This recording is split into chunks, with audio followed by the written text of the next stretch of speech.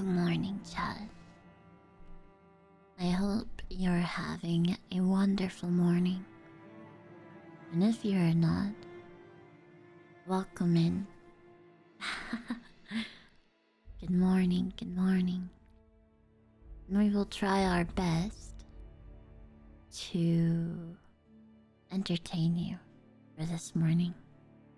Or maybe it's midday, I don't know.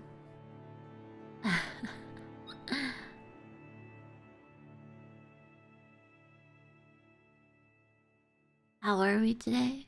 I'm pretty okay. It was really cold last night. For the haunted houses. And I may have a stuffy nose.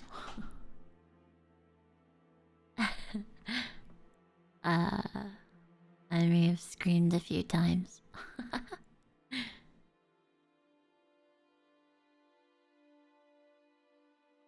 Oh boy. So today we have episode 2 of the Dawn of Anor'lur, which is our second season of Secrets of Arist. Oh my gosh, I'm nervous. Last episode left me quite out of sorts. So here's hoping.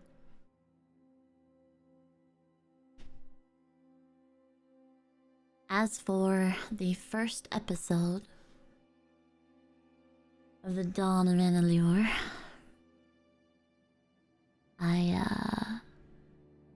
oh my gosh, it was insane.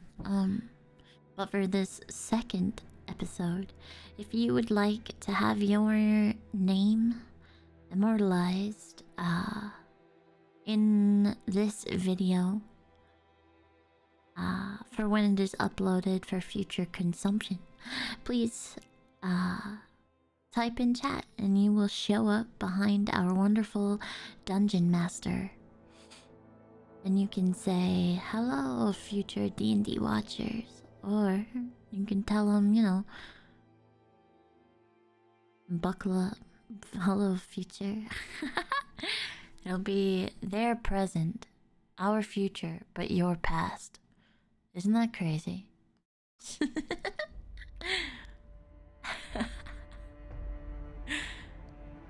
Isn't that crazy? Time is weird.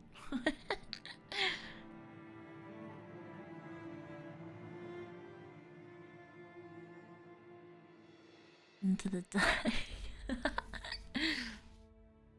Oh my goodness. This next episode's gonna be something. I'm excited to see what happens.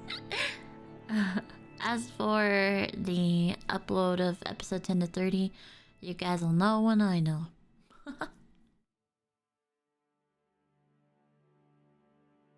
This is a meme for the future. It makes no sense now, but it will in a few years.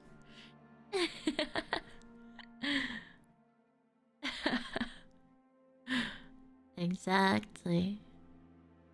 Yo, welcome back for 12 months. Drink more pumpkin spice.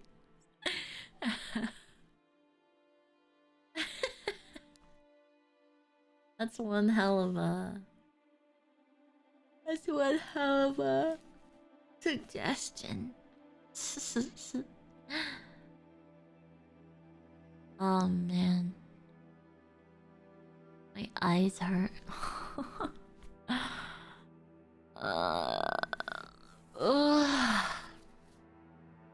You guys ready for D&D? Are you ready?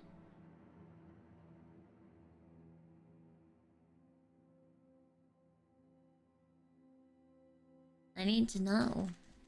I need to know if you're ready, because I don't even know. Am I ready? I don't know. Are you ready?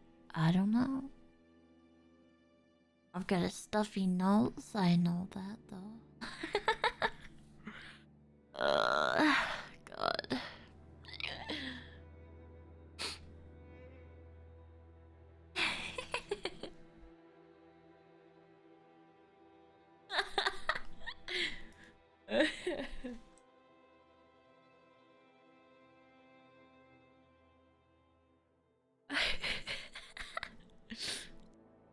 Hope you feel better. I'm trying to.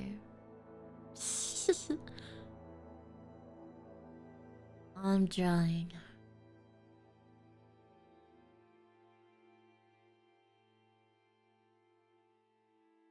Good morning. Good morning. Morning. Hello. Without further ado, take it away, DM. Yeah, I can do that. Okay. Howdy, players. Welcome to episode 2 of Dawn of Avalon. How's it going? What? What? That's not the name. I'm confused. I refuse to let it happen. Are my the notes wrong overlay. again? I made the overlay. I literally talked you can't about this. You can't gaslight me. I made the overlay. I talked about this last session. What? It's all right. We're still waking up. Oh, is It's that okay. right? Okay. Then why is the fucking name in Discord of this chat Dawn of Anor'lur? Really fucking weird, DM. Really That is weird. I guess I have to adjust it. Really weird. Really? You're right. We're starting. I'll adjust it Not even- during this. No need to Not, worry. not even like 5 minutes. Wow, we are on our bullshit. Good job, everyone. Oh, So, welcome to episode 2, Scourger's Rise. We're going to go down the line and get introduced into everybody's character. You're going to tell me a little bit about who you are, what you're playing, and unprompted, the next person after you will continue the line until we get to the very end. Starting with the Adjudicator. Hey y'all, I'm Rozzy. I play Blake Steele, a man of human and Leonin lineage. 6 levels in the fighter, 5 in the sorcerer. Blake is the lawmaster and protector of Northbury, one of the brave few who face the necromancer's apprentice to cast their evils from Avalon, once again bringing peace to the land. During that brief peace, he'd be tending to his duty of Northbury's lawmaster, and in his personal time, awaiting more news from Dalton's palace, expecting the call to protect the land once again, but also eagerly awaiting more news from Arabella. After meeting with his fellows, it was decided that they would investigate the word of missing militia, the sitting out, to find out what happened, and hopefully keep shit from hitting the fan before the Pike King's fishing derby. I play Oberon Illyrian, level 11 War Wizard, and Lore Master of Northbury. Situated with his own tower here, he's seen to his studies more often than not, but has occasionally left to venture out and protect the land of Avalon. Recently, he returned from his fight against Raffin the Ruinous, a dread necromancer destroying these lands, and has now, somewhat begrudgingly, joined his fellow allies once again for what was initially a trivial matter of finding some lost militiamen, but might become something more.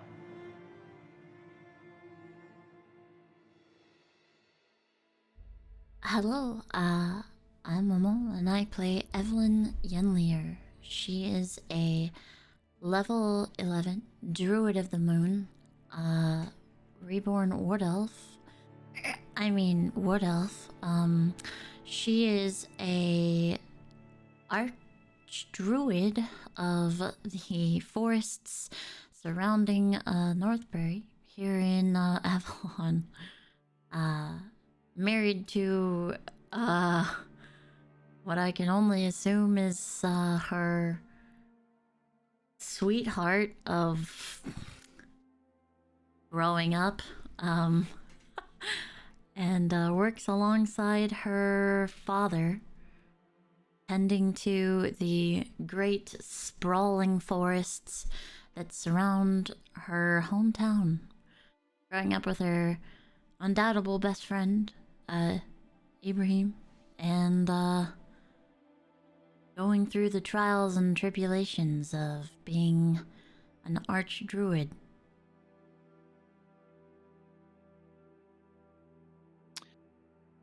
I am Ibrahim, a sun elf, one whose only solace in this world of gold and fairy tale is his god, Bahamut, him whom I serve as his level 7 paladin and level 4 rogue. My days are often spent in quiet meditation, pondering the world and its many fundamental concepts in my very own abbey, there thinking on the root of things, morality at its core, as the Platinum Dragon's speaker. Duty is my only calling, to serve the need of the many.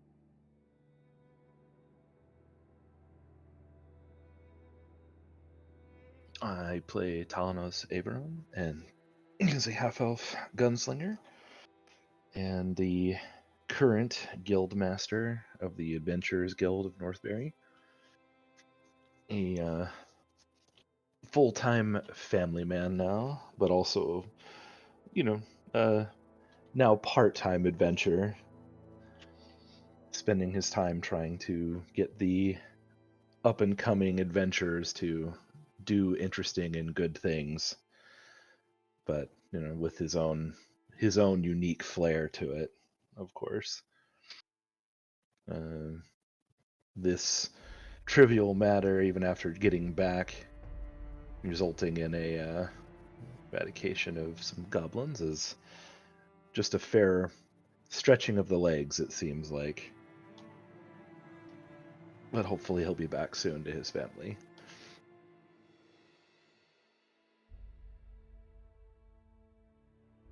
I play Zafina Malark, a level 10 bard. Having grown up in Northbury, she soon became the song mistress of it, ensuring that all of the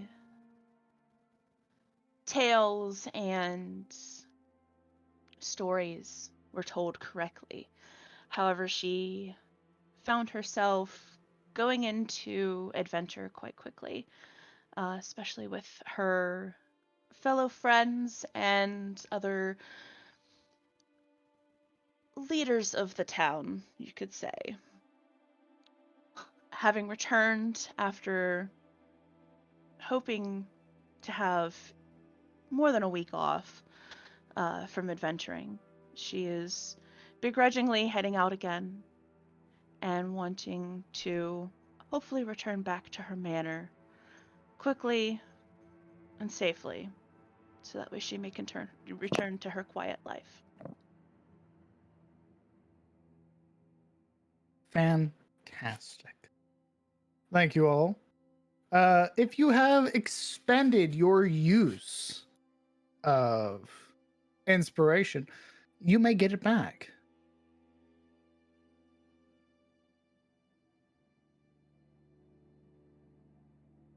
Now, as this is the second session and thus no recount yet, unless I don't believe we did a recount last session. You kind of caught us up on everything last time, DM. Fantastic. Why doesn't everybody roll me a D100? Oh boy. We'll start the cycle anew.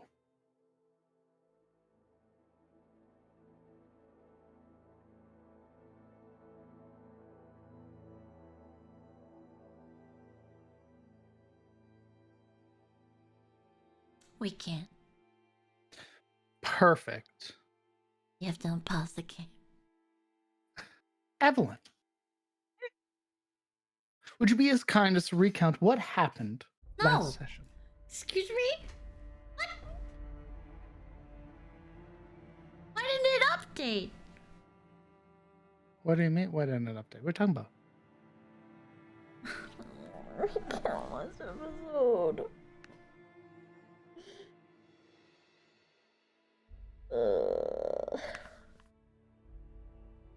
What? I don't follow. One more time? Nothing. I don't want to recount last episode. Why not? Because I wasn't there for half of it.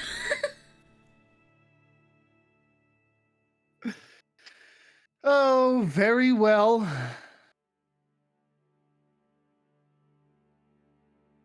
I had a brain slug on my head the entire time. What do you mean?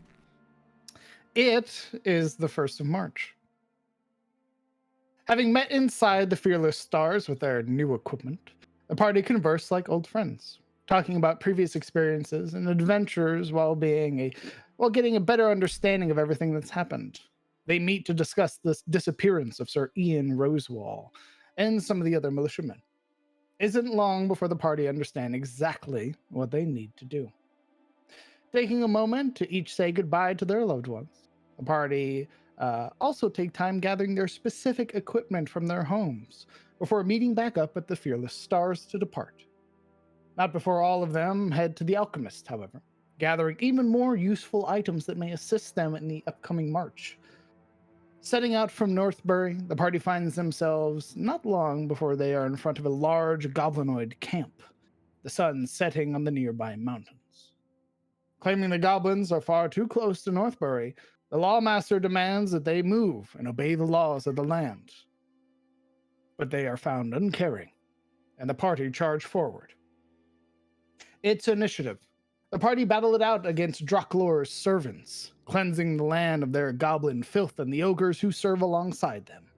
With destructive magic at their fingertips, they make quick work of the goblins and send many of them scattering into nothing. Leaving one behind, whom they've knocked unconscious, the party prepare to begin asking a great many questions.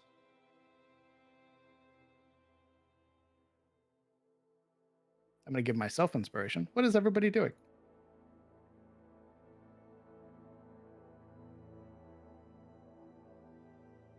I guess go check out the camp. Check out the tents. All right.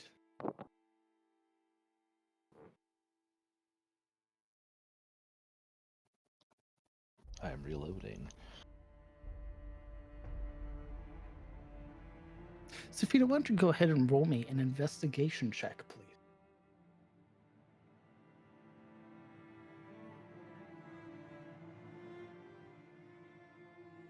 Is that for a total of 10? Okay, give me just a second. All right, I need you to roll me a D100. Oh, okay.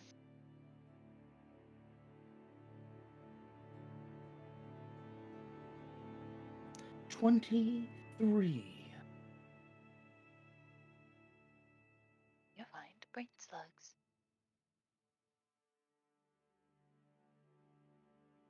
Bound within the sort of clutter of this goblin tent, you would find one item that sticks out amongst all of them. It appears to be some sort of vellum bound by black rope in the center, a spell scroll. She will take it. And if possible, open it up to look at it. See if she can read it. Absolutely. Why don't you roll me an Arcana check? 21. You would know this to be the spell, second level spell, Flame Blade.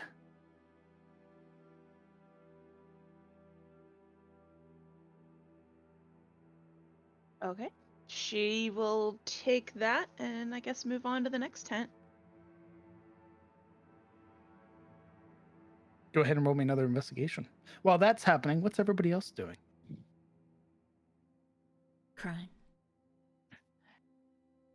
Are you mourning the death of the ogre that you slaughtered? Sure. All right. And Our she would goblin- be basically returning it to the earth. Mulching it. Understood. Yes. Oh god. Oh no! Oh, You guys, oh, this no! is what you get. I You liked remember old that. Evelyn. Guess what? This is new Evelyn. Get used to there it. we go. Shit's just gonna grow from that cliffside. Yeah, there Just are the- thorns just pulling it into the air. Bramble ripping through the back of the ogre, sort of splitting muscle and sinew before curling itself around the bones, returning it to the earth. All will be nothing but return to the earth with time. Well, Master, I think you can take it from here. Oh no, I thought I'd just, stand around a bit. Oh, well, I'm going to do something useful. Alright. And I'll begin snuffing out some of the fires with Presty. Very well. How's the goblin boss looking? uh,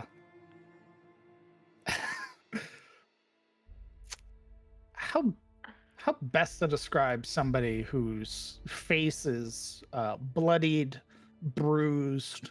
One of their eyes is like almost permanently closed from the swelling.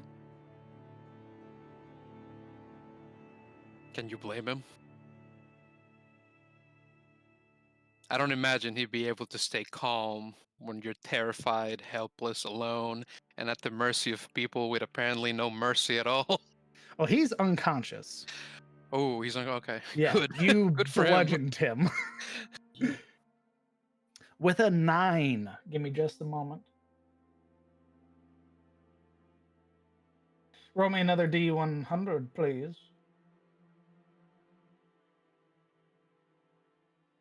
31.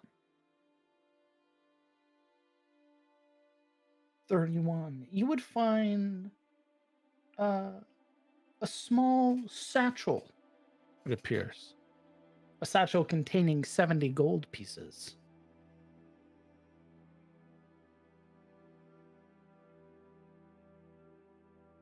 All right. I guess she'll take that with her as well and kind of meet up in the center, looking at everybody else, just kind of holding up what she found. This is all I could find.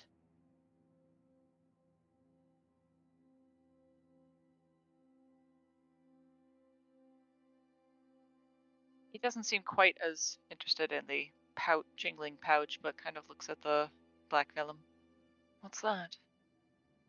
That's she'd walk closer, kind of holding it out to him. That's flame blade, is what's on it. Useful spell.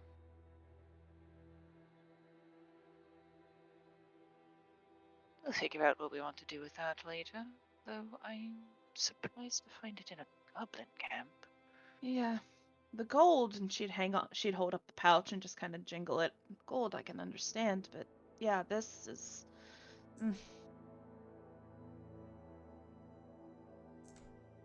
DM, the vellum would be something that goblins wouldn't have access to, even the smart ones, correct? Not at all. This Okay. is incredibly surprising, in fact. Okay.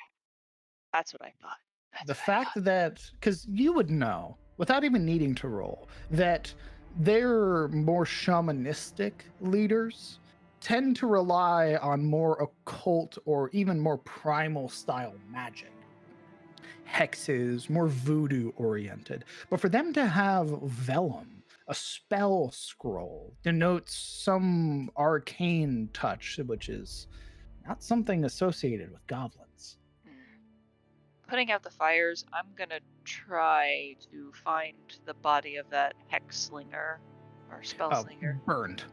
Mm. Absolutely evaporated by your fireball.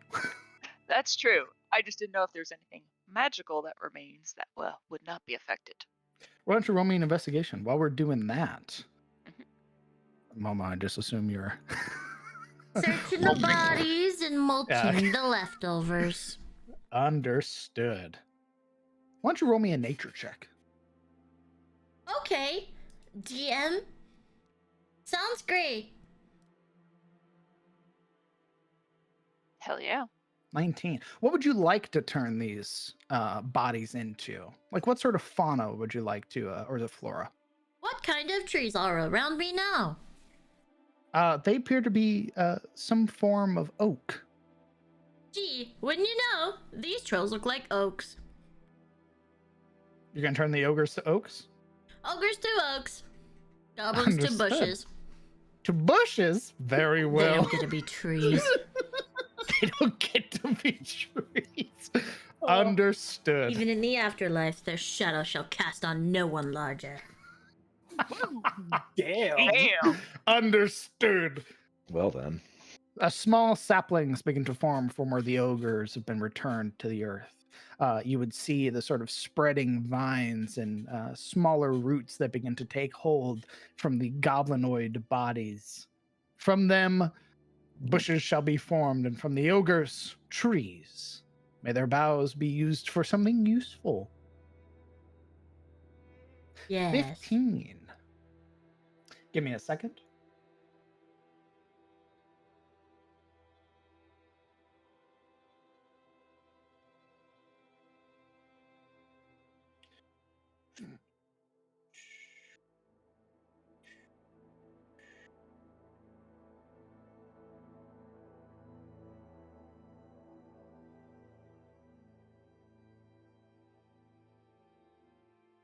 You would find something amidst the ashes. It appears to be a wand.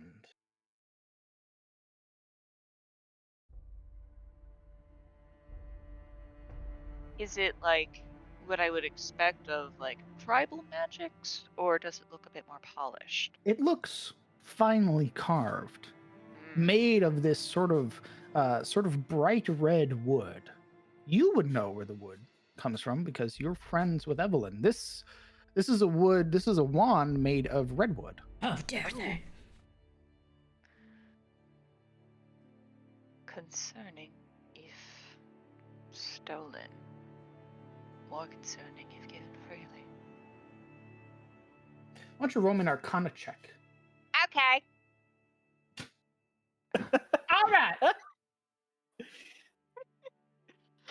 21! From wizard to gremlin in 0.0 seconds.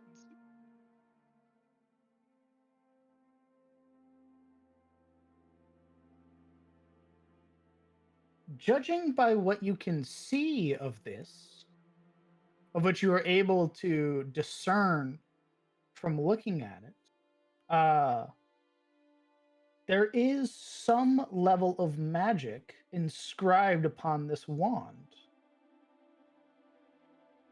Though more, or rather, a lesser form of arcane magic. Not like spells, for example, but more like a cantrip. Hmm. It appears to be, at least nothing else, a wand of firebolt. Interesting, interesting.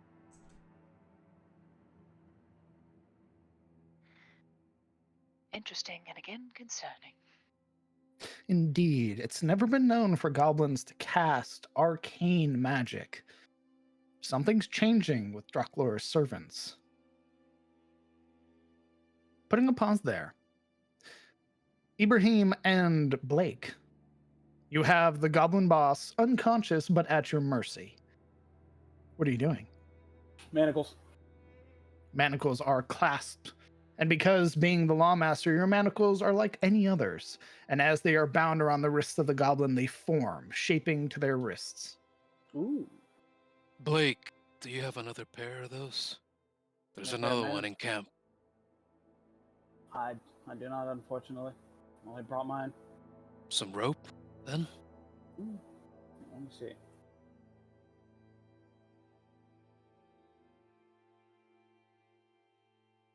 I do have some rope. And he pulls, some of the rope from his explorer's pack out. He hands it to Ibrahim. Ibrahim reaches out, takes the spool in his grip, and gives the goblin boss a look over before looking back up to Blake. Do you need help with him, or are you good? Mm-hmm. No, I've got this one handled. You go ahead. He nods briskly and turns around. It's gonna skid on back to 50 Cent over here. Returning, why don't you roll me investigation or perception, Ibrahim? I think investigation fits.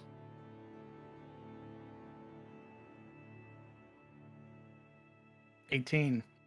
As you approach, unlike the goblin boss whose breath or whose chest rise with every heaving breath, looking at this goblin, looking at this sniper, their chest does not move. A hole bore through their head. They've been dead for Who did that? a while. Is it obvious? Would it be able to discern what happened? Have I seen this sort of wound before? Why don't you roll me a history check?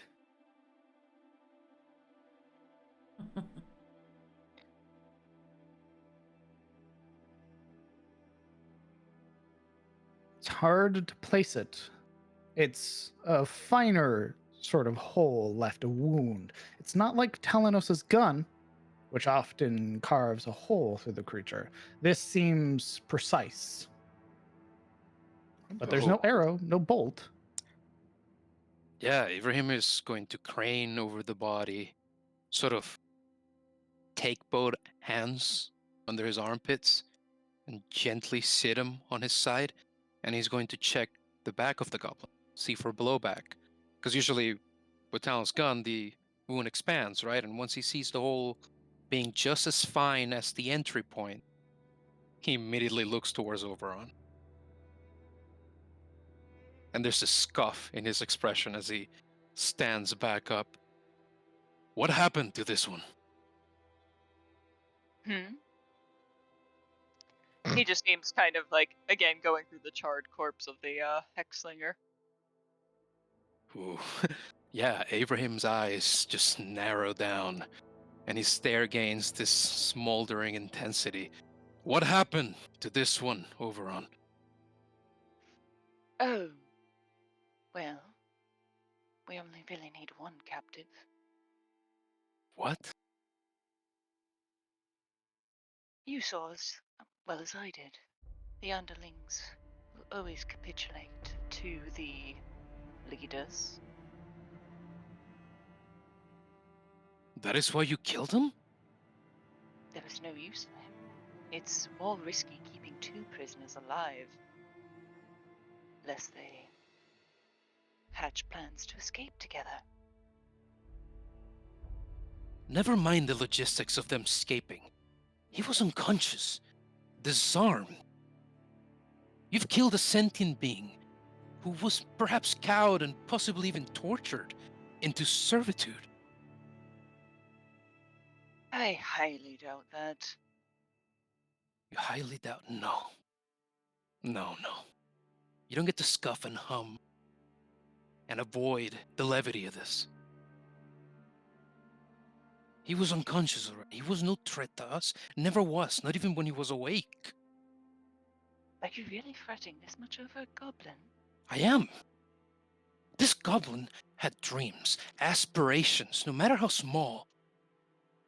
Most of them involve murdering us, and potentially everyone in Northbury. In self-defense, perhaps. How could we ever know their point of view, their perspective, if we're killing them by the dozens? Well, I'm sure you can go ask their boss that question. I would have rather asked him.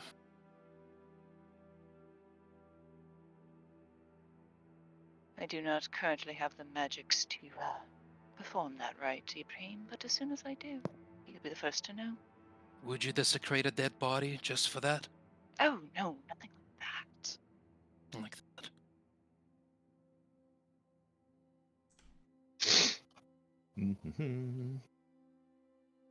Would you like him to return? Yes.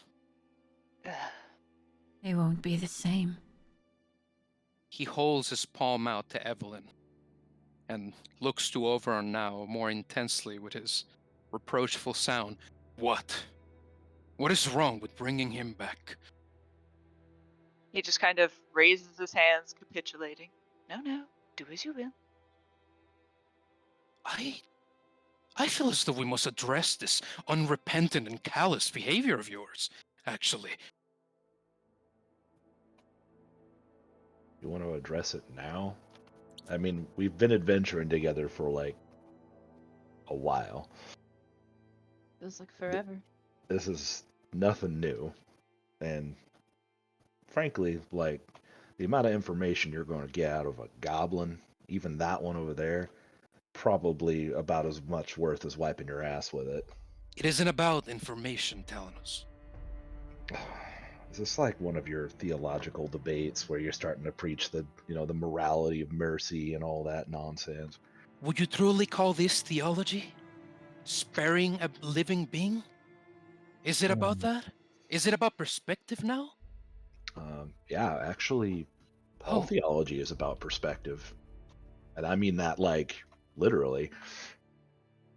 I would never make this an argument. You're making it an argument. The goblin's life has meaning. Yeah, Their existing possesses depth in this world. usually One as that shouldn't canon- be so easily discarded. Their life usually has meaning as cannon fodder for dark forces like, the ones that they currently serve. I'd say that they're doing their job and fulfilling their purpose just fine. That is terrible. Do you even hear yourself? If this was like a village with like little kids running around and everything, that'd be another matter. This is a military fortress, well, for goblins. Its only purpose is there to harass and hurt people. This isn't we killed someone who might have had a good time one day in their life. This is us dealing with the enemy. I don't need this lecture. I understand that most of them signed up for this. But this one was unconscious, disarmed, willing to give up. That is the point of this. Yeah. This was unlawful, unruly, feels almost premeditated. Well, All I know is that there was a living goblin who should be dead. Though I know, So, I wouldn't expect any remorse or pity from you. I understand that your childish psychopathy has no rhyme or reason. now who's getting into lectures? This is why I don't teach. It's not a lecture, I'm afraid. It's just an opinion. It's kind of been a lecture from like the get. For the rest of you, it's rather odd. After all, the King of Avalon has been known to put bounties on goblins for parts, no less. Their ears are worth money. Orc teeth can be turned in for gold and silver.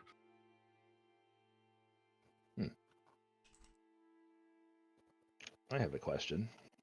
What? Talanos has been standing here examining this fire arrangement because there's a bunch of laid out bones, and in fact he will have his little notebook out with its short stubby little pencil and kind of sketching it. But as he turns and spots that and the other stones arrayed around it that all seem to have little markings drawn on them, is there anything about that that could be interesting? Oh, those aren't markings, brother. It's meant to reflect like light. This? Oh, Yeah, it's that's like not a mark. It's like light. Oh, for some reason, because the way that they're laid out in kind of a kind of like a penta formation, I was like, this is interesting. You know what? Roll me an Arcana check. You know what? Fuck that. Let's do it. No, roll me an Arcana Fuck check. it. We ball. Magic. 23. 23. In the bones and the rocks, yeah.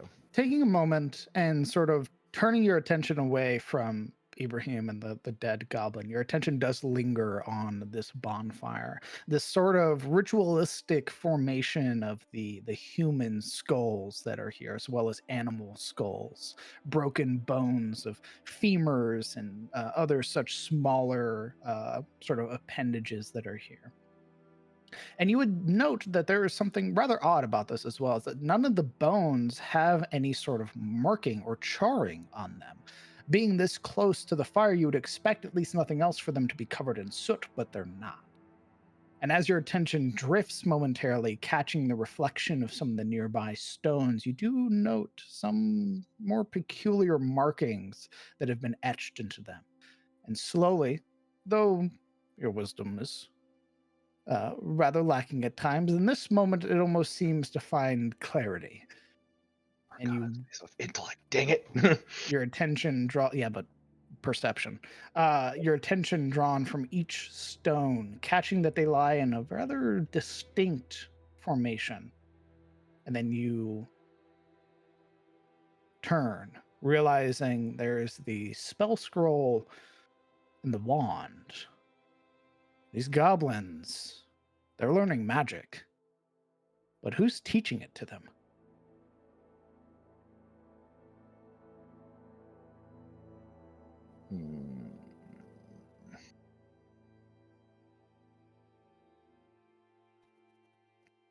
Are the bones, you said the bones are like of various creatures, including like humanoid? It's a lot of human skulls.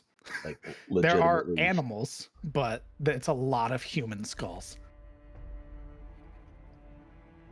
Let's see.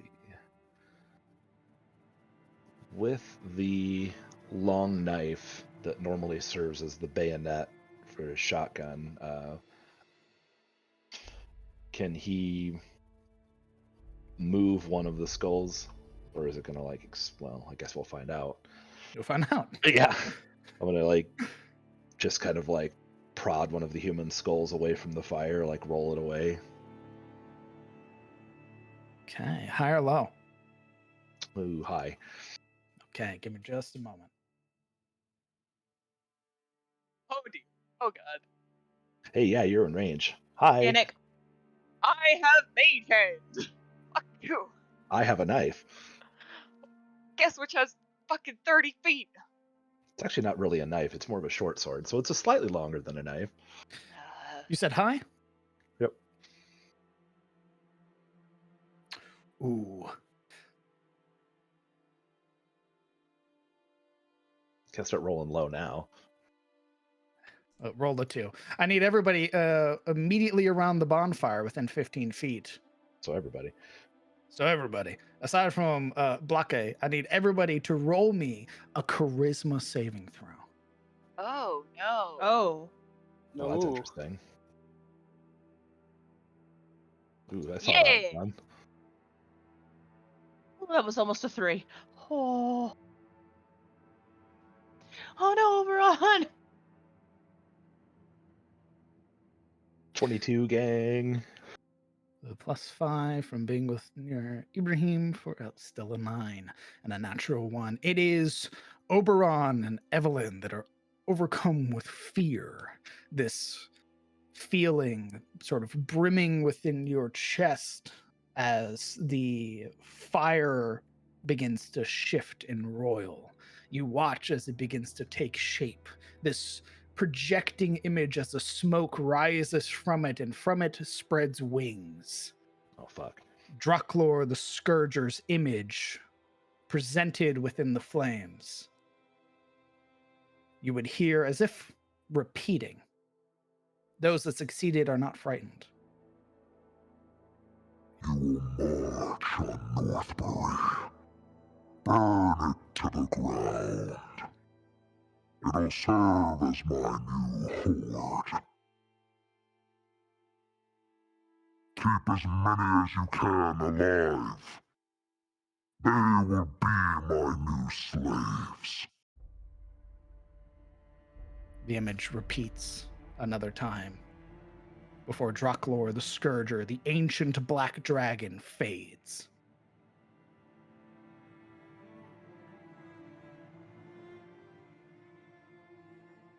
after a moment or two, that heartbeat deep within your chest subsides, the adrenaline fading.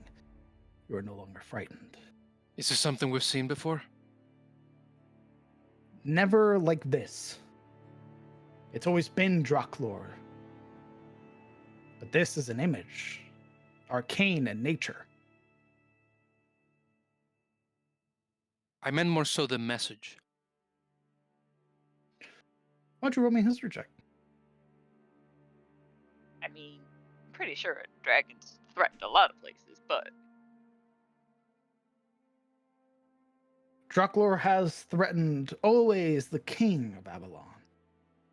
But now, his attention turning towards Northbury, that is a situation most dire and new. Yeah, I think the gravity of such news will momentarily take Ibrahim's attention from the argument at hand, and with a thoughtful look. That is very strange. He's never once looked to the hamlets, to my knowledge.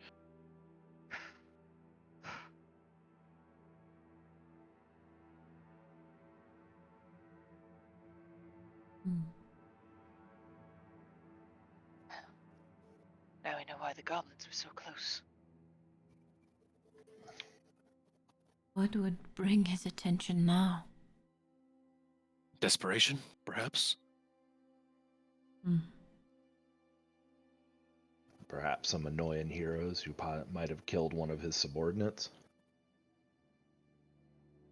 Blake, Yep, that's as me. you stand guard over the goblin boss, hearing the booming voice coming from the bonfire, you would eventually hear a sputtering cough coming from the was previously unconscious goblin. Their eyes slowly open, if they're able to, Mhm. peering around momentarily before looking up at you, a frightened expression. Looking down at him with a bit of like an incredulous look, just, you know what's best for you. You won't move. Wait. We could talk. It's what you want, right? To talk. We could talk. Yeah, of course. Blake will reach down, pick him up over his shoulder, and then Wait! he's just gonna start making his way towards the party. Making his way downtown. Our friend's woken up. He sets him down. This audible grunt coming from the goblin boss as you set them down onto the floor. They look around, seeing the smoldering remains of the gate, the black smoke rising from the bonfire, and their attention looks to every single one of you.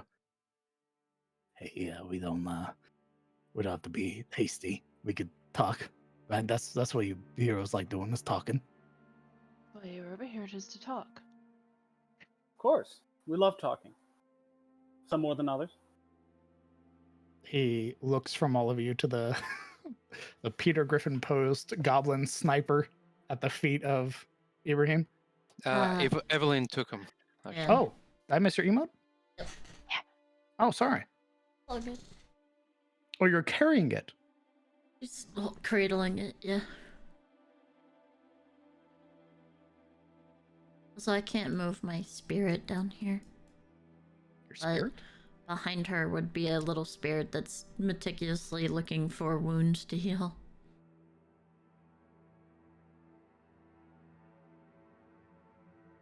It looks like a little, like swallow, like a bird. Adorable. Birdo. Hey, I mean, you guys are tough. Real strong. What do you want with me? How tall? Like, is he sitting on the ground? Yeah, he's sitting. Okay. Zeph would like kneel down like onto one knee, just kind of next to him. She'd have just like this very just calm face. Well, first off, why have you guys set up camp here? I mean, this is what we ordered to do. Set up a base, start training some new recruits, and then wait for orders.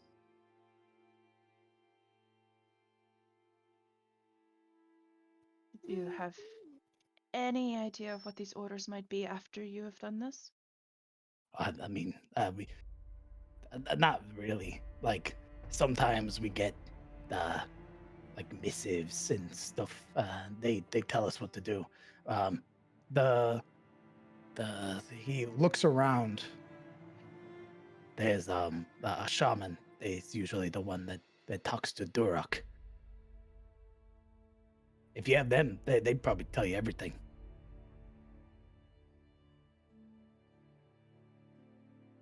You would know to be the shaman was the one that was caught in the fire. Whoops. I wanted to roll a fucking insight on this guy. Sure. What are you attempting to discern? Basically, kind of the thing about not knowing what orders come next. If he really has no idea and just gets them piecemeal. Sure. Go ahead, roll me insight. And I'll say because he's bound currently with his with literally being bound and restrained, I'll say you can have advantage. Sure. You have him at your mercy. Still 12. A 12. It's sort of hard to discern, really. Goblins are creatures of chaos. Chaotic Sibling by creatures nature. value strength. They value those that sort of prove themselves, even through martial prowess. So for you to come in and eradicate a camp, though you are an enemy, you are still strong. So at least from what you can tell, he doesn't have really anything to lose. He's telling the truth. At least you get a feeling of that. Okay. Now, had this been a more underhanded attack on the camp, killing them in the night, you probably wouldn't be getting anything from this guy. Because we decided to roll up and just be like, hello. Exactly. They value that. Though you're the enemy, they do value your strength. So I would look up at like Ibrahim and Blake, since they're close by. How many other camps are there? Oh, I mean, dozens. Do you know their location? I don't set them up. I was sort of lieutenant for this one. Ibrahim steps closer and leans in, narrowing his gaze. But we were the closest. We were the closest to Northbury. How many set camp before you? What do you mean? On your way here? How many outposts? Oh, none.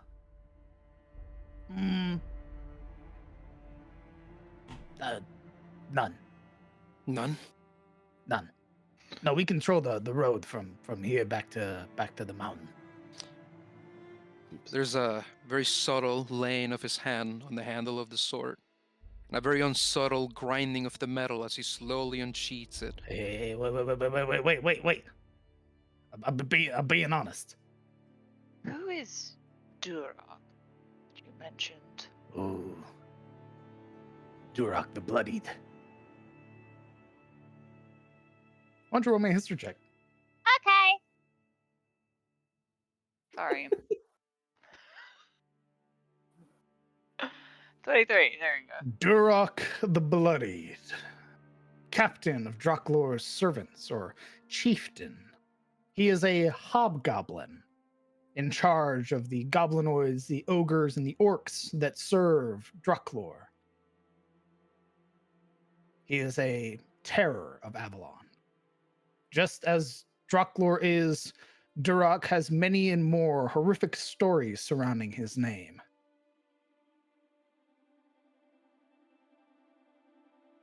So we know him. Indeed. Understood. Should be no surprise that names comes out of him. Absolutely not. Okay, cool. But the fact that he's this close to Northbury should concern you. Lawbringer, do you have a map? Of course, why wouldn't I? And whips out a map of the region. Okay. Do you have a map in your explorer's pack? What do you mean? He's always had a map Yeah, of I've this always had a area. map. I'm the lawmaster. I always have a map on me. It would be quite, not very lawmasterly of him if he were to not have a map of all the surrounding places. Yeah, Lawmaster, yeah. Really enjoying the turning the tables of gaslighting back on the DM. See, I would allow that. However, when you went back to claim your stuff, you only claimed your adventurer's pack, and whatever's in your adventurer's pack is what you have. And you know what? That's fine. Being the lawmaster of this region, Blake would have, a pretty good memory of where stuff is. Certainly.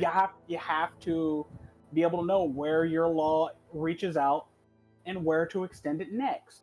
Lawmaster Absolutely. stuff. Yeah, general topographical understanding I of the mean, the land. moment you get to the trees, your law ends. So. Yeah, no, we have an understanding.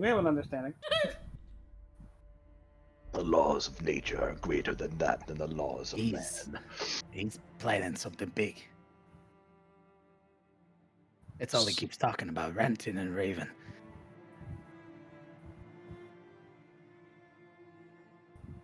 And So has he ever- there's After you.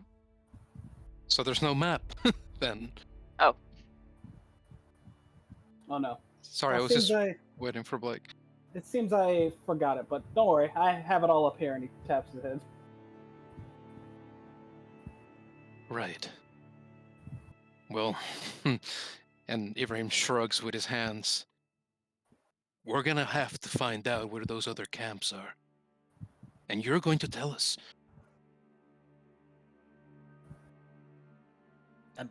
All right.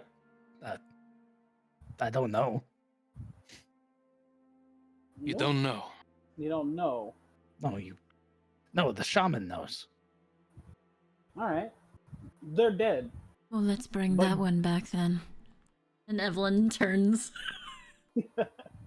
Wait, Evelyn. I refuse to believe that this one has no hand in planning. It's too cunning for that.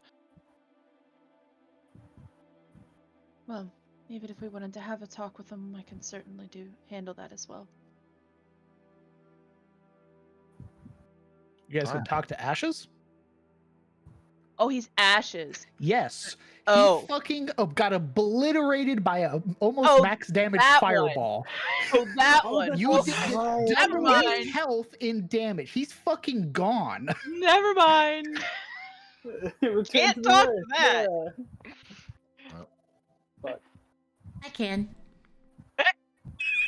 I can bring it I have- back. Reincarnate does not work on Ashes. It says a piece of a dead humanoid. There ain't no peace. That's Ash is a piece. Ash is a piece. Ash is a piece. Ash is not. Hold the fuck on. Ash is a piece. Ash is a piece. It's a particle. Ugh. A frac. Typically, yeah. See, I have to have a mouth that can talk. Bleh. So. I don't like that. Reincarnate cannot be used to bring back somebody disintegrated. I mean, Fireball doesn't directly say disintegrate, does it? It doesn't say disintegrate. It took double its health in damage.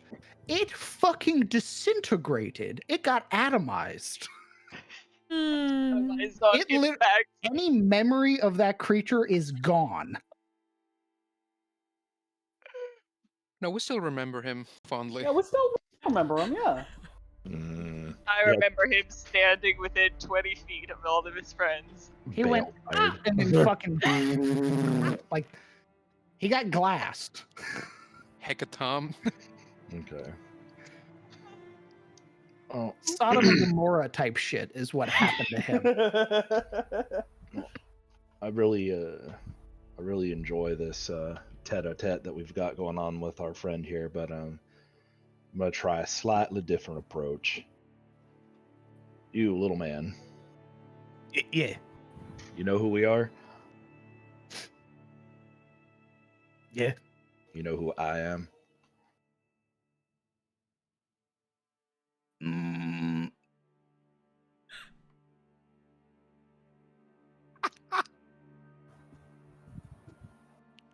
I mean, I can lie if that's like I don't know your name. That's fine. Of course. Well, I'll tell you what.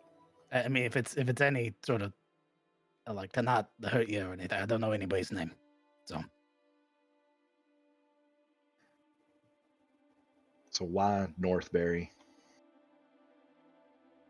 Don't tell me you don't know, because I'd have to have some reason for it. Duroc says he's planning something big. And you You don't said know that where, already. yeah, and you don't know where Duroc is, where his camp is, where. And Oh, you said- Duroc's back at base, the and big where- camp, And where's base? about a day up the road. He gestures with both hands and the manacles behind himself. And did you have a group of humans and the like, militia folk who come this way? Did you take care of them too? Oh yeah. Big one.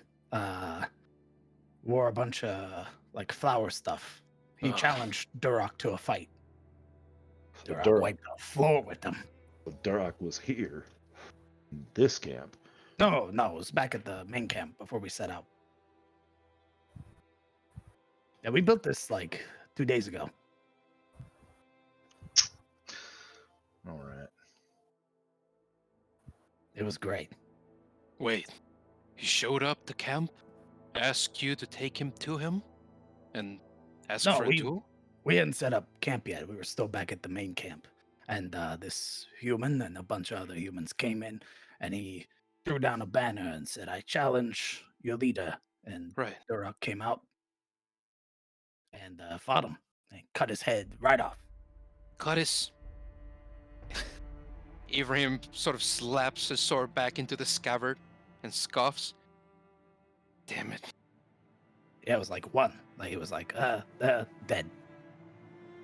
What about the other ones? Oh, they all died. Yeah, like arrows. Like they didn't even get to run away.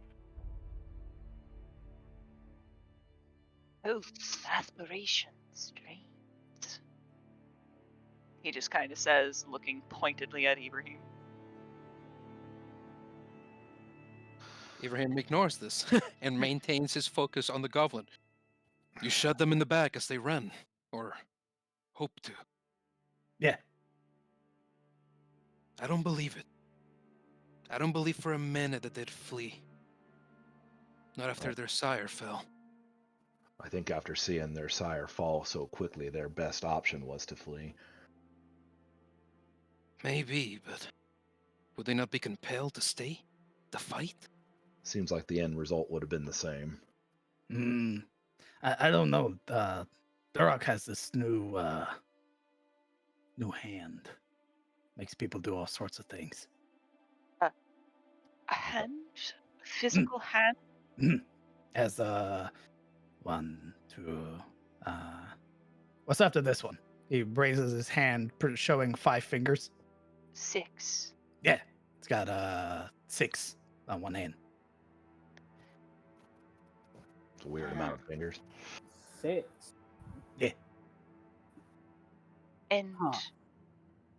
after he got his new hand, has he been able to do things like this? And Oberon will use Presty to make an image of a flame or something like that. Oh no, not like that. No, he points it real menacing like, and you do stuff.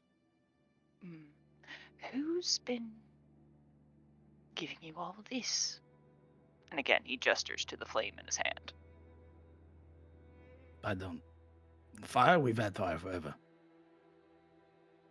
And he kind of makes the magic kind of shift and do different things. We don't have blue fire, but we have fire. magic, you idiot. Oh. I don't know. I'm gonna roll insight. Sure. I'm just sure. Can I roll insight? Yeah, I believe him. Yeah, if you'd like, go ahead. Go ahead. Roll inside.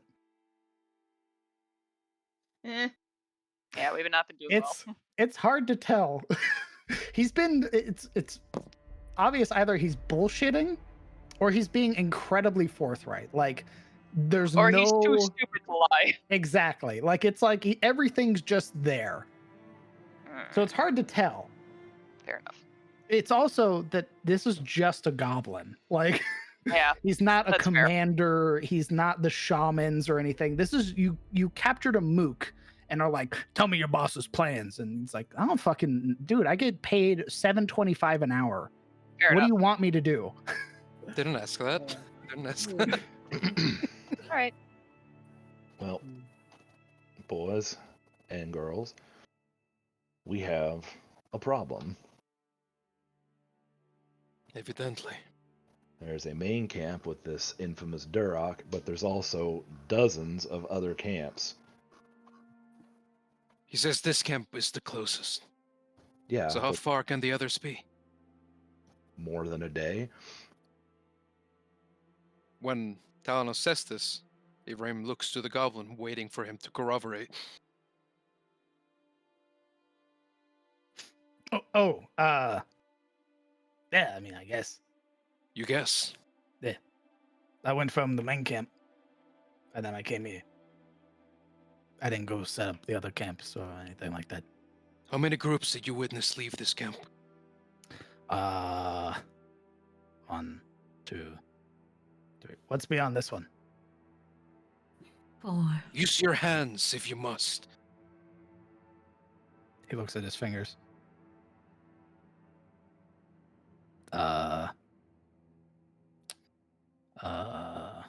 After 3 is 4. Okay, how many is this? He holds up both hands. Like all fingers spread? Yeah.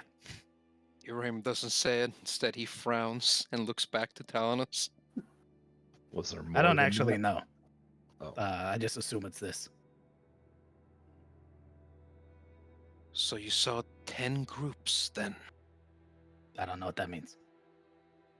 Well, he doesn't know, is what he's saying. We're just Sounds gonna like a have to lot. assume that there's a lot. Yeah, it's usually like an ogre that carries all the stuff, and then we bring it to a new place. We chop down trees, build new walls, new tower, and then boom. I have a question. Yeah. Then not for the goblin, for the DM. Yeah. Fair What's enough. up? Fair enough. This knight that was killed, and whose name I continuously forget, but that seems to be on point for Talonite. Ian, that guy. Was this a particularly strong, well-renowned individual, or was he like some level 2 d-bag and got Sir himself Ian Rosewall. Sir Ian Rosewall is a champion. He is a hero. On the level of like, Sir Ian Rosewall is the champion of Hamlet. Think of him in the very same vein as Robert Baratheon. Oh shit. So he was a badass. Yes. Like level, like CR12 knight. Dude. What crap? Okay, with that knowledge, I think we got to deal with this guy and then get back. That guy could have rolled through this camp and never taken any damage. Yeah, well, this camp wasn't here when he was gone, so.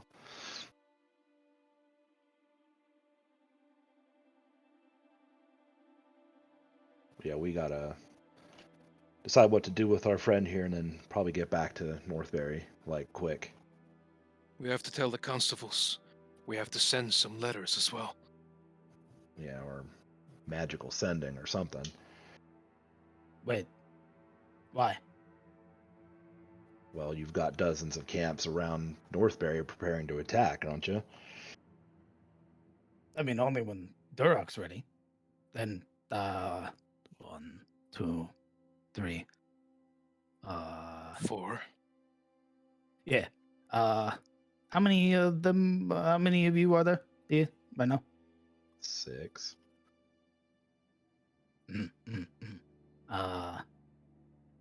You're that one, and you got a thing like a little box that makes a loud sound, pointing at Talanos. Like, puts his hand on his handgun and he's like, a box? Really? He gives you this like, what do you want from me? Look. Okay, what about it? And that one. He points to Evelyn. Can you you turned like a bear and everything, right? Among other things, yes. Yeah. Yeah, Durok's been waiting for you. I'm sure. Waiting for us for what? To show up at his camp? To probably kill you. Why would we go to his camp? Why wouldn't you? Sir Ian did. Why wouldn't he expect us to be as brazen? It makes sense to me. Well, that's nice. But this main camp's only a day north of here. Yeah, We're how far away from Northbury? a day. So we got the main It's- camp 2 days out. It seems to be at the ruins that we were told to go to, or at least close by. What is your name, Lieutenant?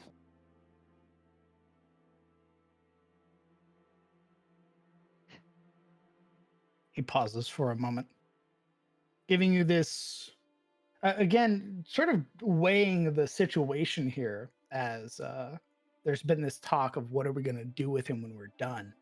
Uh, most people just call me boss, but Lugdug.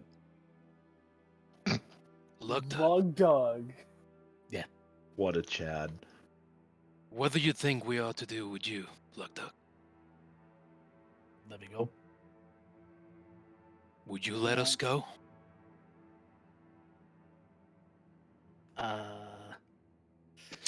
Or would you behead us like your master did, Sir Ian? Oh no. Oh, Durok wants all the prisoners sort of kept around. you would enslave us then? Yeah. You got strong backs. The mines need digging.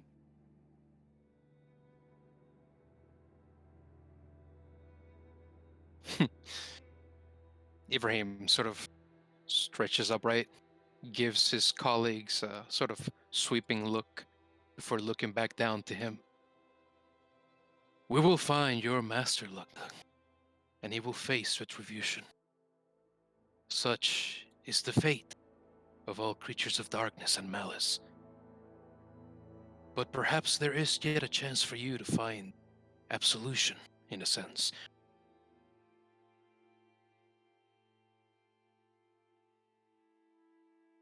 There's a very like his brows knit together. He doesn't fully understand what you mean. One eye crosses, the other one goes the other way.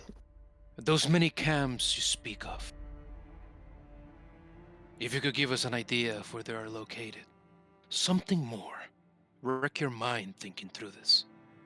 Anything you may have forgotten or skipped. Something we could truly use to demonstrate your usefulness. We could perhaps see to maybe giving you a chance. Roll a persuasion check. All right.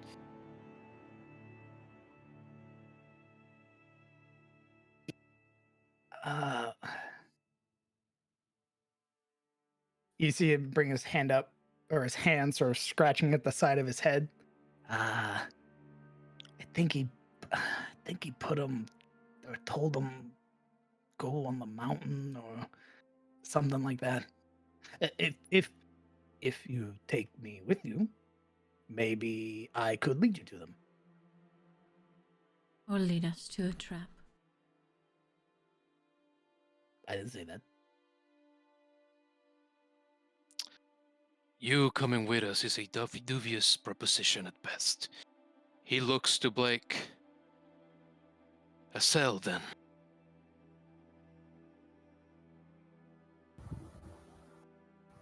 I could force him to take us there.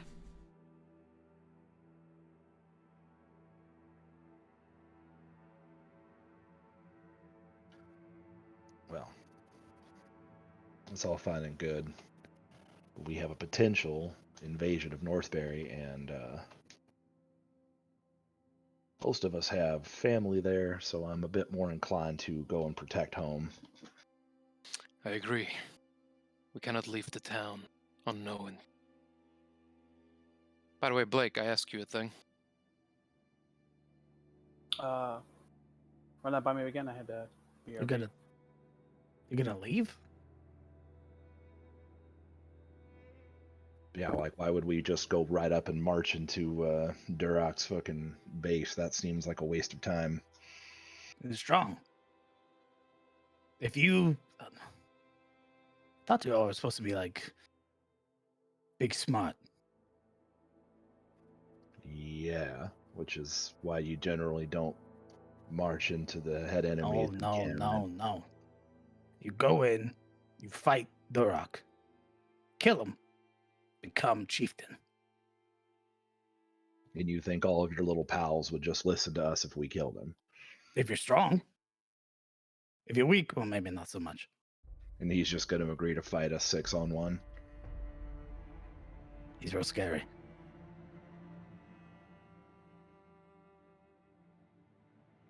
But that's how it works. You challenge, you win, become leader. You die or get enslaved if you lose. Well, then I'm sure he'll be happy to challenge us near Northbury.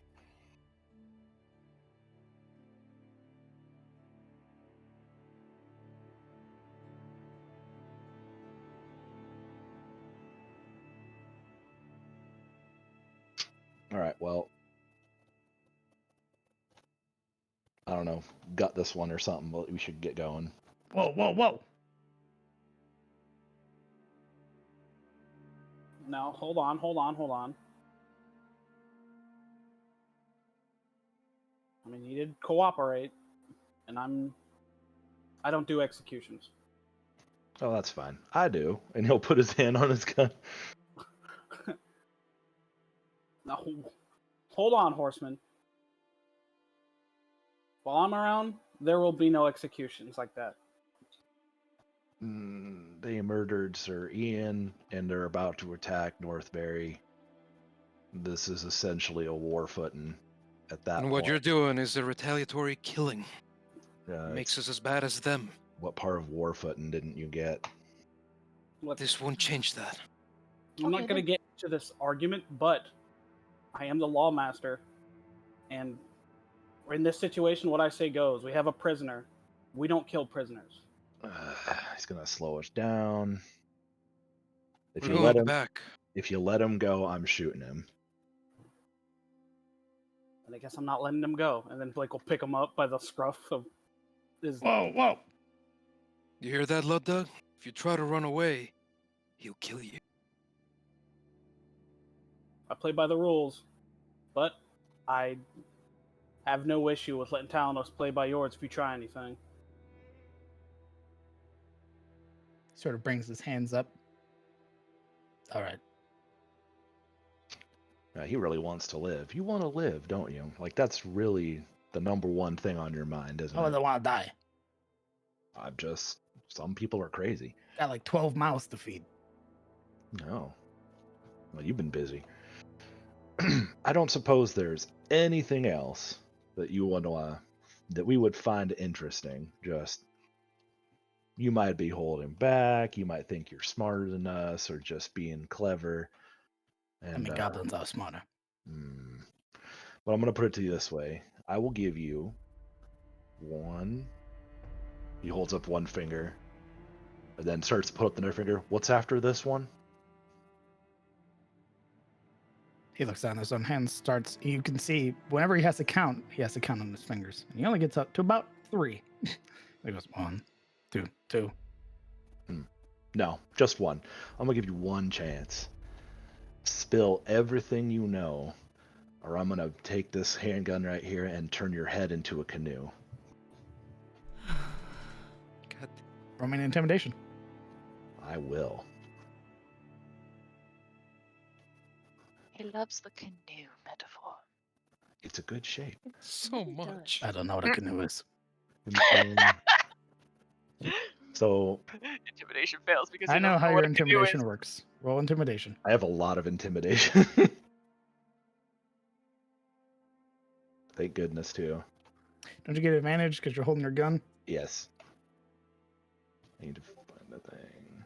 I also add double my proficiency to any intimidation check. So another 4 on top of that. So 25. All right. There is one more thing. We didn't kill all the prisoners. The ones that came with the big guy. I knew it. So there might be slaves, hostages. Slaves are cookpots, right?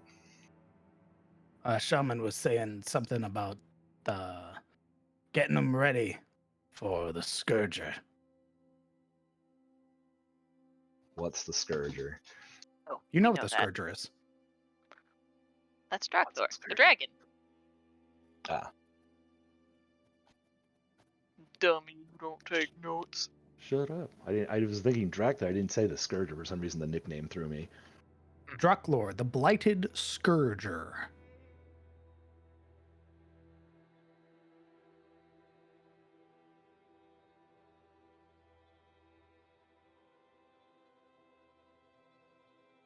Yeah, that might change things. Not a lot. Unless you're thinking it's a smart idea just to head on up there and do exactly what this guy wants us to do. Leave Northbury completely, unaware that there's an invasion. We don't have much time then. We should hurry. Are Hurry we back. able to get word Agreed. back to Northbury? Yes. At least get them warning, and then we can go. It Send is the help. end of the day, I might add. So unless you are traveling back, foregoing your long rest, you will have to rest. I vote for go it.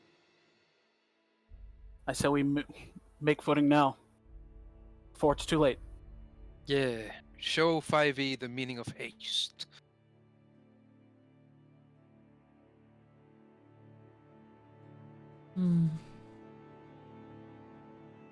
So, just so I understand, player understands. You want to go back to Northbury with our prisoner and kind of do the warning. Yeah. Northbury calls for aid. I could send word, but it wouldn't be until tomorrow morning. Likewise. Well, you out of magic? I'd have to prepare that particular spell. Didn't think Oh. we'd be calling back so soon. Well, by tomorrow morning, we'll already be in Northbury, so. We must return this one to a cell either way. You have Agreed. cells in Northbury? I didn't even know that. Yeah, of course. You just haven't been in one yet. I need to get drunker. Hmm. All right, well, if we're going to go, we should go. All right then. Let's get a move on then. We leave now. Ugh. Oh, buck up. You'll be fine. A little running won't hurt you. Ibrahim, What of this one? Oh, I guess they're going to put him in prison. Ephraim by now has turned about and looked at the goblin cradled in Evelyn's arms. Do you ever bother to learn this one's name, Blood Dog? Oh,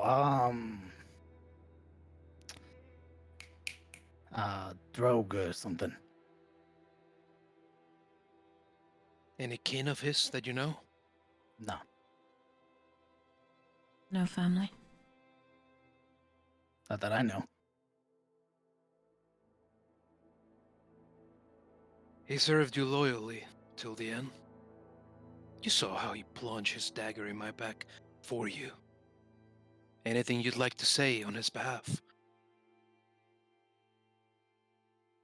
Why? That he served you honorably? That he acted against his own safety on your behalf?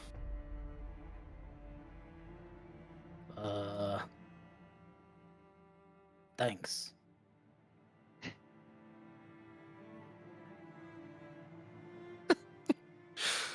Ephraim scoffs.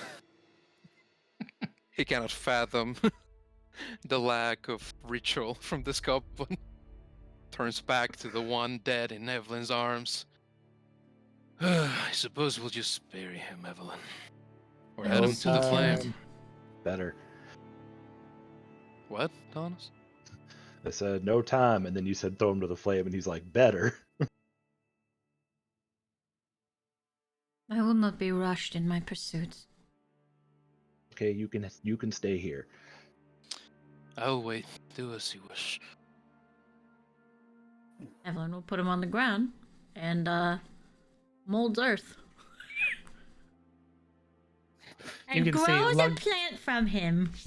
Lugdug's like, oh, I thought he was alive. Oh, what are you doing? Oh, fuck.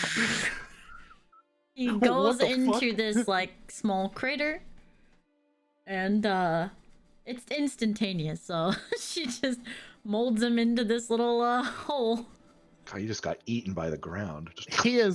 Lugdug is like, what the fuck? And he then was she'll grow a so plant. confused. What are you turning him into? A bush. Cool. Bush.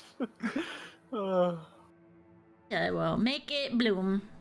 From the churned remains of Drogue is birthed another bush.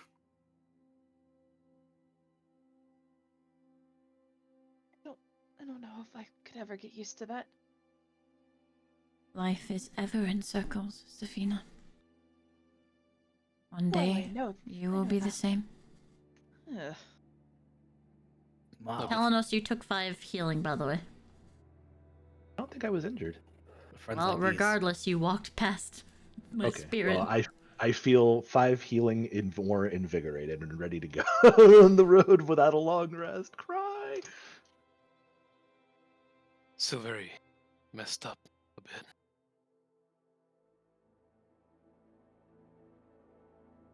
Okay, party. Why?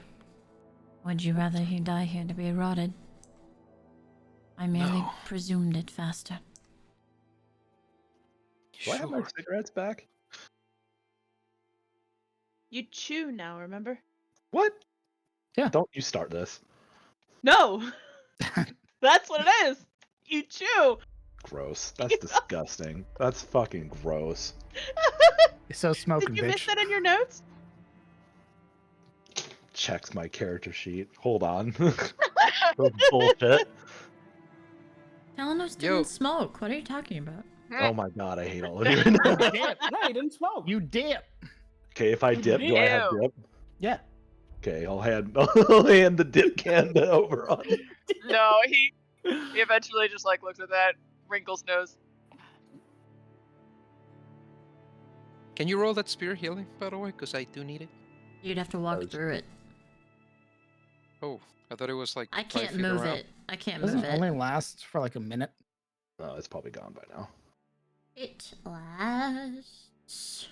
Yeah, It faded during that interrogation. Bet. Bonus action, 1 minute concentration. Unless you're just blowing second level spell slots to keep that thing up.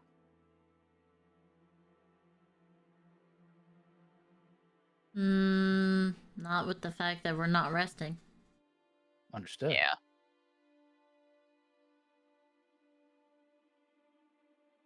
Okay, party. We're heading back to Northbury. I Hell believe yeah, so. brother. I need Constitution saving throws from everybody. Y'all get +5. No, they don't. Yeah, they do. He's No, got they an don't. aura. They're near me. They're literally with me. Y'all are running in a bubble. We're Prob- walking probably. together. Probably hoofing it in a formation as usual. Yeah. I'm a deer. To be fair. To be fair. What are your con saves? Okay.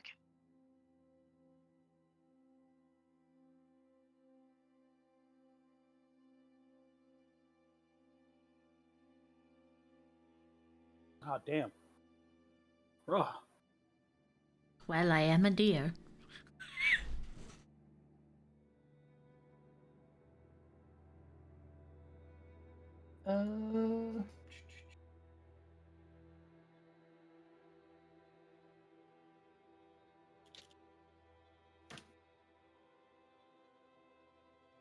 Ooh, I don't think 5 will help you whatsoever.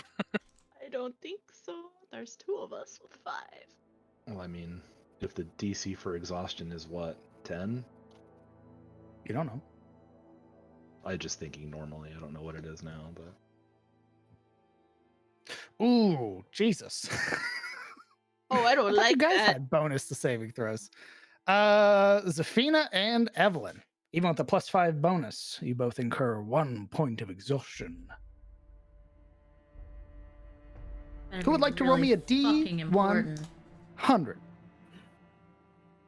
And just I'll do wait it, till the DM. morning so I could send a fucking bird back to tell him. 70. 70. Your travel back is not interrupted. You make it back in no time. Right as the having ran through the entirety of the night, passing through the various sort of clusters of trees and dense forests, you would eventually make your way back to the edge of Northbury, right as the morning sun begins to rise over the horizon. We will transition. And we are also going to take a 15-minute break. Hugger. Okay. Hoger. I have to get some things ready. What's happening? What's going on? You see? We that's fucked up. that's less poggers. That's Close at the us. door. That's us taking a direction that he didn't expect.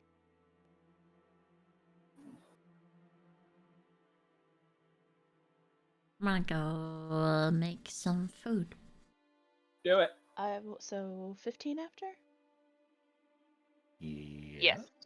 Okay. Quarter I'll go after. back. I'll go Get your food. complain about headaches.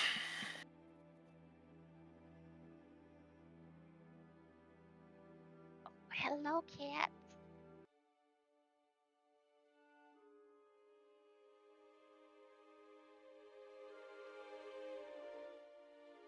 I have 1 chair and 2 cats that want to share it with me.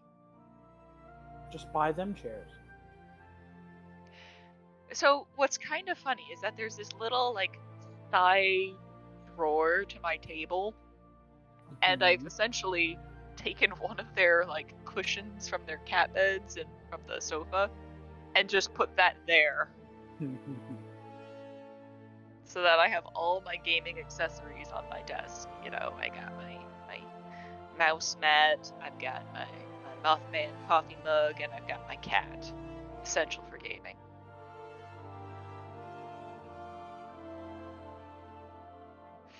Same cat on my lap right now. Yes, except I have 2 cats that don't necessarily like each other, and they want to share the same chair. So. What in the Sam Hill is happening in chat? Uh-oh.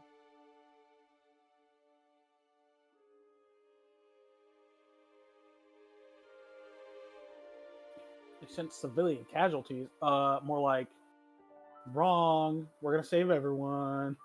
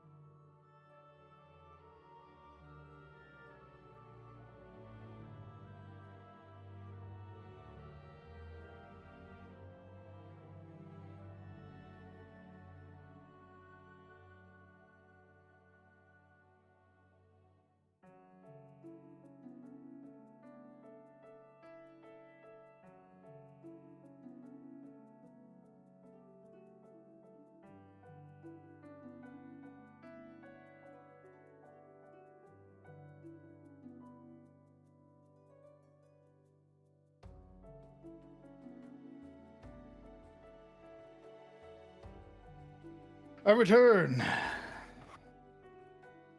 I return. Thanks, gamer. Yo, anytime, King.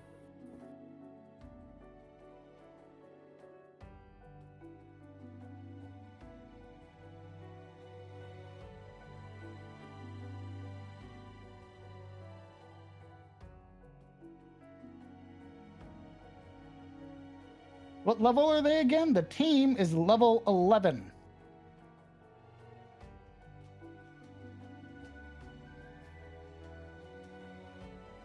Level 11. We're like, not on your level. Get out of here, kid.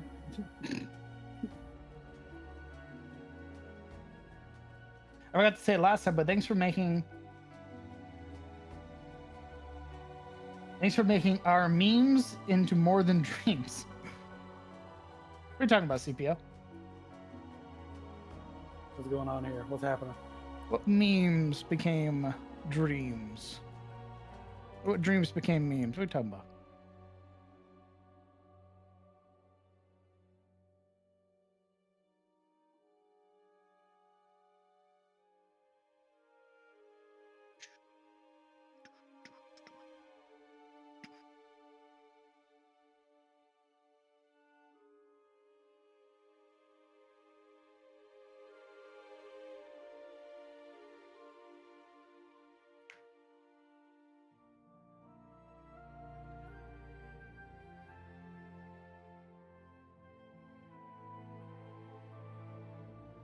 Kind of off topic, what time of year is the best year to go to New Orleans? I have no idea. I've never gone to New Orleans.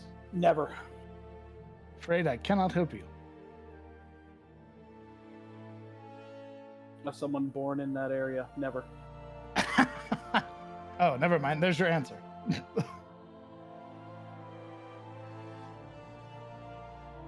You know, unless you like Mardi Gras, and you know, that's one thing, but never.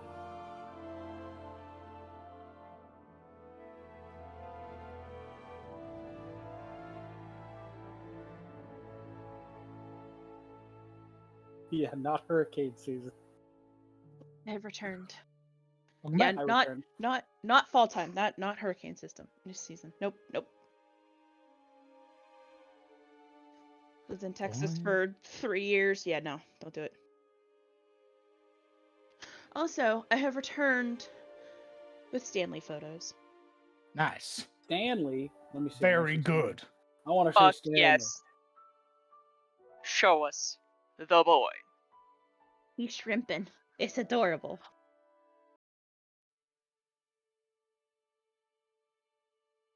He's shrimping. Look at that shrimp. There he is! Oh boy. Oh boy. Oh boy. Oh boy. Uh-oh. Good question. Good question. What Why a is shrimp. Talanos a dipper? Good question, because he has horrible habits. Oh, Yep. shrimp reacts. Oh. Deep. Jibba, go ahead and spit. Yeah. Yes, sir. Jebediah, champion spitter. Champion spitter. Sure, I'll do it again for free. But in my book, that just makes you a champion quitter. I mean, what? Oh, Ma'am. man. Keep your nudity to yourself. Nike comment. What the fuck was that noise? I don't know. I've been oscillating between Oberon and Gremlin mode all fucking day. What's the difference, Lamau? Oh. Man, you've had just a little bit of golden retriever energy today. Okay. Oh yeah, can he use that as What he deals a weapon now? damage. No poison damage. Yes, poison. Nah, what that is ew, gross. What the fuck damage? Psychic damage. I tell my players if they want to do quirky shit like that, all they got to do is ask. Don't be surprised, however, when the bad guy returns it in kind. Ew. He's bit my eye So you're now. telling me- Damn it. Ew, he's been dipping my eyes. What the fuck? The players learned the shove mechanic and used it to kill an NPC. And the other NPC that watched that happen then proceeded to use the shove mechanic to push their cleric off of a ledge. Oh my god. It's like they learn. Excuse me. The cleric went, or the cultist went, on God, and then proceeded to shove the cleric off. Yo.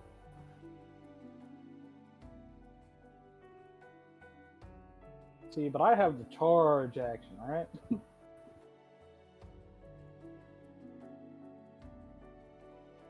Instead of acid breath, Drucklord now Dip has breath. dip breath. Ugh. He takes out a Coke bottle, uncaps it, and then splashes it at the party. He uncaps the Coke bottle. I'm gonna go vomit. God. I narrowly avoided that fate in college one time. Oh my god. Nice. Because there was a My guy friend in didn't. because there was a guy in my art class who dipped, and he had like a Coke bottle next to him, and not thinking, Oh, that's Oh fucking gross. no. Nice. not thinking I Nasty. grabbed it, but then realized, and he was like, "Thank God." Like, Oof. yeah, maybe like get literally anything else.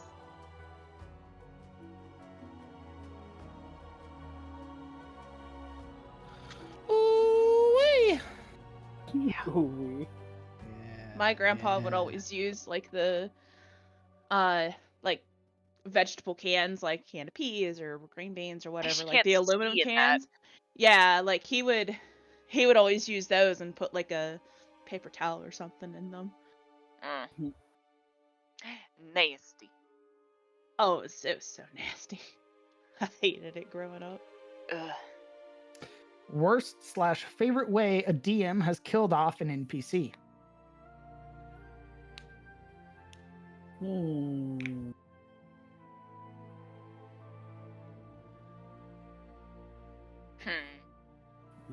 Let me think.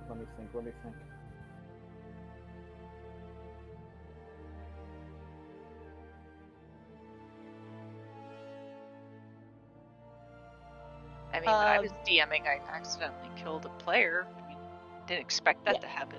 I've got a couple player deaths I could talk about. Oh, actually, betrayal.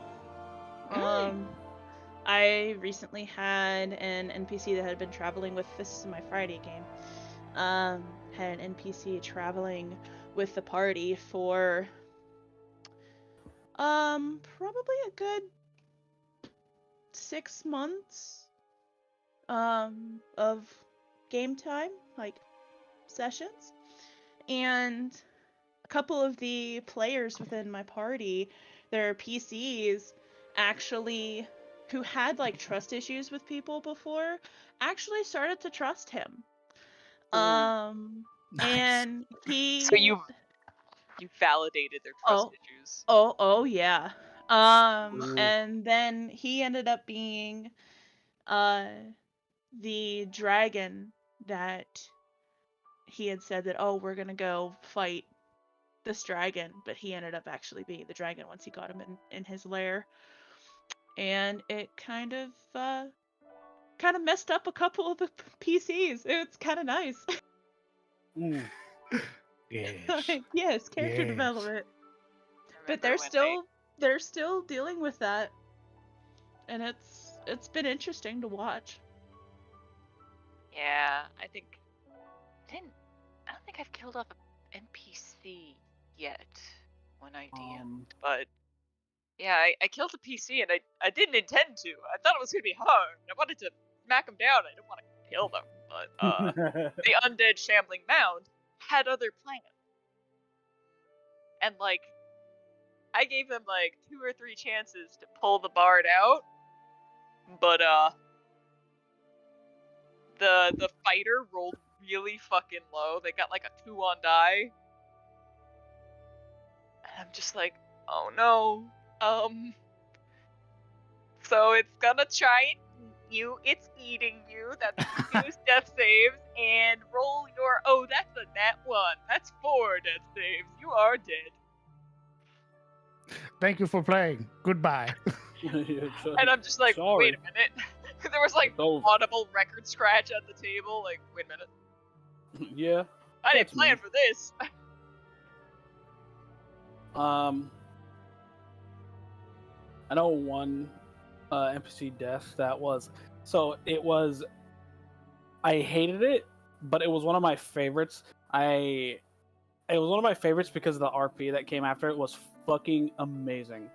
But I hated how it was brought about. So in one of my other games I played as an artificer who kind of like traveled around in like a kind of like a wagon that like kind of like, because they're artificer, they made it to where when they park it kind of opens up into like a store. And basically she traveled around with her wife and kid, and basically at some point they were getting like, there was this big group of goblins that are like, they have it out for us.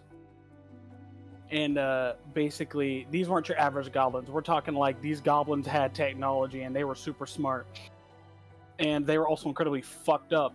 So at some point my character's family got kidnapped, and they were brought to what was referred to as the Slab, which was like a fire giant's prison camp.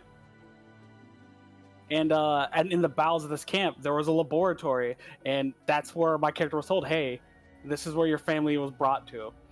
And when they got to the very bottom of it, we found like a goblin fucking mad doctor scientist is like, "Hey, your family's in here. Ooh, you better save them." And then we get there, we have a fight, and then the DM throws out one last fight for us. We're like, what the fuck is this? It was like a weird golem with, like golem with two heads.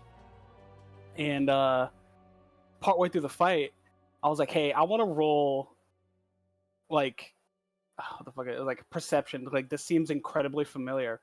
The goblin took my character's family and turned him into a fucking like an agony Edward fucking like and I absolutely fucking hated it because it was such a railroaded thing that happened. Basically, is like there was no way I could have saved my family. He very much implied that I could, but there was no way for me. So that's why I hated how it came about.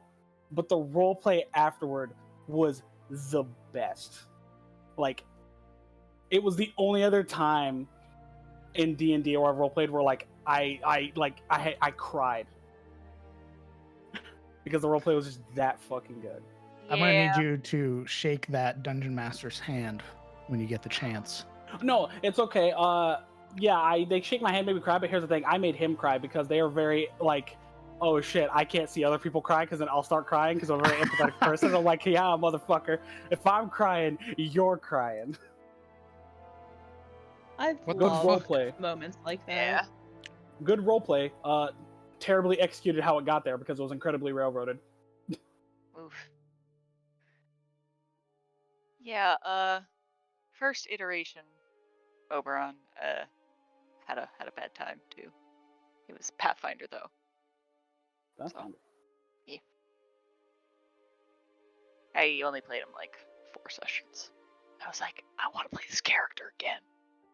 Fucking cat. Ooh, I should also mention after that whole event, my character took up an oath of vengeance against goblins from a dwarven god of vengeance. That's because I just wanted to be able to throw the Book of Grudges into that setting.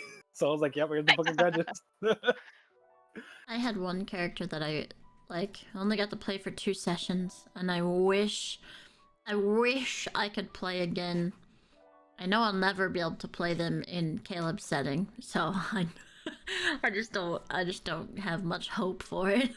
But she was a gnome half dragon. Oh, she was fucking awesome. A gnome half dragon, huh? She was so much fun.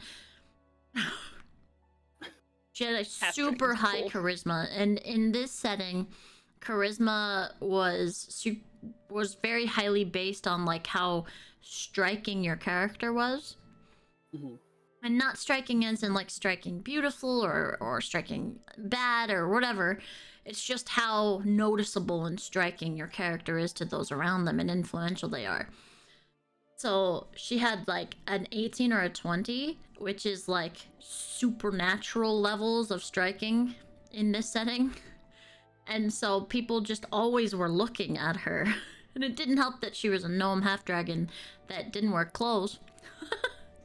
Oh god. Because she had like scales that covered parts of her body. And Clothes are redundant. yeah. And but she also had a flaw where like if someone stared at her for too long, she thought that they wanted to like fight. So every time we'd go somewhere, she would be like, "You have a problem? You got a fucking problem? What are you looking at me? Why are you looking at me like that? And so like she just had to fight people if they were looking at her. She had a weapon that was like a chakram formed of like ice that she could like make come out of her bracers. It was that's she fucking was awesome. so sick. Oh, that's dope. She was awesome. All right, party. Is everybody back? As we are 6 minutes past our allotted time. Yeah. Sorry, dude. Adam, Tristan? Sup? Yep. Perfect. Arriving here early in the morning in Northbury. Go ahead. Where'd I put your toe? Right over. Bop. Here. Early in the morning party, you arrive at Northbury. Some militiamen already going about their patrols, though some do stop and stare at the goblin you have with you. Though ask nothing of it. Don't question you. After all, you are the heroes of Northbury.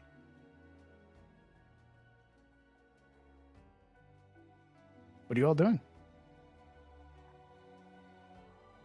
Blake is immediately going to make his way to the Lawmaster's, HQ, and How does She's the got a trees lot. look? Did you ask how do the trees look? Yeah. Happy? Do they look happy? Well, Roll me an Happy nature little check. trees. do they look well? my nature check. Uninhibited? I don't think Blake was done. no, I'm done. Alright. Go ahead and move the token, Blake. I imagine everybody's going with you. Yeah, I was just asking as we walked by. Yep. For some nature 22? shit. Want to know what's going on. The trees look content. Good, good, good. Sage nod. Sage nod. All right. So Blake is busted in with the gang. Is Lily there? Is she doing the receptionist thing? It is very early, but you would see that Lily is already in the process of sort of cleaning up some of the files, and she is sort of brewing some coffee. Though for herself, she does look genuinely surprised when you come back. Oh, Lawmaster, you're back very early. Yeah, we are. We have an issue. And then like he's gonna take the goblin just kind of like on the ground. You captured a goblin? Yeah. And we have some crucial information. And then he's gonna look at the others. We need to cancel the derby.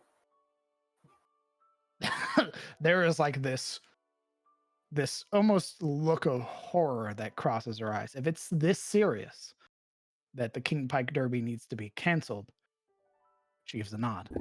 She gestures to one of the militiamen who's already like half like fitted in the uniform, sort of turns back, nods, and sort of marches over, grabbing the goblin. I'll put him in a cell. We need to cancel the derby, and then we need to start shoring up the defenses. Make sure there's patrols on every street.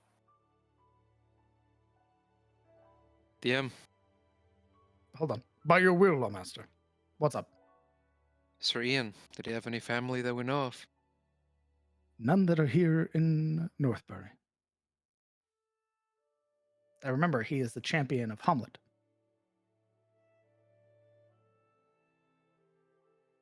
Would my husband have any knowledge of if he has family, considering they're both sirs? More than likely, yes. But Sir Armand is in Daunton Palace currently. That's fine. I But just wanted to know if that was like latent knowledge I would have. taking Lugdug from you and throwing them, and very harshly, I might add, sort of like picking them up by their scruff and like slamming them into a cell. The militiaman closes it on the goblin and then turns to Lily, and you would watch as he begins to make his way up past the stairs all the way to the top of the building, and then he would begin to signal for the town, this long billowing horn.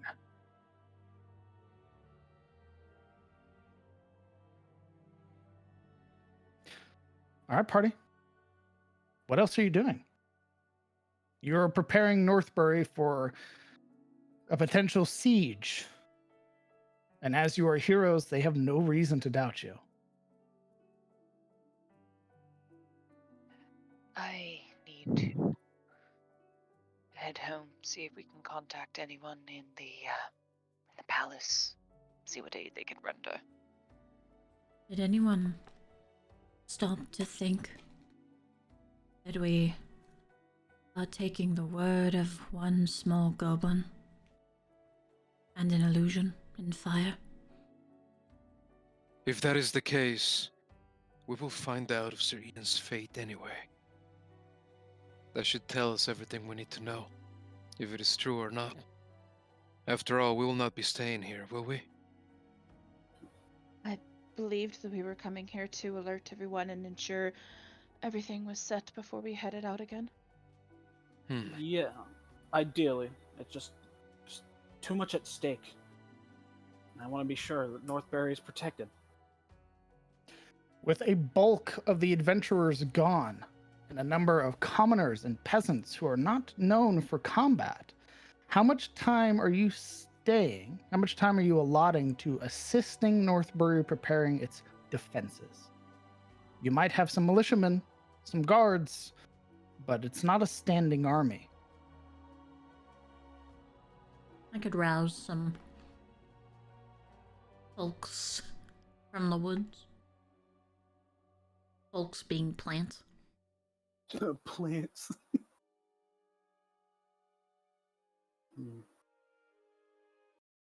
How long do we want to stay and prepare? We do need to head out and hopefully stop this invasion before it happens. I could speak with my father. Perhaps increase the brush undergrowth for now. If we can funnel them where they won't go through the trees, the woods, then it might be easier and have a better chance. Force them into a choke point. Would be ideal. Make it a lot easier to defend. I will see before we leave, if it is possible. All right. Right. Talanos, the Adventurers Guild, do you think there's anyone there that could help aid in the defense? Well, we're certainly going to find out.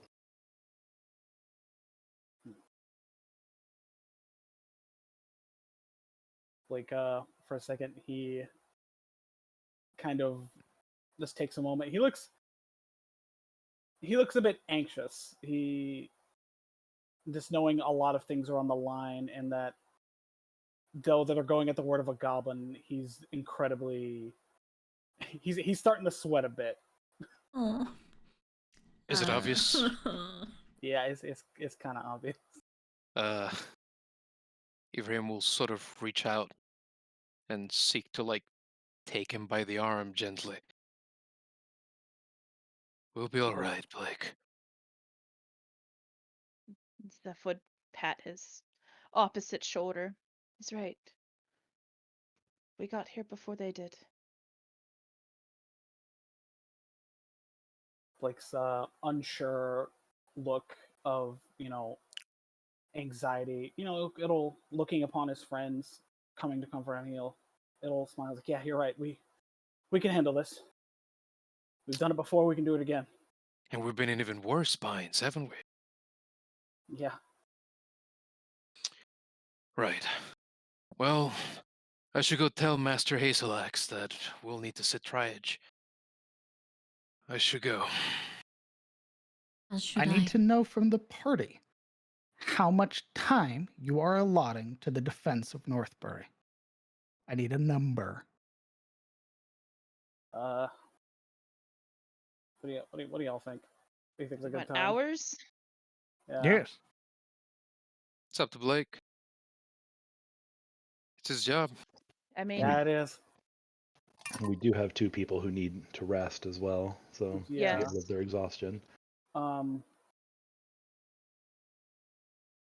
at least a long rest. Yeah. All right. A full day? I mean, full day doesn't Maybe sound more bad to me. if it needs it. We'll see. We'll do a full day. And we'll see how things are by the next day. We'll see how things are, and then if things are looking good, we'll set out. By sound? tomorrow morning? Yeah. Okay. I will be disposed for roughly 8 hours. This preparation will take some time. That's all right. Get the rest. Those who need it, get the rest you need, and I will head straight home and rest, and please come wake me if I am needed. got it. Now, just keep your eyes peeled and stay safe out there. If we see anything coming, we will more than likely be the first to know. I will send word. Got it. I'll stay here and help organize the defense more with Talanos.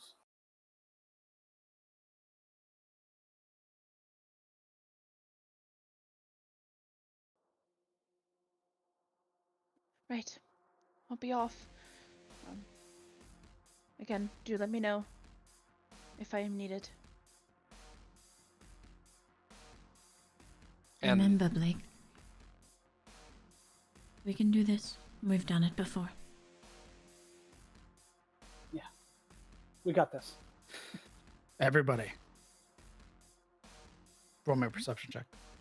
Oh boy.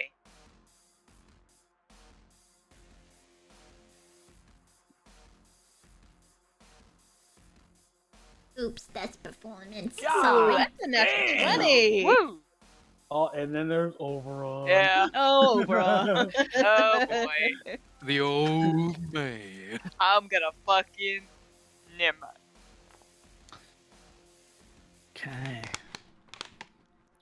So we are allotting enough time for people to long rest. Yeah. Yeah, I think that was the thing. Spend the day preparing and then long rest in the eve. Or you can long rest whatever. I don't know. So Well, Zeph wants to long rest first. Fair enough. So that way, since everything's not here yet, she wants to long rest first and get as much rest as she can Yeah. before, Yeah. Oberon's probably going to hand off the duty of the sending spell to Aemon once he gets there. And if the tower has any defenses, because Wizard's Tower, probably begin to activate those before getting a rest in. okay. I thought he said activate those before getting arrested. I'm like, what fucking defenses does I he mean, have to get arrested? don't worry about it, Blake. Don't worry Oh. about it, Lawmaster. Ibrahim wouldn't long rest right away. He'd go to the chapel, tell Master Oral, or remind them of the protocol of getting all of the apprentices and helping the militias at triage, and probably get yelled at for presuming he wouldn't know what to do already, and then probably sleep. Okay, party. With the militia roused, the temple summoned, and those of you going away to long rest, who would like to roll me a D100? I didn't get a special about what I was doing. Oh, apologies. I thought you said you were going to gather some trees. Well, she would get like her father to start within like the full mile radius kind of thing. Just like bless the trees and stuff so that they will grow thick and brambly. Okay. That will take some time, but he will do it. It will be very dark with such dense canopy. They breed down there in the dark. Good, we wait. Okay.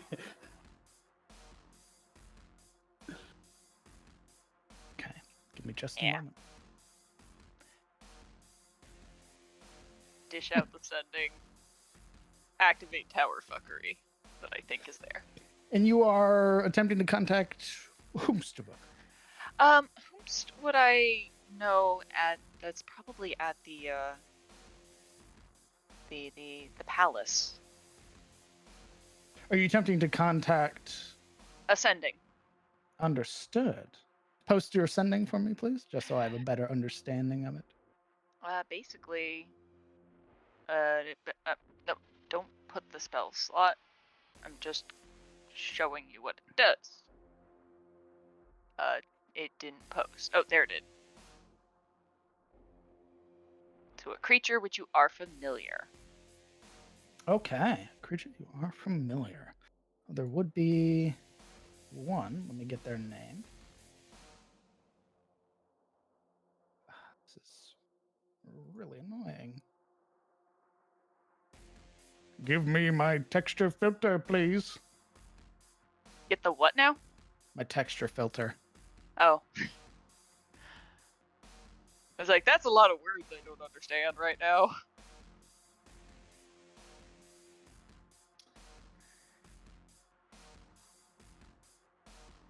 You would turn everything know sepia. Mistress Christina Ironbrand, one of the acting wizards in the employ of the Good King. What are you attempting to request of her?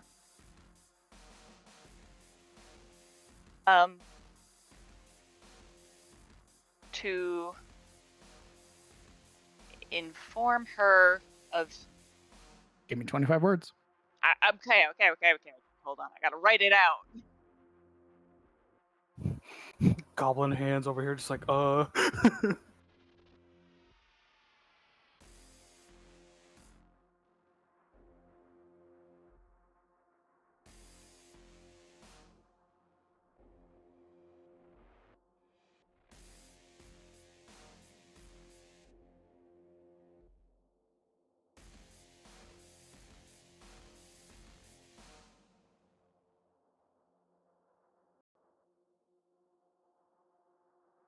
Counting 25 words. It's all right.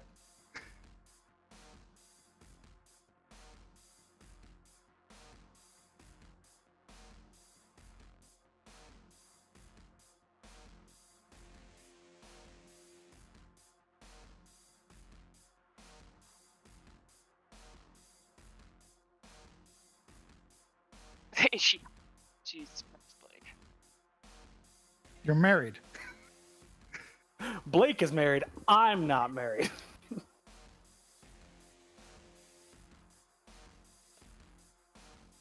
And she's cute.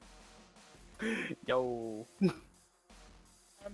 So, Mr. Sionbrand, assault on Northbury believed to be imminent on good authority. Drockthar casts his sights here, requesting aid by whatever means deemed suitable. 24 words.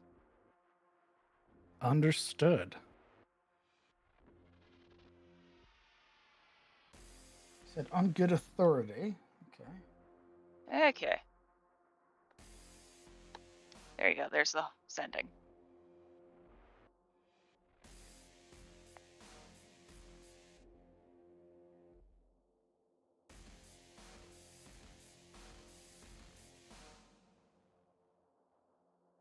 You would be told Understood. She'll begin rousing the king and the remaining knights. Hold fast.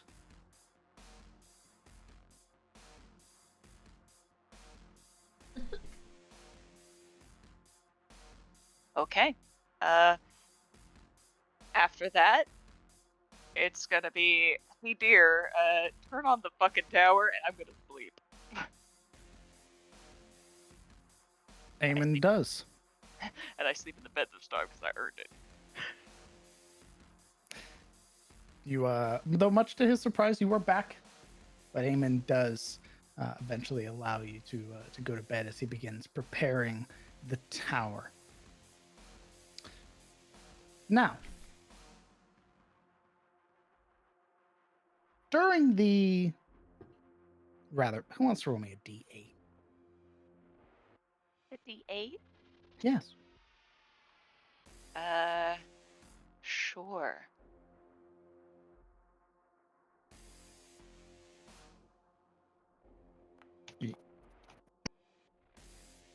One.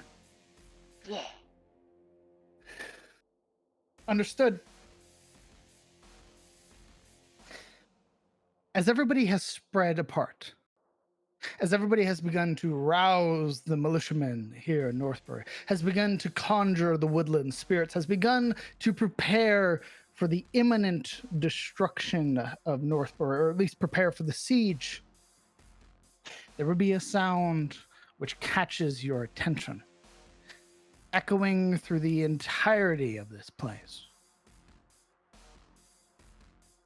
It's loud, not even needing a perception roll to hear. Oh no. And it's not just once. The roars grow louder, more distinct, closer and closer until you hear it. The reverberating roar that causes the very foundations of Northbury to shake. Then the explosion that erupts within the city. As dark wings cast a shadow over the entirety of this place. You would watch as fissures form in the earth, a bright acidic green.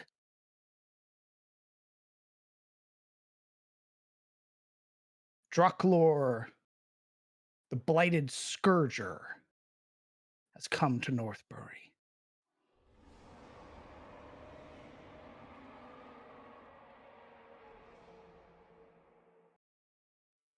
Don't like that.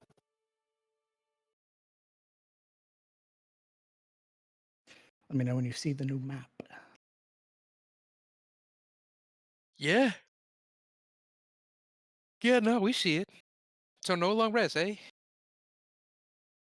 No. Within the first hour of your long rest, Anor'lur descends upon Northbury. His monstrous roars echoing through the air as just beyond the war chants of goblins, ogres, and orcs descends upon Northbury.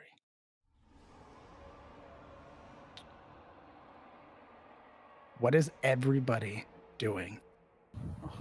Oh, rolling my hit die? I was gonna say, could we at least have gotten a short rest? I mean, Sure. Yeah. Yeah. yeah, that's what I'm doing. Hold up. Real quick, real quick.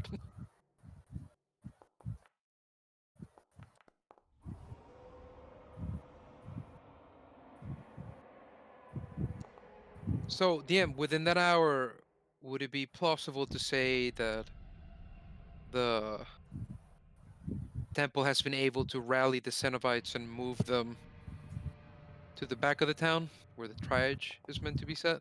By all means. Great. So the temple, its valuables, and its people It's empty.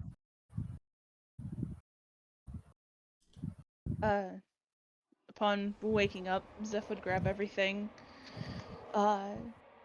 She'd find Reginald quickly and ask him to make sure everything is he and everything else is kept safe, and then she would actually head off to the temple where Ibrahim's at.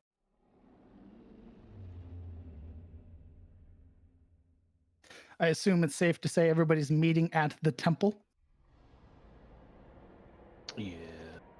I would say, what sort of defenses was the tower able to activate within the hour?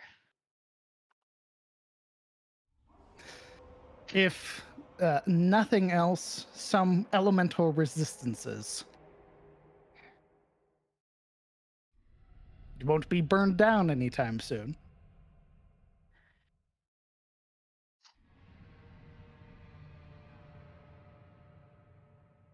Fuck. Okay, I will let Eamon know that if there's too many of them, leave the tower. To hell's with it. Come find me. There's a nod. You can see he's already sort of beginning to set aside the more important documents, the important spell scrolls. And you would note one, perhaps more familiar, that if it comes down to it, he's not leaving without you. There's a scroll of teleport ready for just you two.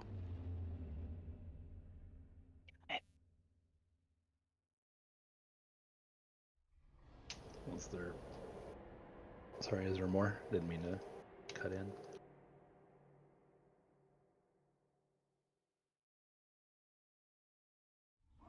I assume not. What's up? Was there any activity with the Adventurers Guild? Yes, your mother. She's the only one that remains. Remember, you sent the initiates to Daunton Palace. That's correct. You're right. And if there are any fledgling adventurers, they're off on adventures right now.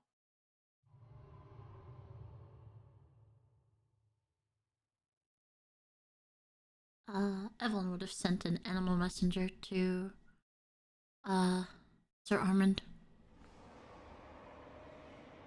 Can you post that for me? Yeah. Yes, I can. Thank you. Figure that out. How to do that. Fuck do I do that? Oh, Post it.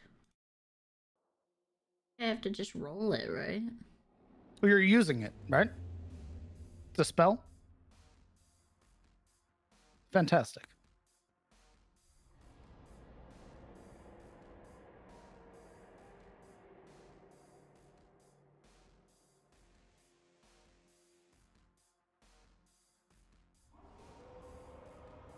Okay. You set off a small bird, I assume? Yes. Fantastic. Something fast, something unnoticeable. A little sparrow.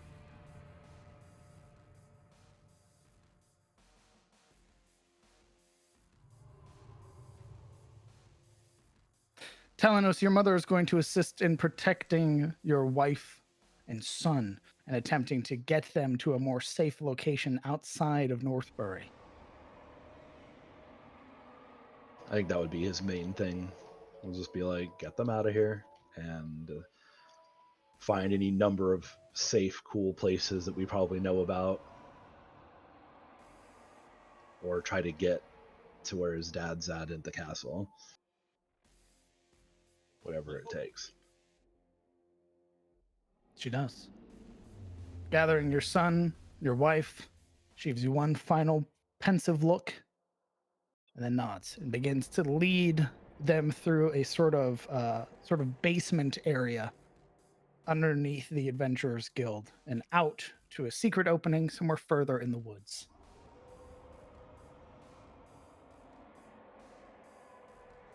Jaffa goblins. And with that weight off his mind. His mom's a badass. She'll fucking goblins.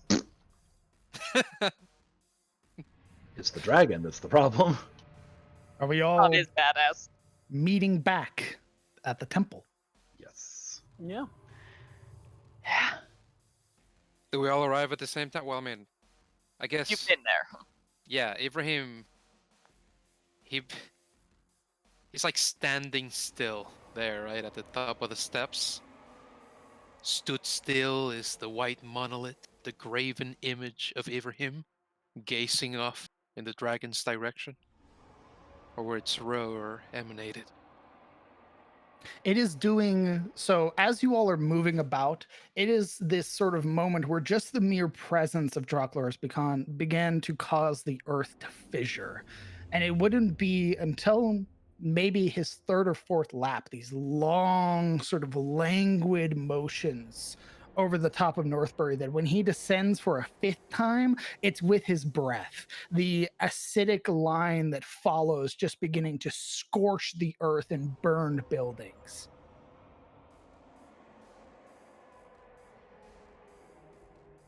You have roused a number of Northbury militia and guard to fight alongside you. Who would like to roll me 2d6? This is about the militia? I just want somebody to roll me 2d6. I'll do it. 10. 10, all right. That's pretty good. Yeah. I hope it's good. I hope it's good too. I hope high is good. Good too. Same. Like that's a lot of numbers. Hope, yeah. Who would like to roll me 2d4? I will. Make it an 8. We're hoping 8 is good. So And who would like to roll me a d6? Sure. there you go. Lots of 2, 3. If only we had another 4 in there, we could get like a flush going on. Okay, party. Give me just a moment. As you would see them, a large force already approaching the temple. Numerous ogres looming over the horizon, followed by a swarming horde of goblins. I didn't take long. It didn't.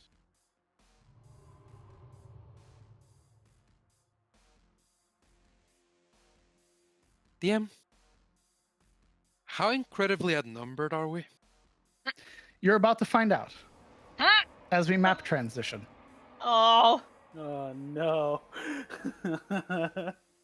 As all around you, people flee, caught in the caustic, acidic, burning lines here in the fissures. The marching goblins and ogres seem unfazed, as if blessed by the blighted scourger. As they attempt to flee to get further throughout, snipers and archers of the goblins whittle down those who were not fast enough. And those that were caught outside when the blighted scourger appeared were the first to die, burned away to nothing. You have, party, a number of militia guards and knights standing at your side. So much for wanting to keep everybody alive. That dragon's a jerk, Yeah, right. What an asshole. right? Piece of shit. I ain't got no Happy spell vision. slots, bros. Let me know when you can see the map. I can't. I have no cannot. vision. It's loaded, but I cannot see it. Yeah, it's just no vision. Okay, give me just a second. Yeah, same. No token, I believe, is the issue. That's just No whoa. darkness. Oh, we've been here before. Ooh. Oh, what? I can't see anything. Hold on. Oh. She's working on it. Oh, no. Oh no. Wait a minute. Dude, our knights look cool as fuck. Oh no. Yeah, right. Look at those guys. Surrounding heavy you crossbow. are your forces. They will follow your commands do as you say and fight to the death for the protection of Northbury. Before you, Durok the Bloodied, wielding his Vorpal Claymore What? in his twisted skeletal hand. Fucking Vorpal Claymore? Yes. Give me that. Party. It's initiative. Yikers. Fucking Oh, jeez. no active combat encounter currently in viewed scene.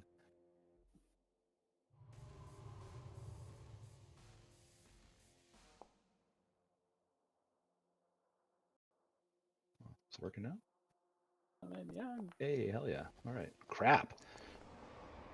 This is gonna get real cute. I just Bruh. scroll down so far to find myself. I don't like this. Oh god. Please stand by. God. Please stand Oh by. my god. Oh god. No. Oh no! It's so many. No. It's still going! Please stand by. Stand by. I threw Stand up. by. Stand by. I Stand threw by. up. Oh no, you threw up. Is it done? Oh nope, one more. I threw up. Oh. No. Ugh. You good, fam? Where am I? Oh my god, that's a lot. Holy shit. Oh my Good god. music, though. I know, right? It's pretty awesome. Yo, y'all better start Ibrahim. tossing fireballs out. Oh. Oh god, Hey. I don't like it. Hey, what's good? I don't feel so good. I don't want to go, Mr. Stark. Yeah. Yeah, I don't believe there's anywhere where you can hide, right? This whole area is Absolutely not. out in the open. Even the ground is shining out light. Yeah, alright. DM, big question time. Do I have a steed? A steed? Yeah, a horse. Do you have a What spell? I do have a spell. It's called Find Steed. Then yes, you do. Oh, I do? Amazing. Alright, yeah. A sigil would form out from below Ibrahim's feet. This concentric pattern of ley lines drawing out blue across the ground, contrasting the fell green. And from it, a spirit would emerge, cast in platinum holy light. And it'd slowly form out the shape of a stallion. Actually, no, a mare. A palomino. And he'll hop up on top of her.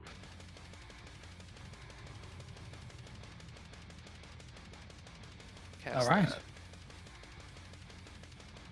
It should give you statistics or stats for movement.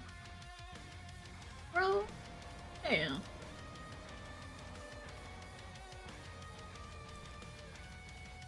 First time I used this spell, so just You literally Reread used this. Divine Steed. He's a fucking wild paladin. even though the mare takes full shape and seems, by all accounts, a horse, there's still this sort of ethereal tinge to her. And a ferocity in her eyes that shine with a stark blue color, contrasting with Ibrahim's own.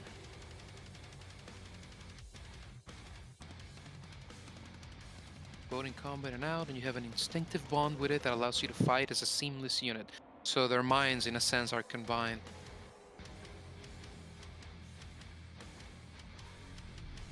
Your horse has a movement speed of 60. Therefore, you have a movement speed of 60.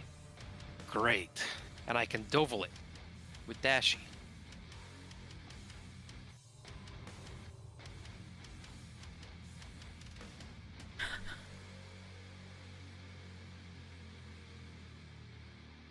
Multi-classing is dumb. Jesus. Holy crap.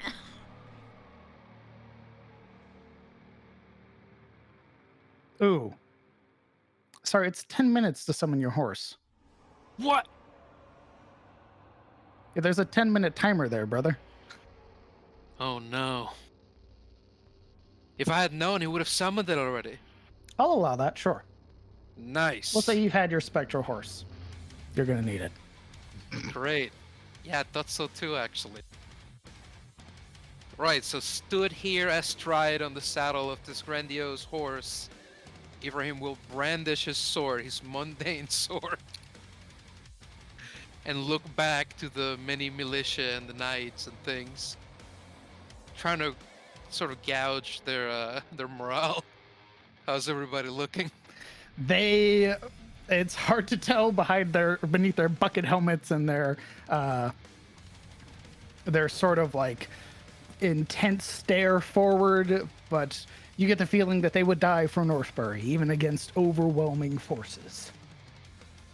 So there's no reason to doubt them. Ibrahim looks forward, gives Blake beside him a passing glance, and he'll charge, galloping out this way. And we'll be taking the dodge action as we go, by the way. Understood.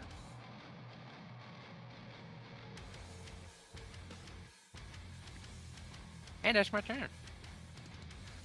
Miss Maylark. Hey, Ooh, I'm actually gonna go through, and I'm gonna. There are a bunch of minions. Minions all act on one block, so as you were.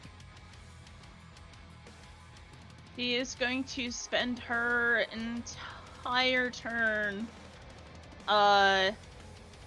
running towards them, but off Okay. to the side, kind of close behind Ibrahim.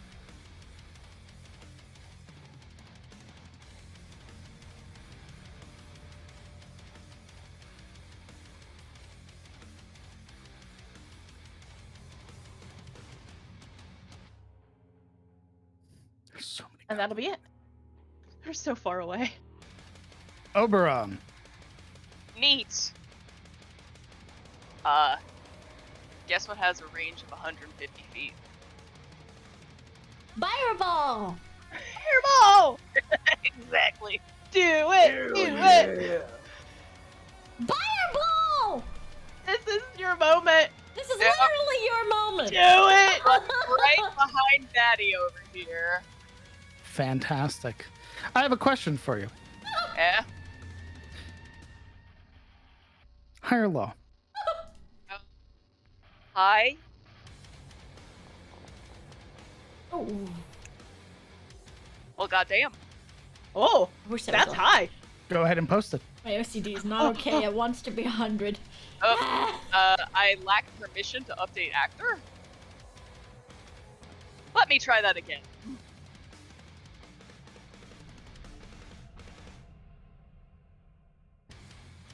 All right. Oh, Fine, shit. buddy. Look at all those dice. Big.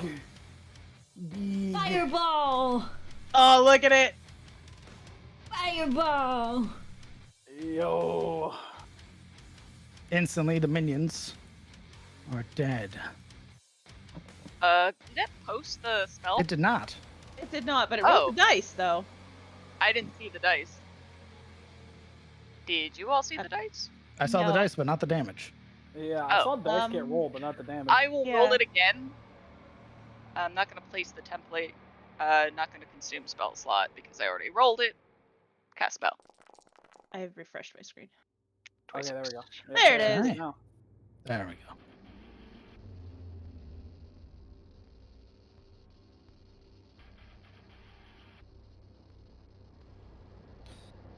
That is that. That is that. Give me a second. That's a lot of dead. That's a lot of dead people. That's a lot of ash. My God. Dead, dead, dead, dead, dead, dead, dead. Oh my God. All those minions. It's almost like Oberon just If it has would a hit- pastime. If it would hit the minions, you can see where it's actually targeting with the purple blocks. It says 20 feet. It gets weird when you do circles in 5e. Oh. Okay. So, those are fails for that one, for that one. That is a fail for this one and this one. Fireball. They are destroyed, God damn it. and that is a success for one and a fail for the other.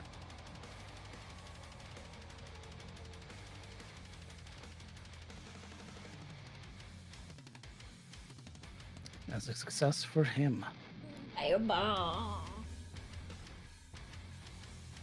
You would see his hand, the skeletal six-fingered hand coming up, and you would see that it's sort of this faint sort of blue glow emanating from it as he tries to take hold of the surging arcane, but fails to do so. This this snarl that comes from him as you destroy a number of the minions and outright kill two of the warriors. Those that remain are badly hurt, if not outright bloodied, or mortal in most cases.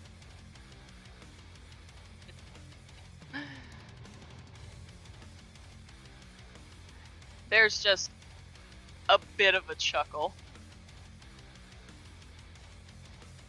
And I'm gonna back up a little.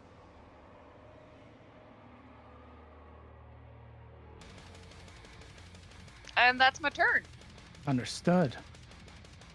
At the start of the Goblin Warrior's turn, Draklar is going to use a villain action. You would hear, "March!" And all creatures within 60 feet of Draklar, or Durak, that can hear him, move their movement. And that's the whole army. Well, the contingency with him. Hey, yo, you got another fireball? Oh God, look at him go! You got another fireball in there? Just wondering. It is the Goblin Warrior's turn. And they are going to begin sort of thrashing their heads from side to side. They begin rushing.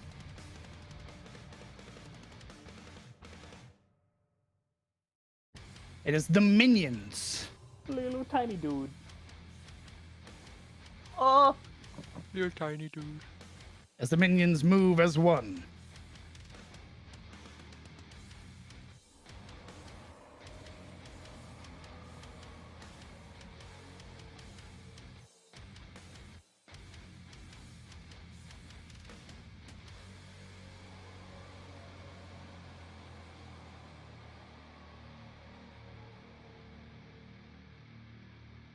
They're going to stab you, Ibrahim. And my horse. And your horse. Yeah, you can divide the damage as you like. It's a war horse. So that is 1, 2, 3, 4, 5, 6, 7, 8. So a 20 plus 8 for a total of 28. Dealing 9 points of slashing to you.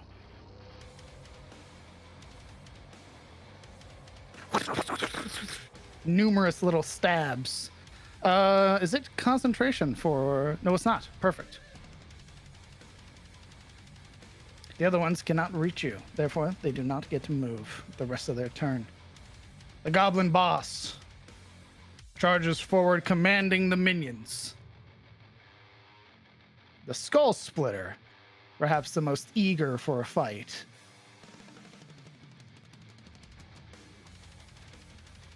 It's going to use her action.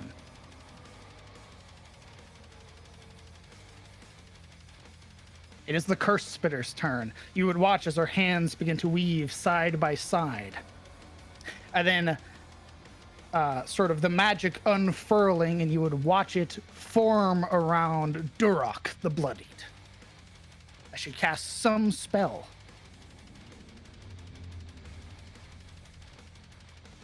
And now it's Durak's turn.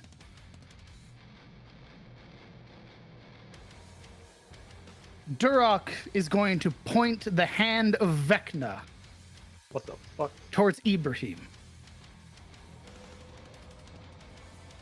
And he is going to expend or use an action to cast Blight.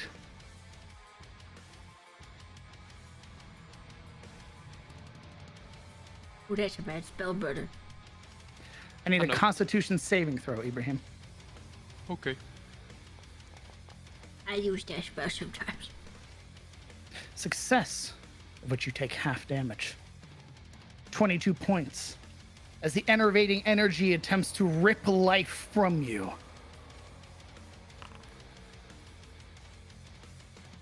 Ooh. Understood. That is spent.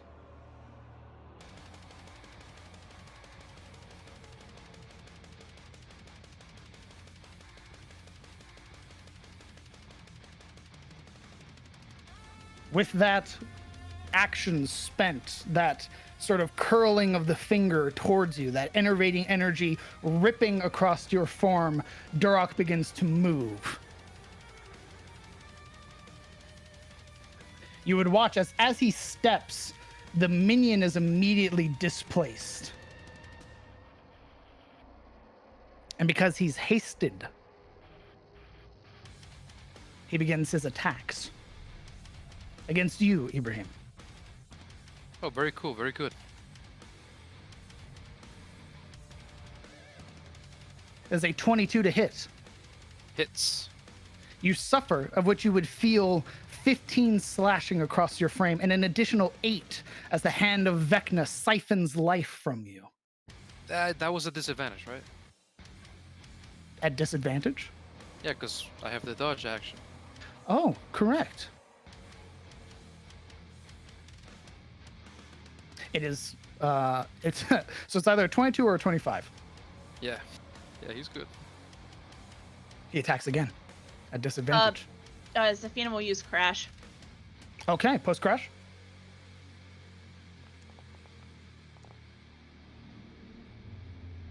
Before the roar of the sound, target the triggering type must make a strength save.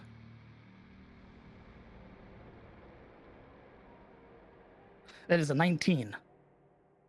The damage able to have the number rolled and be knocked prone. That sound, that sudden strike, sort of causing him to brace, and then he pushes himself upright. As I roll the disadvantage. As a 21 to hit. It hits.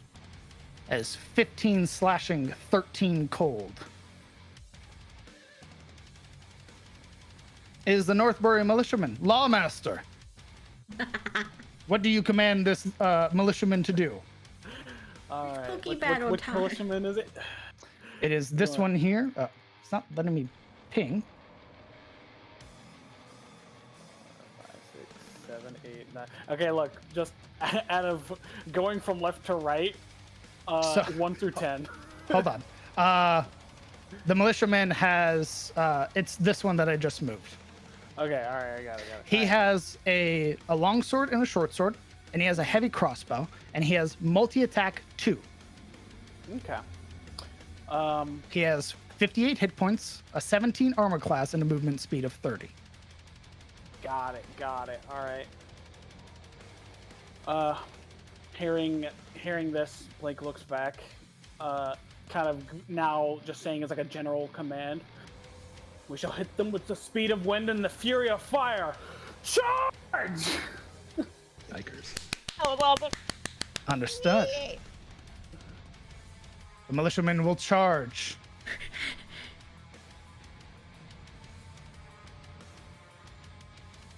Oh. 5, 10, 15, 20, 25, 30.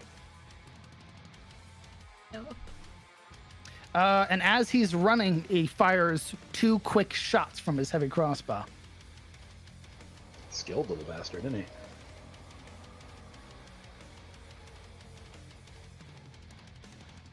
A 15 hits. The spine cleaver near Zafina to free her up. Another shot. A 5 does not hit.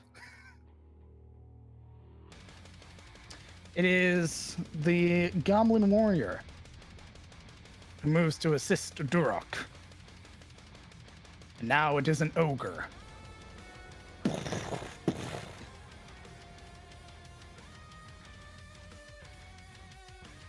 You would watch as they punch their fists into the earth and begin heaving up a portion of the stone and hurl it. They're going to hurl it at this guy, at the militiaman. Oh. Blake. Oh. That's a 22 to hit. And he gets slammed by 25 points of bludgeoning damage as the boulder crushes him to the floor. I need to roll a save. Wow. Despite it, he almost like catches the burden of the boulder, and as it like breaks apart over him, he remains standing.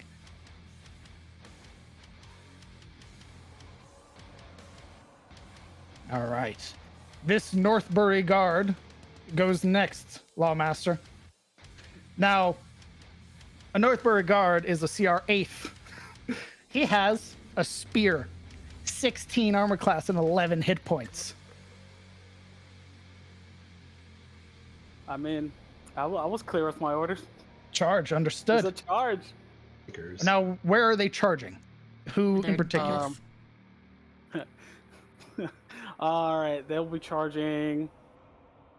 So probably close. He's on the left, so we'll probably closer to this side of this guy over here. Okay. He charges.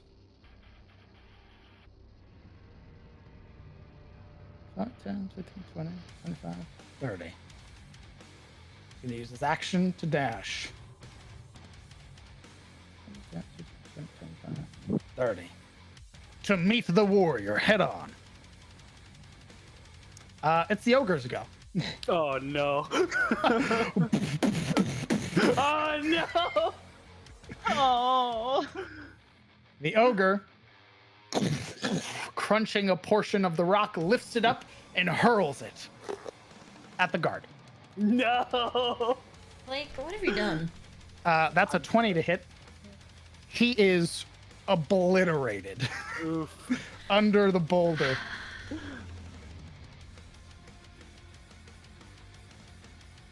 It is the next ogre.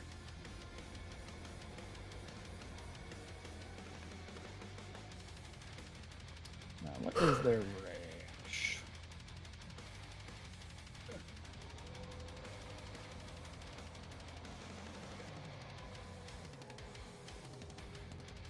Ooh, okay, they target the lone militiaman. Why? Actually, it would be Safina. Oh. Oh no, not Safina. Safina, that is a 22 to hit. That hit. You suffer 14 points of bludgeoning damage. I need a dexterity saving throw, of which you would get a +5 by being near Ibrahim.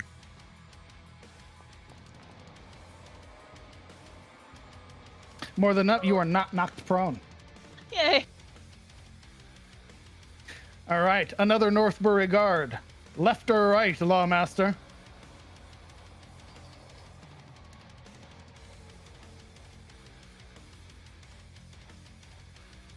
Lawmaster? Sorry. Right. Right. They rush forward to assist. Telenos. Well, being inspired by Oberon's ability with fireballs, I think it's time that Talanos casts a fireball of his own. Let's see. I actually have never done a fireball in this game, so... Where are you putting it? Well, it's a 20-foot radius, and I want to free up some of this stuff on the right here, so... I measured it out.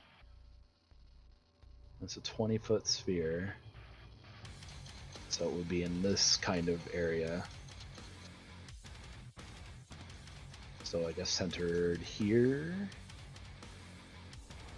Let's see what happens. I'll just You should get a little marker that you can put down once you click the fireball. Yeah, there should be a template. There we go. It just disappeared. Perfect. And I need to know high or low. High? Did it place a template? I got the thing, but then it disappeared. It's weird. You have to place the template like real fast. Oh. I don't want it to roll the damage again, though. Is that what It rolled the damage. I'll keep the 28. You don't need to worry about that. Did it go It should have off? given you a radius to put off or to put down. But then it disappeared from my cursor. Just try Weird. using it again. Sure. Let's try that. Or if you want me to drop a template, just show me where you want to originate it. There. There you go. Attaboy. Perfect. Worked that time. Okay. Fireball! Yo, fireballs are dope. Fireball. Fireball. It's not really a spell as it is a weapon attack, so they actually try to take control of it. It's still a spell effect.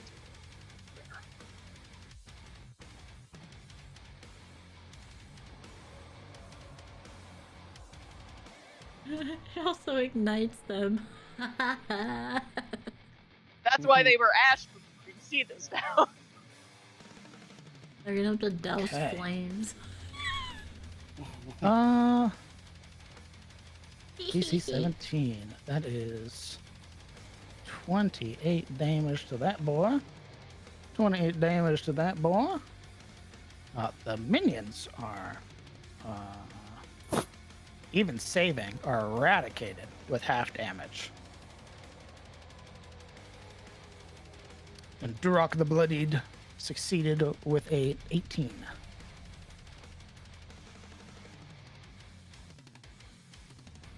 Okay, let me double check. Make sure there's not anything weird. Nope. All right. That eruption of the fireball igniting outwards, immediately turning those minions to ash.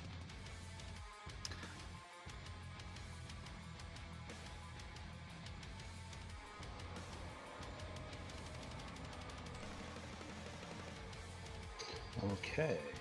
Now, that's the first time I've ever gotten to use that, which is awesome. Does that count for all of my attacks per round? Yes, that is your whole action. Very Just well. like a spell. Fair enough. I will wait here. You're staying there? Yes. Okay. Ranged life, bro. All right. There are 4 other Northbury guards charged with moving forward, and they do. Left or right, Lawmaster? Left. Left. The first one charges. The second one charges.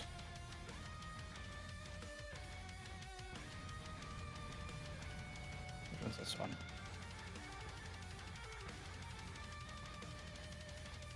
The next one charges. Now this one's on the right. Do you still want him to charge left? He could charge right. He could charge right. Charges right. To assist Zafina. Now next is the Northbury Knight. A Northbury Knight has a armor class of 18, 52 hit points. They have a great sword, a heavy crossbow. They have leadership, which is for 1 minute, the knight can utter a special command of warning whenever a non-hostile creature that is within, that can see within 30 feet of it makes an attack roll or saving throw. That creature can add a D4 to the roll, provided that they can hear him. He also has parry and brave. He has multi-attack 2. Okay. Is this the left one or the right one, or is that just up The and left right? one. All right, the left one. He'll go up left to join these other guards in the fight. Charging forward, he takes a couple pot shots with his heavy crossbow. That's that one. That's a natural 20. Hell yeah, brother. The bolt sinking into the warrior's head, killing it instantly. Yo. He turns to one of the ogres. That could just be an emotion. He's a knight for a That's reason. a 19 for a total of 21 for a 6, which is enough. Absolutely destroying this ogre. Brother man. Hell yeah. Good job, bud. You would hear for Northbury. Indeed. All right.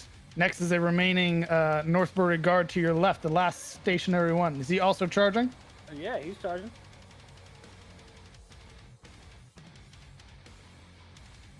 Evelyn Yenli. All right. I've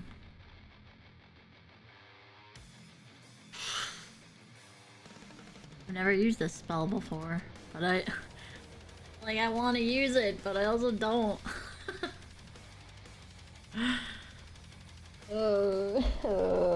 Okay.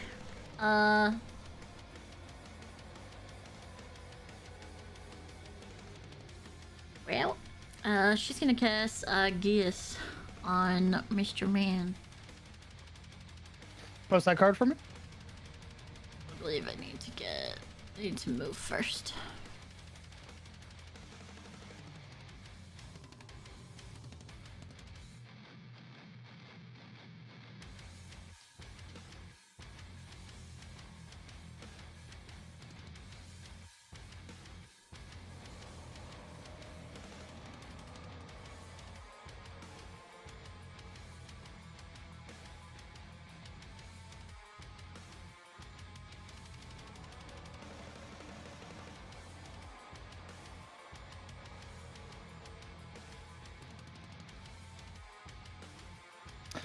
Geas takes a minute to cast.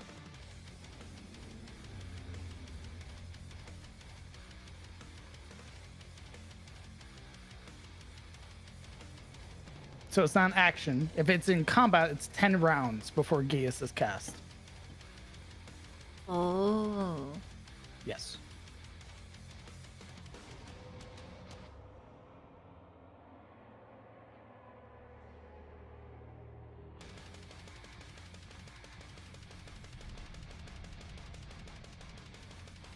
Well.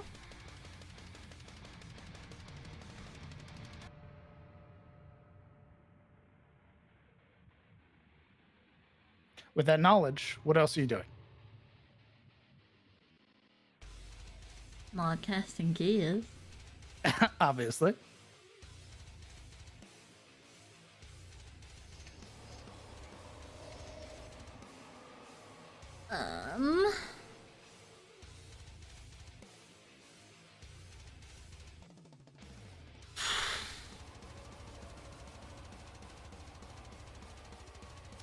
She's going to cast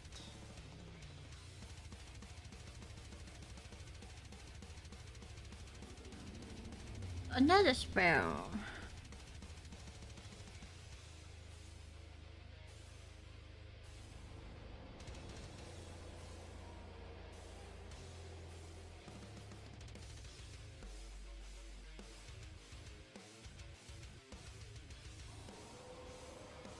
Okay.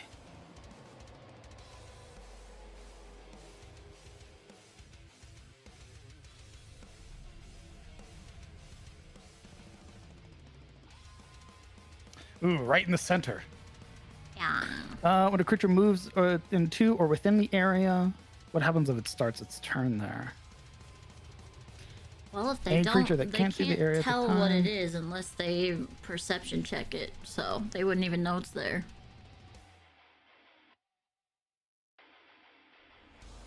The ground in a 20-foot radius center point.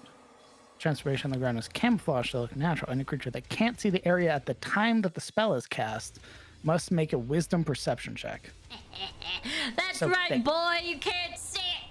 Correct. So this side, I still can't fucking ping.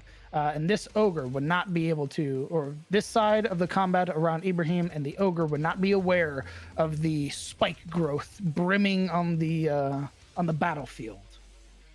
Yeah, it looks like that like heat haze that's on top of hot like ground when you look up at it over a hill, and it's like, what's that? Oh shit.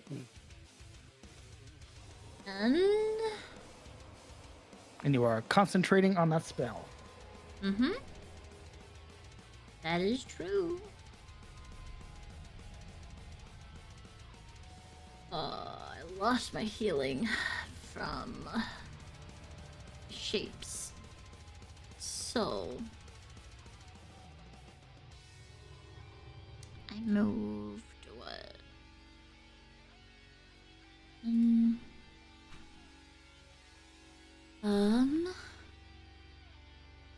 We'll move. I don't know, what is my movement? 35? Jesus. Yep. Yeah, you're not cheats. What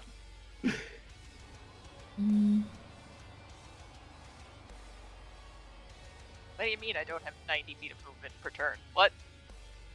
She will rush up here to stand next to the militiaman, looking intent on making her way forward. Understood. Maintaining concentration on the spell, standing alongside the militiaman. Anything else on your turn?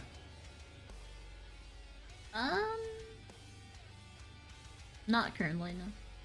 Understood. Adjudicator. That's me. What are you doing, brother? All right.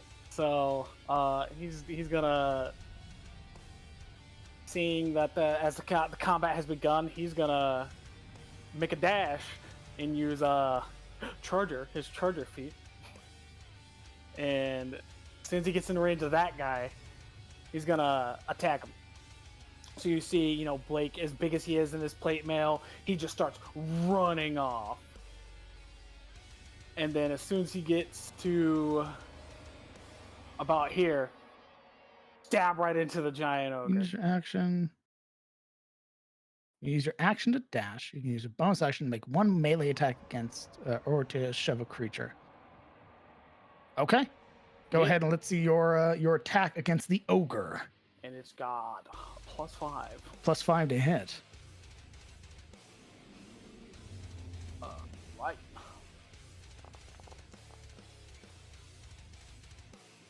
27, dealing 7 slashing, 5 radiant. A deep cut, severing open the dark skin of the ogre, causing it to yell out in pain. Oh, it's yeah. +5 to the attack's damage roll, so that would be. Oh, sorry, thought it was to hit. Plus It'd be another, 17 minus total. another 5. Even more grievous, the ogre looks mortal. And then that'll be it. Okay. The Northbury guards charge forward, eager to assist. They stand with the Lawmaster. Yeah. Northbury Knight moves, fires his crossbow.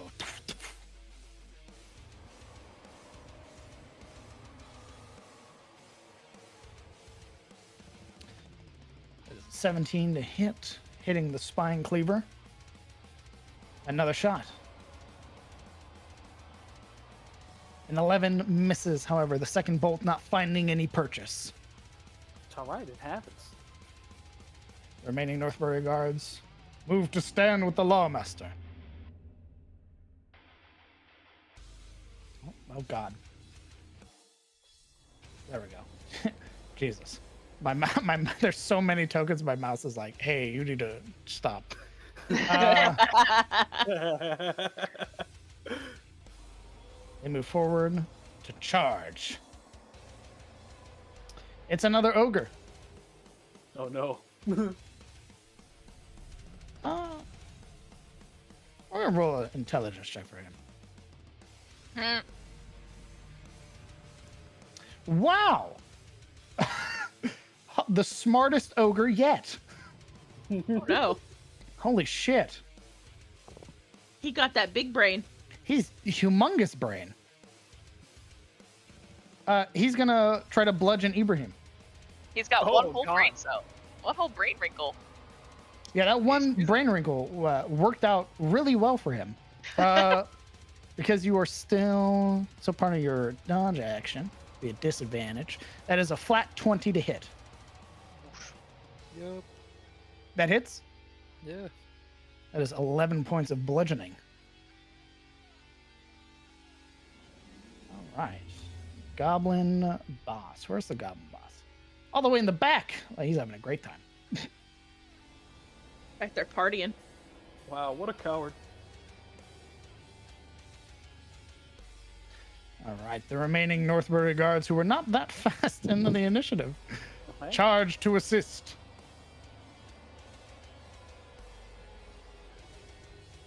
It is now the Curse Spitter's turn. She's going to point at you, Blake. Oh, yeah? Indeed. Ooh. She is going to hit you with Dizzying Hex. I don't like that. I need a Wisdom saving throw. No!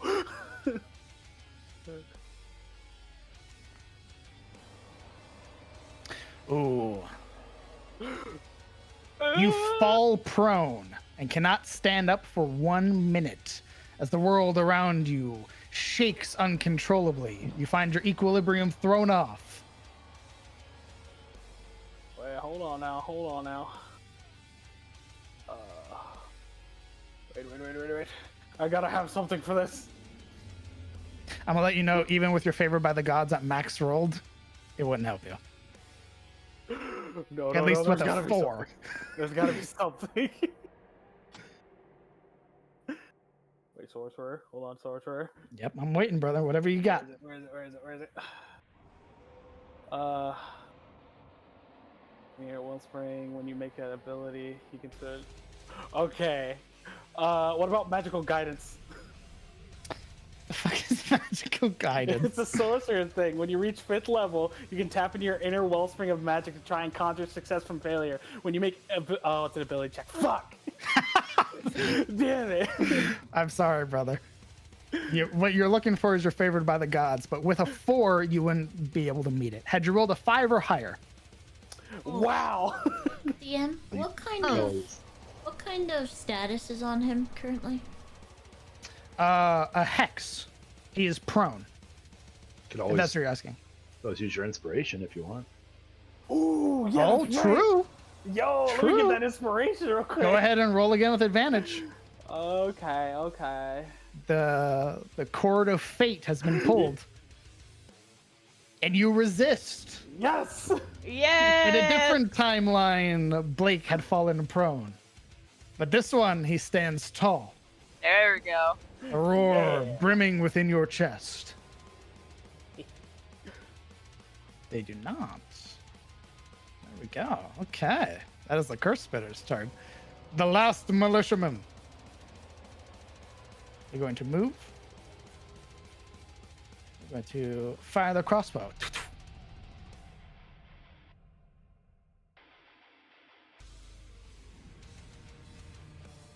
Ooh, 20 hits, dealing 9 points to the spine cleaver. Another shot. Jeez, they hit the first one and then fumble the second shot every single time. Hey, it happens. It happens. The remaining ogres. It's gonna throw a boulder. No, it's not. Heave. That looked like a natural 20. It's not, but it's a 22, dealing 17 points of damage, which absolutely obliterates this guard. No. The last ogre, with an initiative of 0, How? with a low dex, is going to throw a boulder at the adjudicator. He's got a negative. He's a 0 initiative. That's the A dumb stat. 13 doesn't hit the boulder, slamming and falling just short. I'm just saying that ogre looks like it's in the way. It's not, brother. Top of initiative, Ibrahim. A bit of him. What's left of him, at least. Okay, Jesus. This fighting table looks a lot different than how we started it, huh? Yeah. In one turn cycle, nonetheless. Wonder how round 3 is gonna look. Yeah, so the way that I describe this round, Ibrahim charged into the horde of goblins, and from directions he couldn't even conceive, daggers and knives and pointy things began diving into him in droves. And he wasn't even vaguely aware of the boss as he comes in plunging through the lines, and he's less aware of his sword as it flashes into view and dives into his flesh, driving into Ibrahim's shoulder, cleaving through his torso, leaving behind this massive divot across his skin, having made it through the leather armor. He screams. His horse also starts thrashing around, by the way, and he'll actually whip back with his hooves and try to smack the goblin behind him, first and foremost. Let's see it. You are flanking with Safina, so there is a bonus. Well, the horse is. More, more absolutely caves in this minion's skull. Yeah. The horse kicking back as its head just sort of folds in on itself.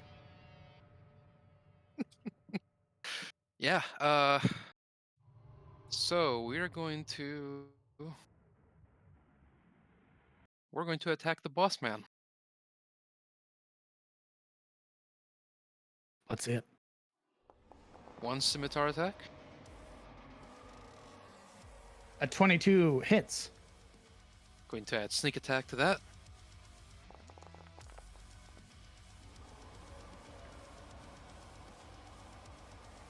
The damage is not radiant, by the way. That is just a carryover. Another attack. An 18 just misses. All right. We're going to use our bonus action to disengage. Okay. And DM could, if she's willing, could Ibrahim ride back and catch Safina to pull her back? I'll allow it. I'll say you'll be able to move the full 60. Nice. Go. Could he put her on the horse? Sure. Oh, yeah? Yes. Okay. Awesome. Yeah, 6. Going right here. Go ahead and move your token, Safina. Yeah, so the horse cleared the way. Ibrahim retaliated with a sort of repose, kind of clumsy because he's injured. And then the stallion, the mare sort of thinking on her own, whips around, charges back right in the way for Ibrahim to reach out, take Safina's arm, and flip her onto the saddle as he darts by. Do we do that whole, like, you reach your arm out, I reach my arm out, and we just, like, arm clasp, and you just yoink me up? Yes, exactly. Yes!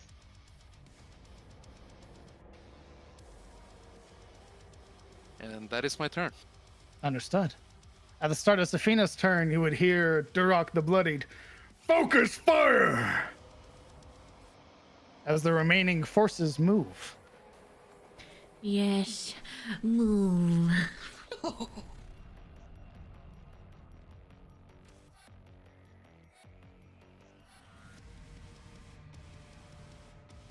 Okay, my turn.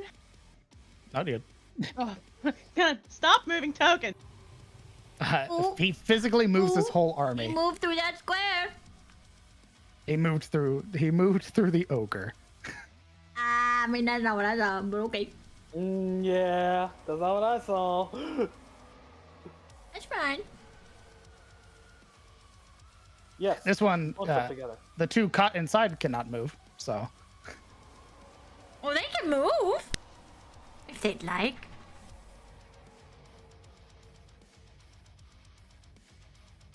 Bunch them together. Yes, do it. Takes damage, right, for moving? Mm-hmm. And it's Go also ahead and roll your difficult damage. terrain. How far did they move? He moved out of the square, so 5 feet. Casted it at 3rd level.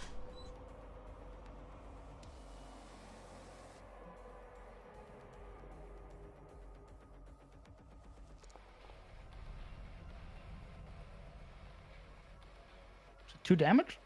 Mm-hmm. Okay. He only moved 5 feet. Yes, the sacrifice. This gentleman moved. Oh, he had to use all of his movement. So that would be 10 feet inside of it.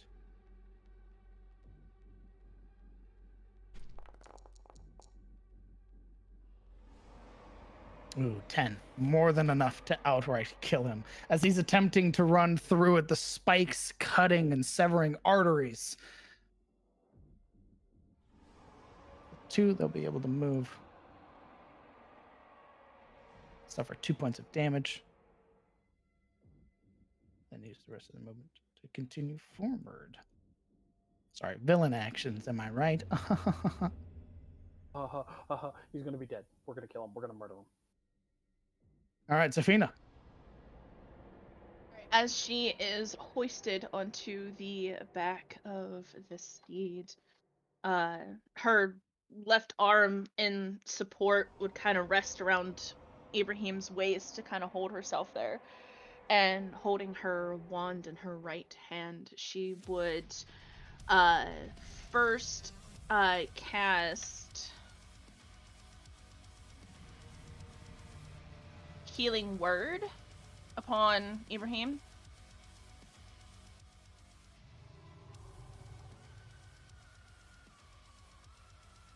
At 5th level. Ooh, 5th level. All right.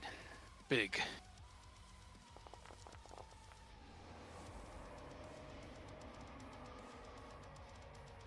$14 points of healing to Ibrahim.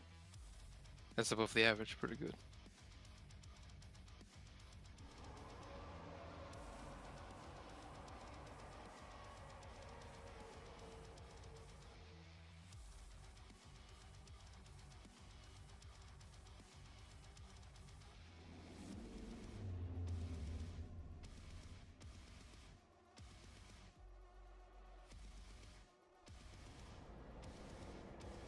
With that as your bonus action, what else are you doing?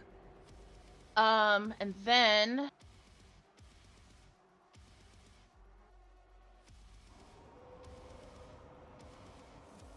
wait, how far away are we now? About 60 feet, I believe. Oh, good. Yay. Or 65 by the looks of it. Oh, wait. Oh, he's just out of range. I guess we'll do it on the ogre. Okay. This one right here. We'll do Vicious Mockery. All right. Let's hear it. She would point her wand straight at him.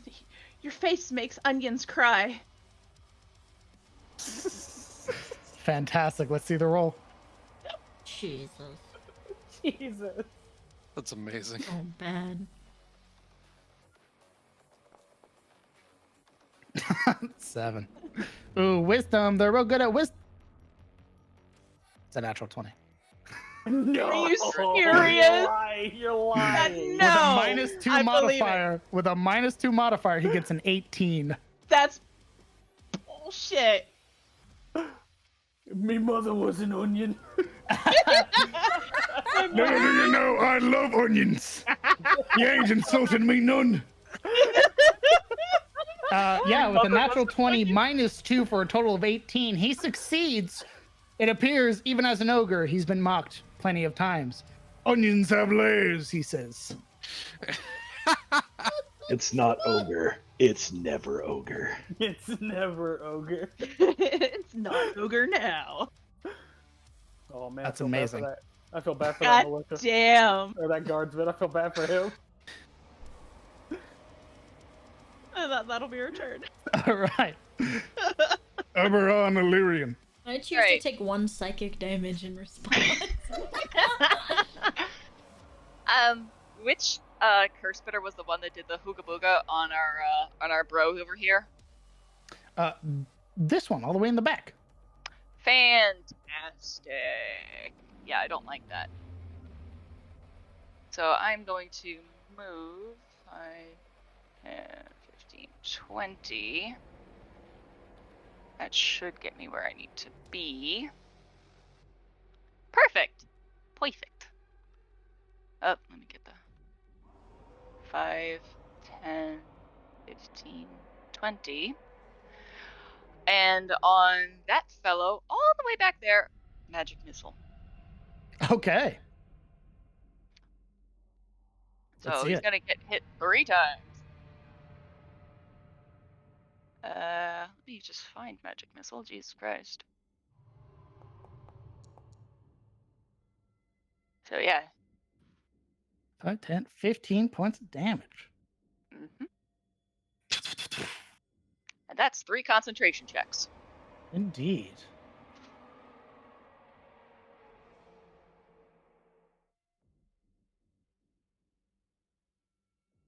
Success.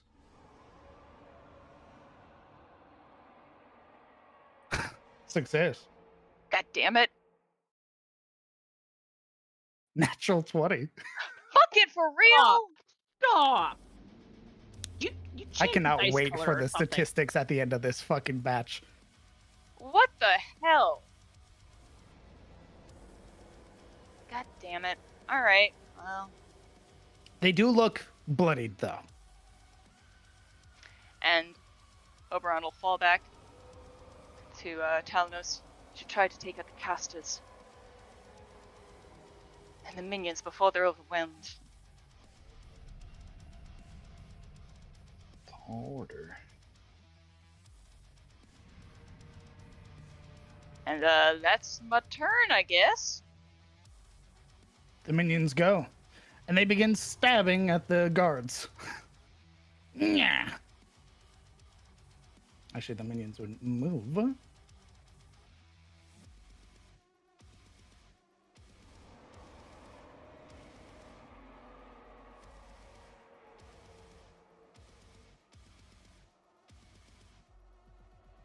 They would not be able to, actually. Belay my last. Bound by the ogres, they sort of begin breaking off, having to file alongside the buildings.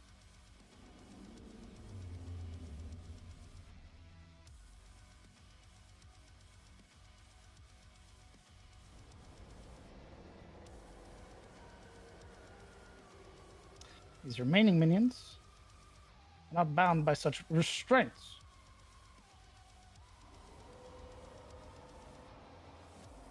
They're going to begin stabbing. First attack against the Northbury Guard. Pokey pokey, mate. That is exactly what it is. 1, 2, 3, 4. Oh, that does hit. Dealing 4 points of damage to him. That's a dead guard, so they don't do anything on that turn. Pokey pokey, mate. The spine cleaver goes, and he attacks the guard in front of him with his great axe. Looks like a teeny weeny axe, though. That's a 21 to hit, cutting the guardsman in half. Oh my god. It's a big axe. The curse spitter goes. They are going to cast to me, and you would watch as 3 more minions appear around them.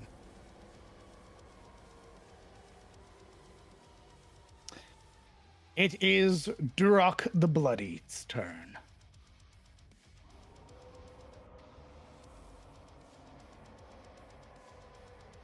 He's gonna attack this guardsman. Oh no! That is one fucking dead dude.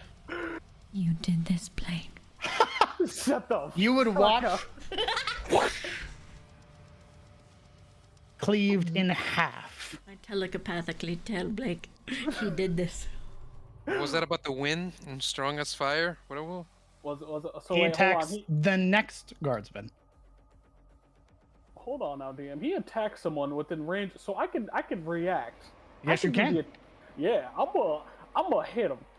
That's I'm it. gonna hit him. Well, he came within sentinel range. You should have been able to smack him, like, Oh, he did, didn't he? when he moved behind the first dude to begin with, Yeah. yeah. You're right. Let's see it. Pokey, All right. mate. Fucking get him. 20 hits. Ooh. Having cut down that one No. and unable to move, he uses the hand of Vecna, No, what is he doing? Oh, that's even worse. I'm sorry, Blake. pointing it towards you. The finger curls. He casts Finger of Death. Oh no! I counter spell. You counterspell. I'm scared. You need. It is a 7th level spell. Go ahead and roll your counterspell. DC is 17. I believe in you. I believe in you, It's fam. it's a D20 plus your modifier. You got this. Come on. Save his ass. He's gonna fucking die. Come on. How do we know what our modifier is? It's your spellcasting modifier, whatever you use for that. So your wisdom. Plus, Spell attack modifier? No, so it's your wisdom score. Oh, okay. Your yeah. For she Zafina, it doesn't- is her charisma. Yeah, she doesn't get her proficiency, but she gets her charisma. Unless you're not counterspelling, Zafina. I was debating something, okay? By all means.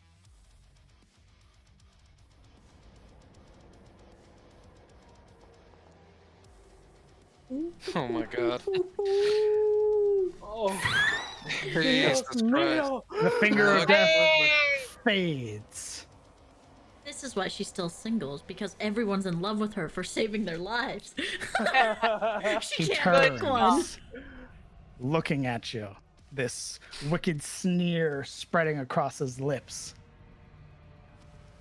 We'll have to change Stares that. at him, just like breathing like heavily. Like Ibrahim would be able to hear her breath, like just this ragged, like determined breath.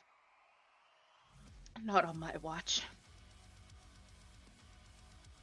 At the start of the Northbury militia's turn, he raises his blade aloft, spending his last villain action. Kill! What's that? No. No, what? No Every kill. creature within 60 feet of Durak the Bloodied that can hear him can make a weapon attack with advantage. If the attack No. hits, it deals an extra 1d6. No, stop. Goodbye, guardsman. No.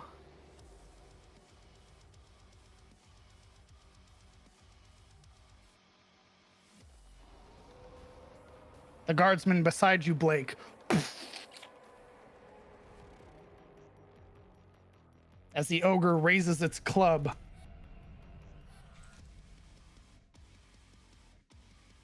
The spine cleaver. No, stop. Oof. No. Another guardsman falls. No. One attacks you. That is a 25 from the ogre. Oh no.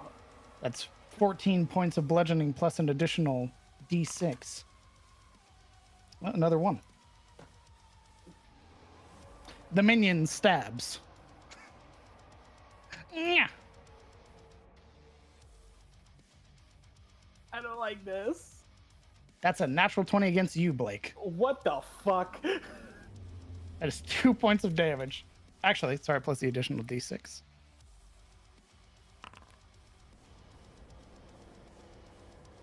That is... nine. That is 11 points of damage. The goblin boss attacks the militiaman in front of him with his short sword No, he doesn't. at advantage. No. A 14 misses. Spine cleaver attacks. The one in front of him.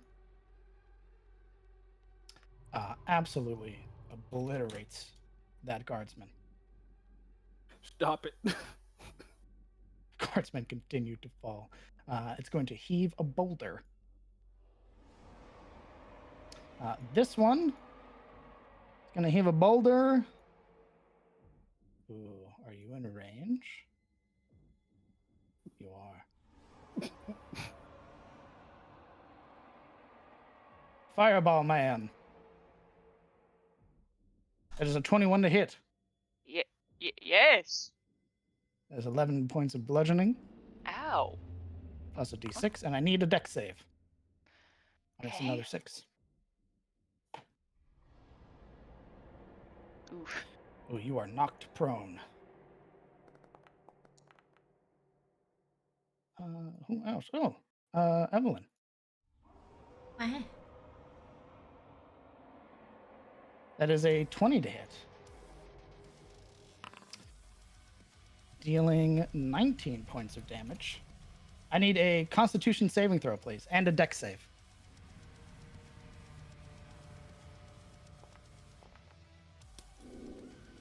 Oh, you lose concentration on your spikes. Yeah, you, however, are not knocked prone.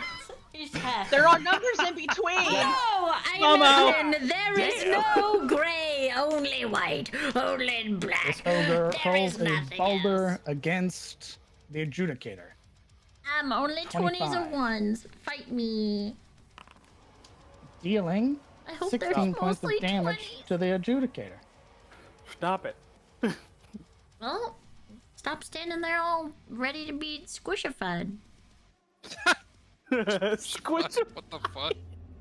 The militiaman stands against the ogre. Let's see these rolls. Beat his ass. Longsword. For a 22, that hits, dealing 10 points of slashing damage, following up with his short sword. Whoosh. Beat his ass. Hitting with a 15, dealing another 7. Yes. Whoosh, whoosh. The dude. It is... Where's this warrior at? Oh, all the way over here.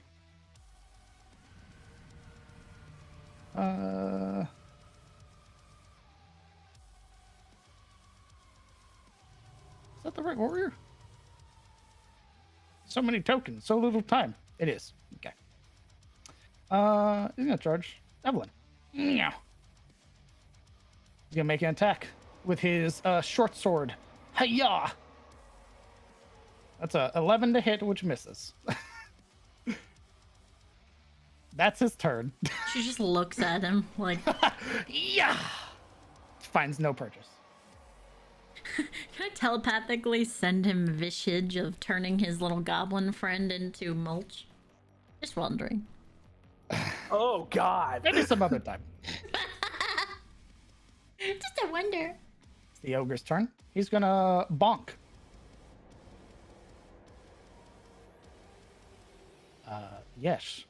14 points of damage, absolutely crushing this guardsman and killing him instantly. No, stop it. He has a family. You did this. Not anymore, he doesn't. Don't worry. If I This live, ogre I'll bring goes. them all back. Yo, word. He attacks you. No, he Adjudicator. doesn't. No, he doesn't. A 13 misses. Damn right it misses. That Northbury guard is dead. Talanos. Start shooting. Yeah. Yeah. Start making canoes. Yeah. Time to start your canoe making business. Yeah. There's a Holding up the business of making canoes. Yeah. Start handing out paddles. Holy shit, hurry up. Yep. Step up and start clearing these ogres, maybe. Yeah. What was my next thing? Is God, they're just like. Good. Start Oh, that making- one's still alive. That's a problem. But Blake's over there getting hammered on. Yeah. He doesn't drink. Blake Got went blood on from it. very healthy to almost bloodied. Yeah. Yeah. How does it feel, by the way? I'm sure it Yeah, doesn't ain't, feel ain't nothing new. great. Bet. It's our job. It's my character sheet there. That's boop. Okay. Well, I think we're gonna do another fireball because that was fun. Where are you dropping it? That's the fun part, isn't it? Oh, god damn it! Rolled again, but didn't place a template. Well, I have the template up, so let's see if I can magically make this work without killing Blake. Try and wipe out this regiment over here. Pretty much. The good news is you don't have to worry about most of the guards there anymore. Yeah, well, they're all dead, so. Exactly. I hope that they're cool with not having any remains left to claim Well, because I can't bring them back if you burn them. You fucking So keep bringing people to ash. I can't bring them back. Can't bring Listen. it back if we're dead too. High Listen, or Yeah. low, Talanos? I'm cremating them. It's a proper funeral. Hi. I could bring them back. The hand of Vecna Ah, reaches out, whoosh, taking your fireball. Inspiration? You would watch as it begins to burn in the center of his palm. Inspiration?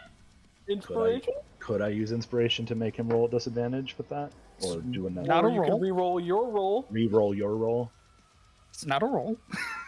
You literally That's rolled. 100 right there. It's the T100. You literally- Oh, that's what. If you want to spend your inspiration on that, sure. What do you? Go ahead and read? mark it off your sheet. Sure. High or low?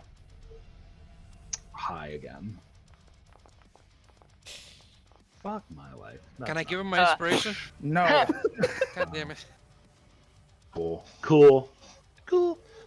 You would watch as the necrotic palm of Vecna's hand pulls in that energy and holds it tightly in his fist. Boo. Well, I tried. This is only turn 2, guys. Jesus Christ. Holy shit. Well, that was my action, and I moved, so yeah, we're good. Are you staying there? Yes. All right. The last Northbury guard. He stands alone. He attacks with a spear. He's right there with the adjudicator. Aw. He's right there. Yeah, You there's should two. level up. There is 2. I forgot. Sorry. Level him up like a Fire Emblem character. It would be this one, and he attacks the guy in front of him, dealing 4 points of damage. Hell yeah, brother. Whoosh. He should become a man-at-arms. All of those are dead. No, they're all dead. The knight moves. Oh my god. Make some work, Knight. Come on. Come on, knight.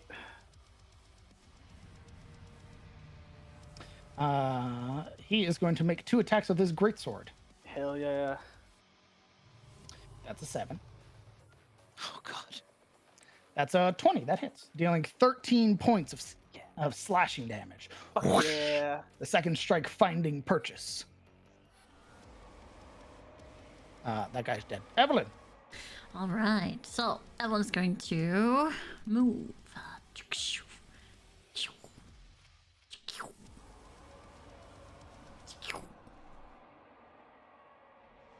Would you like to attack me, Goblin Warrior?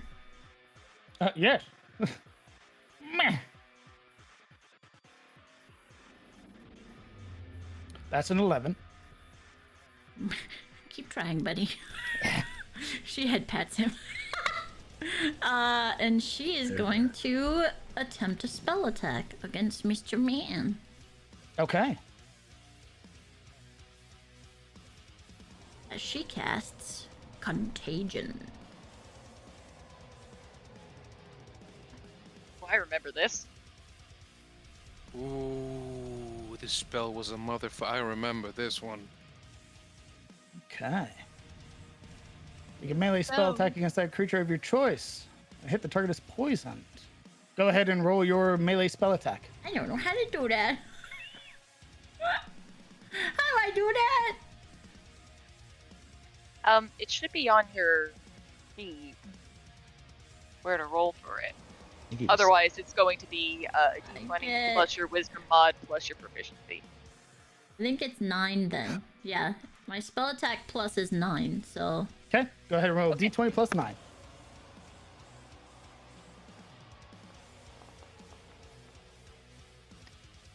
Yikers. 16 is not enough. managing to pull himself away from the grip of your hand. He Can I use my grins at you. inspiration to reroll that? Yeah, Cool. it's a d20. Roll again.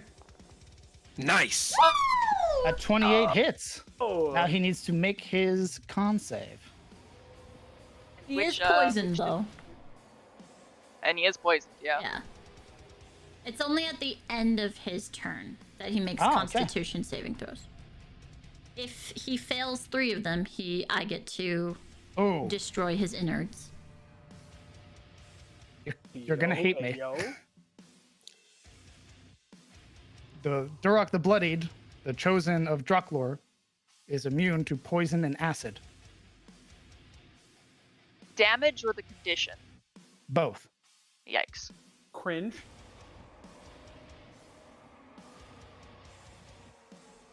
Interesting. Immunity to poison and acid, and then condition immunities to poisoned. Well, that's fine. He can still burn like the rest of them. I'm gonna use bonus action Wild Shape and use 2 points of my Wild Shape to turn into a Fire Elemental. Okay. Oh shit. Ooh. We're gonna hide you real quick. Then instantly incinerating the Northbury guardsman beneath you. He's dead. It's fine. You should have... Oh. I can't see though. Yep, give me a second. Yeah, for some reason. Since I was right next to him, Well- he'll instantly take damage. And the good thing is, fire elementals, I almost said Villaril. Jesus. Evelyn is immune to fire damage. This is true. A creature that touches the elemental or hits it with a melee attack while within 5 feet of it takes damage. The first time it enters a creature's space on a turn, that target creature takes. First time it enters a creature. Oh yeah, I guess that would be right now. I can't see still. Oh. How about now? Yes. Delightful. I'll be standing right there. To kill them all. I need to fucking hold on. Let me grab them first before you do what you're doing. Burn them alive. Okay. It is a fire that erupts from her innards, outward, enveloping her entire form.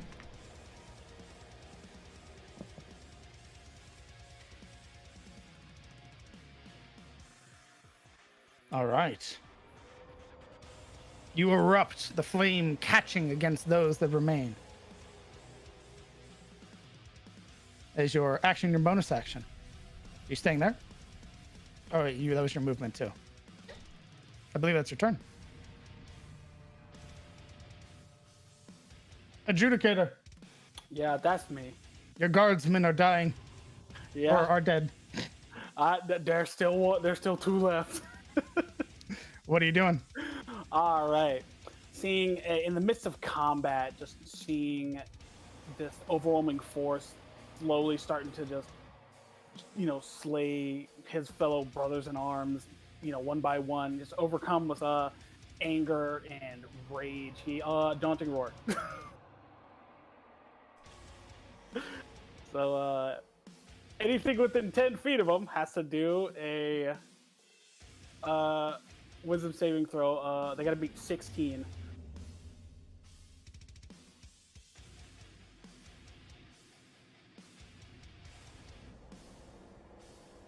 Okay. Daunting roar.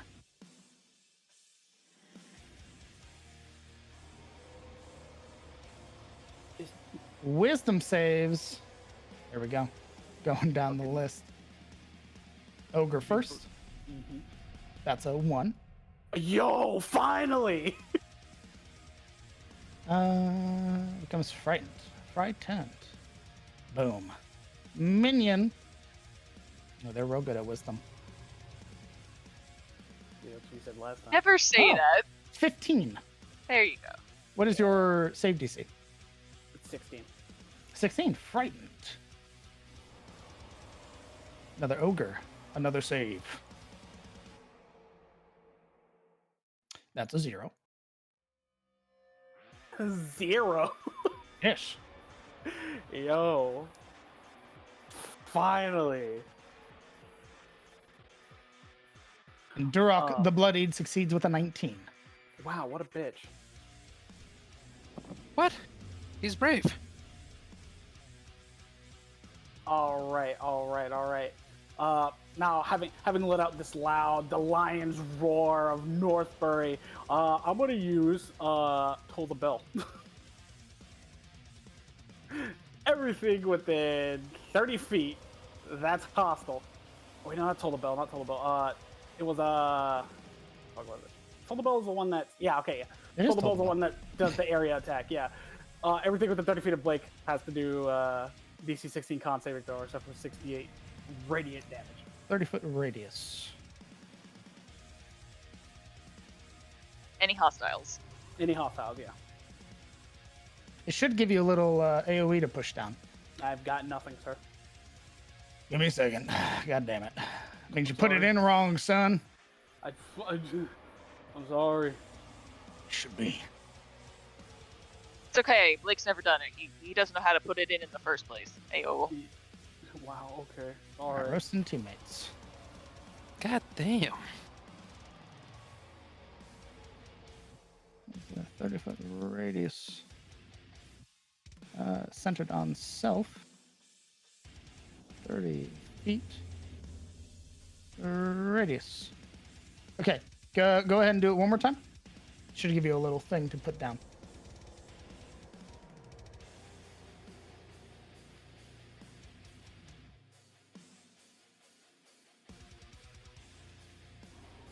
Fantastic. Look at that. Already frightened. We're gonna roll some con saves. Going down the list, starting with the spine cleaver. Con save.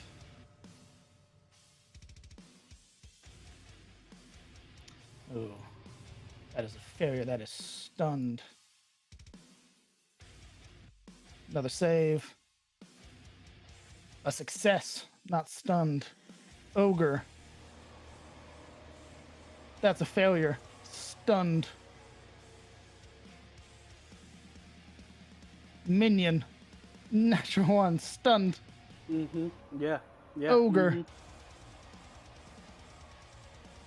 18. Success. That's fine.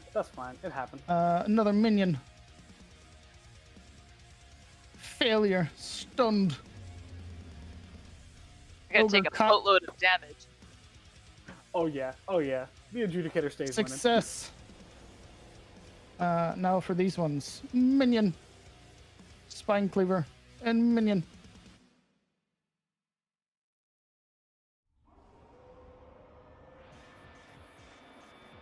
Fail.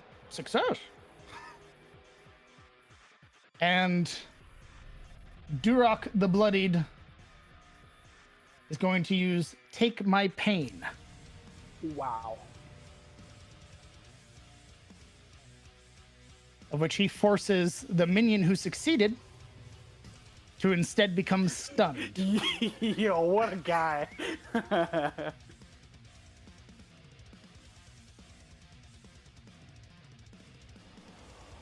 All right, adjudicator, you've tolled the bell. Let me see. Is that? Oh no, there's an ogre too. Fuck. Hold on. Let me make sure I got everybody. Yup. Oh, and there's a God damn. That's a success. And warrior. Success. Never mind. The last two succeeded. All right. You'll note who is stunned with the four little diamonds beside them. Yeah. All the stunned ones take 31. All the ones that succeeded take half that. Ooh, that's right. And there's damage. Lots of damage. It's how much? 25? No, it's 31 because the first one. Remember? 31. Sorry. Yeah, I didn't scroll far enough. Oh my god. Okay. 31.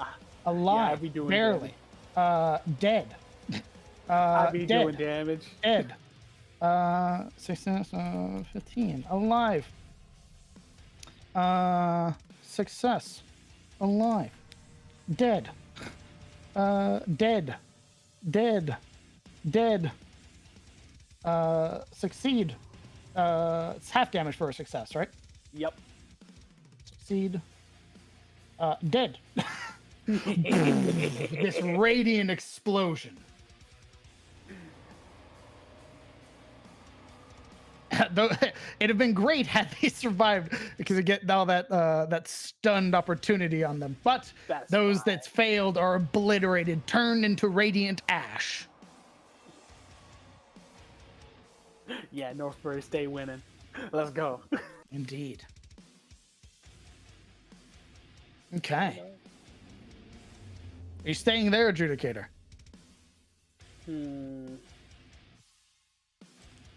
Blake is gonna. Let's see. Yo, now, I got this quirky little thing called Action Surge. Indeed, you do. I'm gonna do it. I'm gonna do the Action Surge. Okay. So The ogre beside you looks mortal. yeah, he do be looking mortal. So after, having taken Honor's Call and then slamming it down, causing that radiant blast, filled with determination, Blake, he takes a step this way, takes a hit at this guy over here. Let's see it. 17 hits. Still standing, but barely. Yeah, he'll do another hit. That's it. Oh God. Yeah.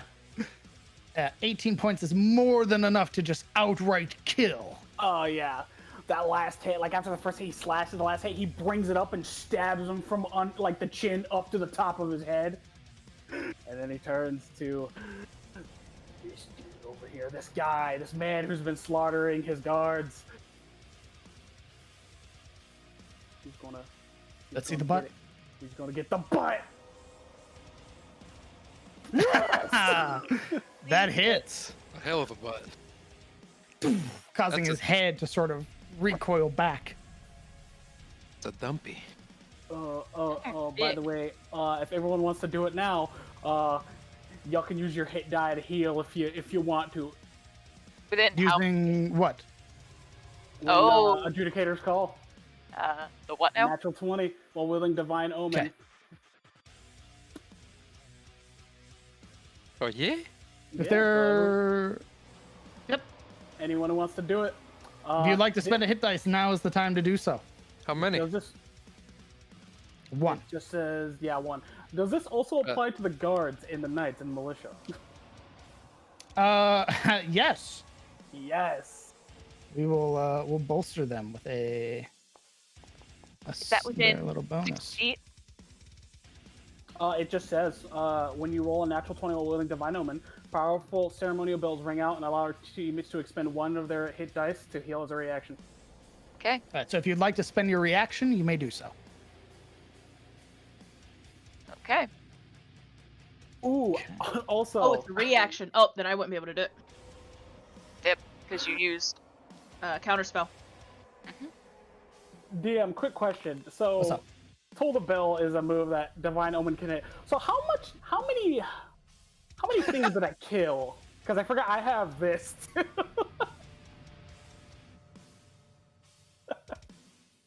Oh my god! Holy shit! When you reduce a creature to 0 hit points with the attack from Divine Omen, you regain hit points equal to the damage you dealt with that attack. Does Toll the Bell count for that too? I'm gonna say no. Ah. You would regain 18 hit points though, as your Divine Omen killed the ogre. I'm just saying, that would have been real funny if he did that, killed all those guys, and then just went back to full health. That's some That would've been protagonist shit right there. That would be some protagonist shit. Oh my god. Go ahead and restore different. 18 hit points. Hey, that's not a bad chunk though. Yeah, Yeah, no, 18's not bad. All right. you doing anything else on your turn, Adjudicator? Nah, that'll be it. I think I've done enough. I'll let other people do stuff now.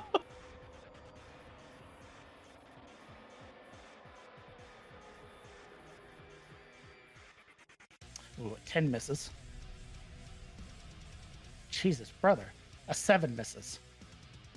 The knight coming up swings both times with his great sword, only to be caught on the armor of Duroc the Bloodied.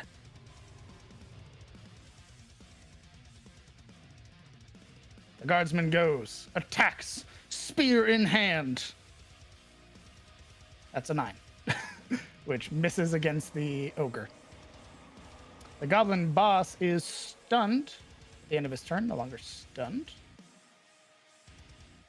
That guy's dead. The cursed spitter is going to cast to me.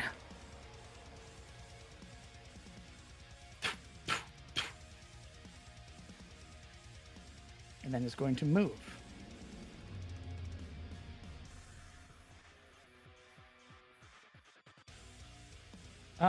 The militiaman.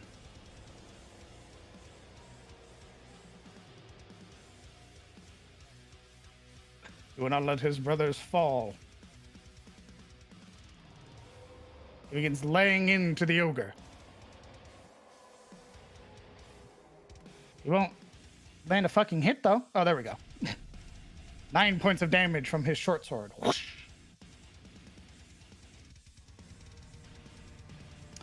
It is the ogre's turn. The ogre is going to lay into the knight with a great club swing. The 12 does not hit. This ogre is going to hurl a boulder at the fire elemental.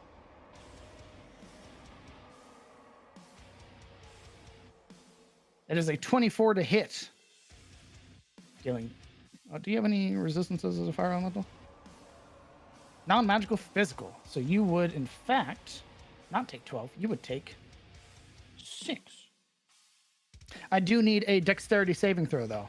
Actually, can you be knocked prone as a fire elemental?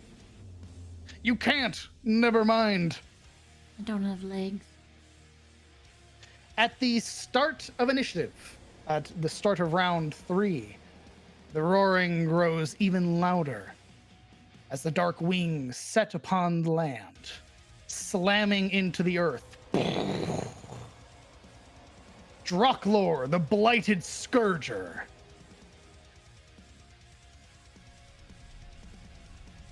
Oh.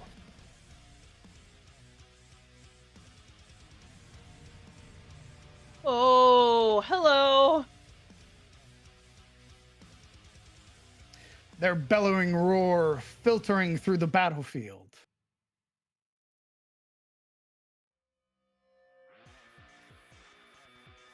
They are going to acid breath.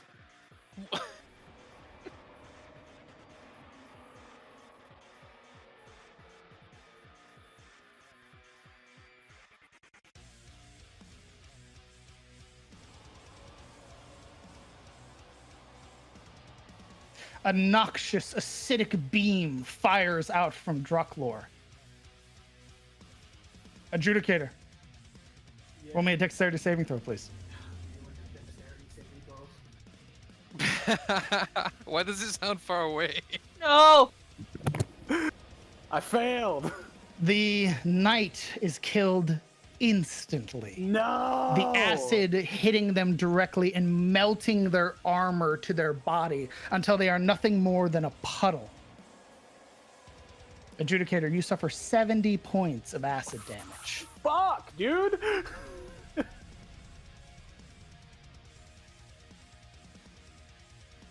That's a lot of damage, man.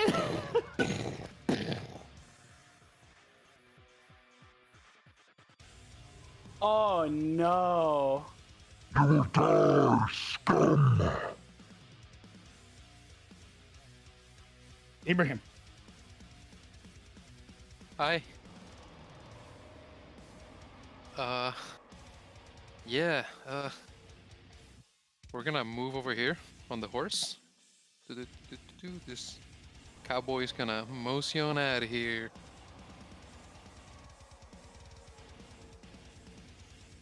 on, Safina, hurry up. There you go. Ibrahim will use Lay on Hands on himself for 29 points.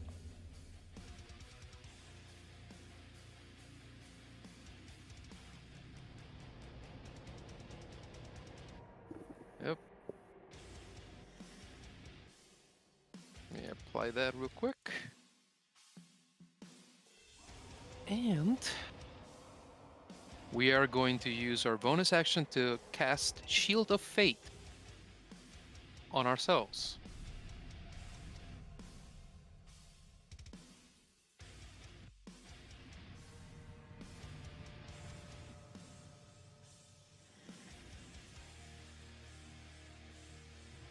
Can I use one more? Never mind. Yeah, it's my turn. I left my Safina. divine omen at home, I'm afraid.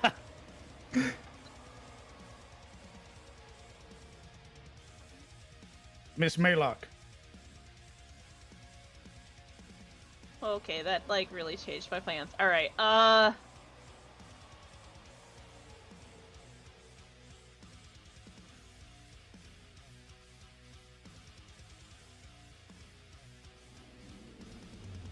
We're gonna do Psychic Lance at that guy. Okay.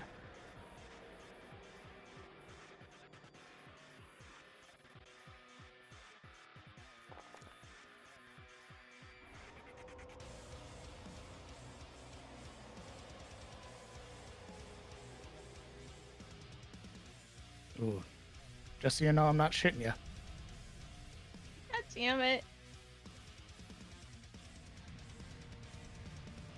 It's a 23. Is it half damage? Yes, half damage, and it is not incapacitated. That lance, the bow, striking the side of his head, causing his teeth to grit together, but he steals his resolve.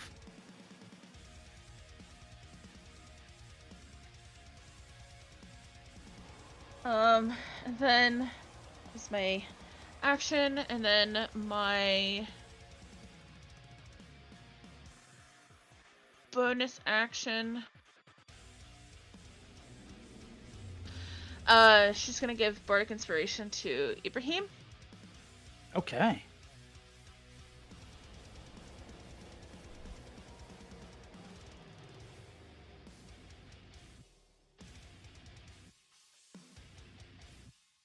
We'll take it. And that's a D10 at this level? Correct, yes. Fantastic. Okay. Make sure you are remembering if he wants to use it, you'll be rolling the D10. Yes. And she'll say, like, leaning into Ibrahim, "This is the moment we can change the course of history. Let's look death in the eye and tell him not today." He spares a momentary look over his shoulder to Safina. And there's meaning in his look. The kind that couldn't be conveyed in words. And there's a nod. Candid. He'll brave through fire now.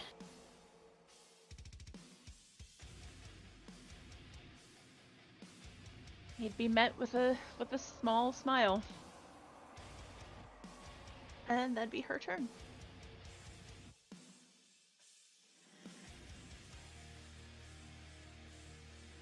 Okay. Oberon, knocked prone.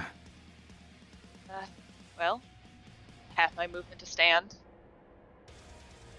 Pushing that loose mortar and rubble off of yourself. You stand, met with the visage of Drucklor, the blighted Scourger. And I'm going to look at Rook. Find Amon. Tell him. Find Amon. Tell him Drucklor has landed in Northbury. He'll know what to do. I'm gonna send Rook. The flutter of wings as Rook soars through the air.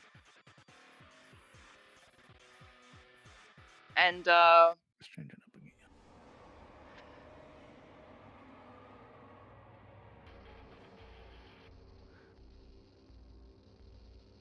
that's 25. Okay. Remember, there are still some allies. Yes. They I'm haven't trying. all died. That's 25. That's 25. Okay. Neat. I'm just trying to clear up a little bit more, and I'm gonna try casting Fireball. Okay. Ooh, gotta move my sheet over.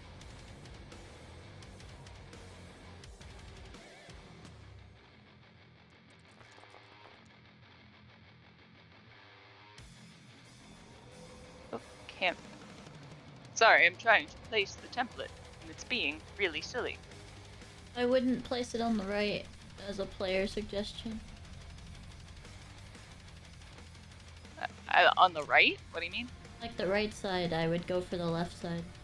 Oh, that's what I was intending. I'm just having difficulty. Send it! Oh, I wanted to get it one more over. Oh well. Can you tick it over one? It's fine, it's got enough ogre in it. Ooh, deck save for the minions. Let's go. 8.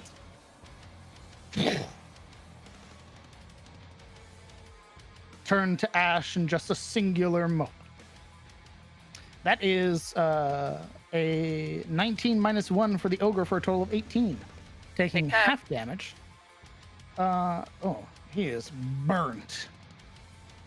He looks mortal.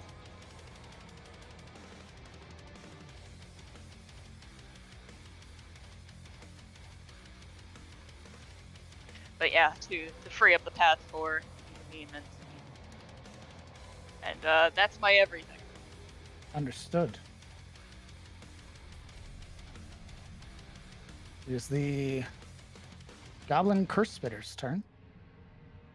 Moves up.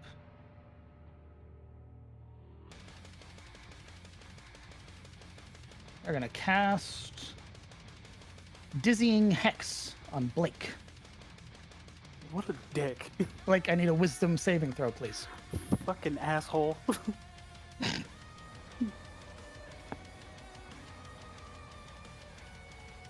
said wisdom, right? Correct.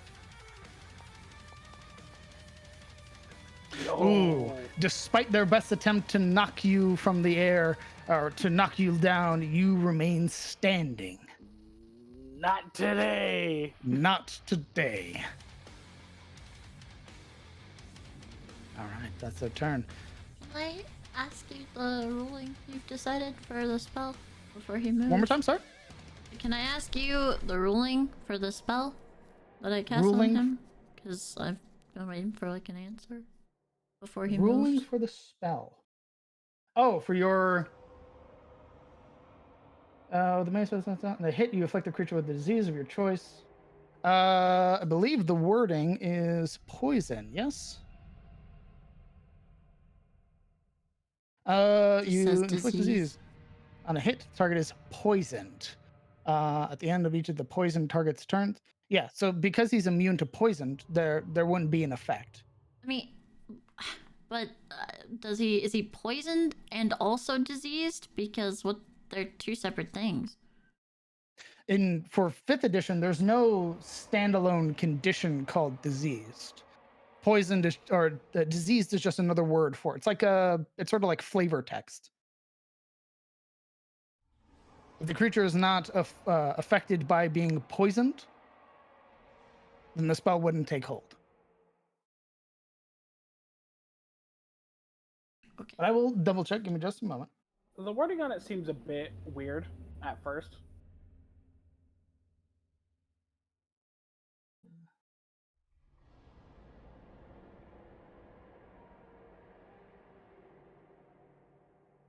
If a disease causes the poison condition, that is merely a mechanical symptom of the disease.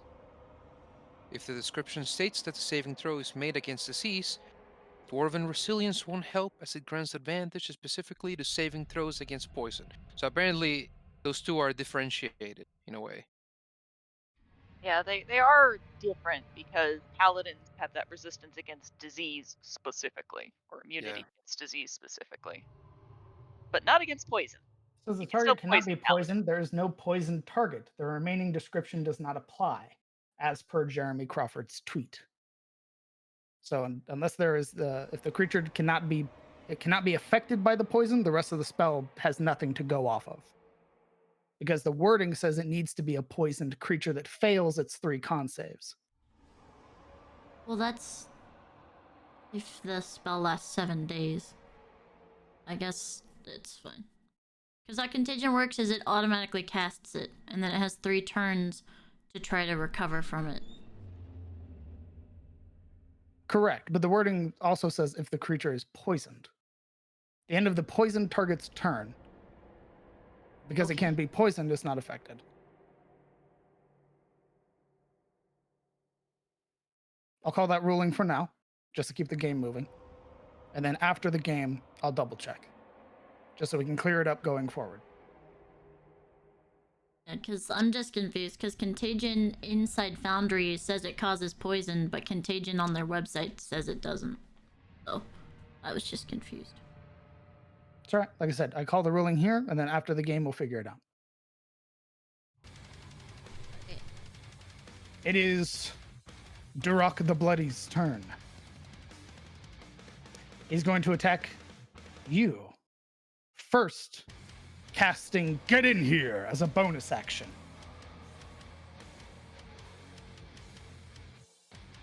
You would watch. Did those guys just appear? They just show up? Yes. You would watch the as fuck? arcane sigils form from the hand of Vecna, appearing on the ground beside him. 3 goblin bosses appear.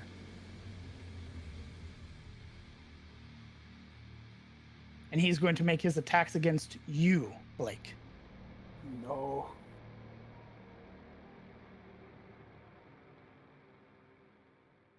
That is a 25 to hit.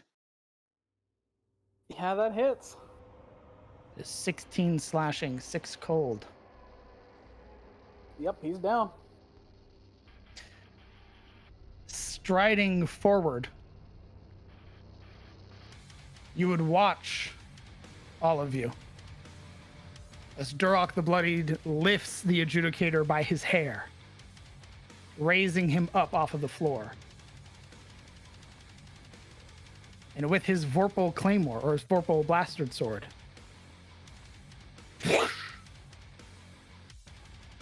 sever the Adjudicator's neck.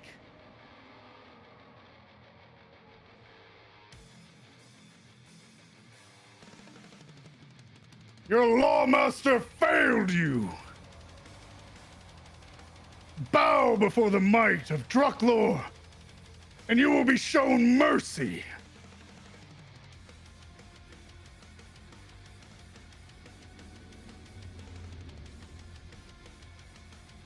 The other attack goes against Evelyn.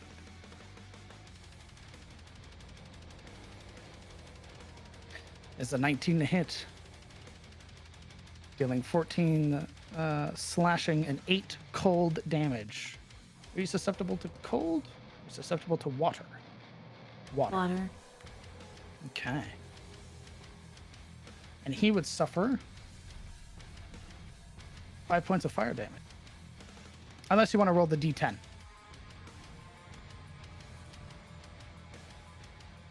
Sure. Go ahead and roll it.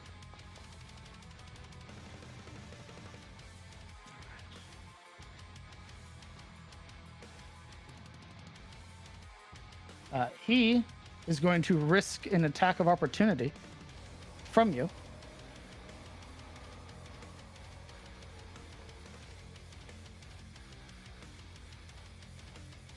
To start going over here.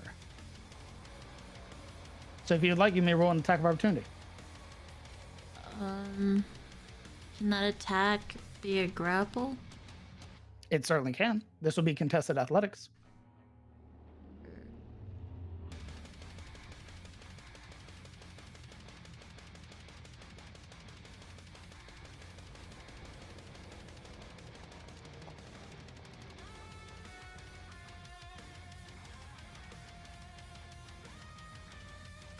A 16 plus his 5 equals a 21. He avoids your hand, rushing towards the remaining militiamen.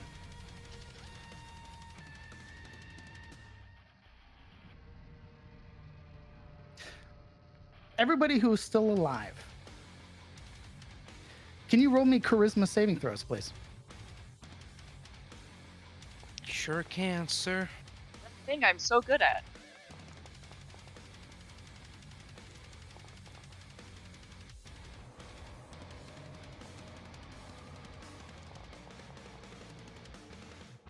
You know what? You can use your inspiration.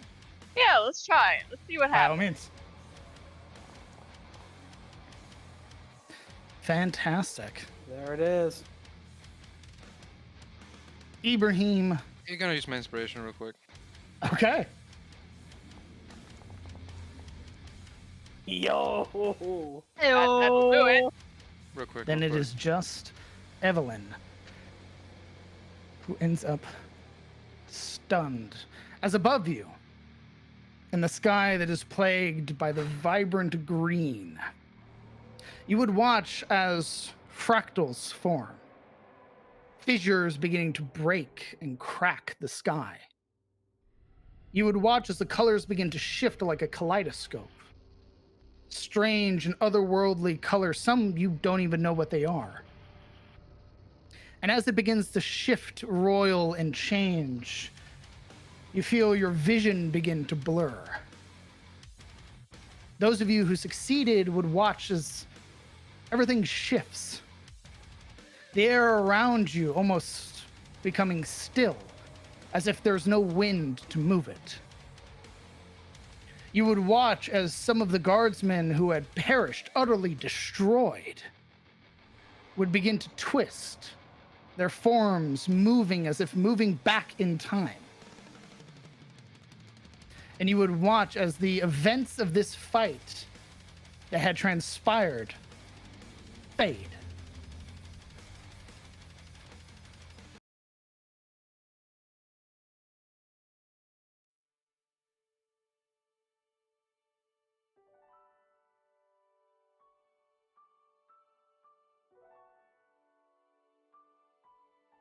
The midday sun shines down upon the land, peering through openings in the cloud-filled sky in a beautiful ocean of blue. Shadows cast by the sunlight dance across the pavement and buildings. The town is bustling with activity as the market opens. Laughter and pleasant song fills the street, which slowly creeps its way towards the fearless stars. Rustic in appearance, the white stone and oak wood blend together into an artistic choice of comfort over allure. An immediate scent of smoked food and spiced cider fill your senses. Dark wood paneling lines the inside of the pub, matched by the hardwood flooring covered in decorative hides of beasts and monsters. Trophies hanging from the walls, ranging from mundane such as elk to the more monstrous, which what appears to be a horned black-furred bear, its head high above the bar. Illuminated by brilliant hearth, the current townsfolk seem occupied with their drinks, all of them greeting you with wide smiles and thoughtful nods. Pushing himself from behind the counter, a man you're very familiar with, Victor Godwin, the owner of this fine establishment you've been in countless times over the years. He offers a warm smile and wave before turning his back to begin gathering drinks for you and yours.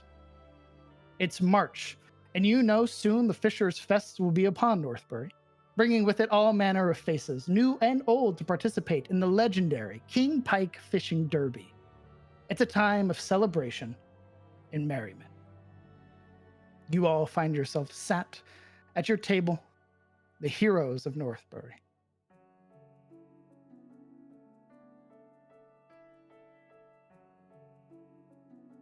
I think that's an obvious question. DM, do those of us who succeeded, do we remember?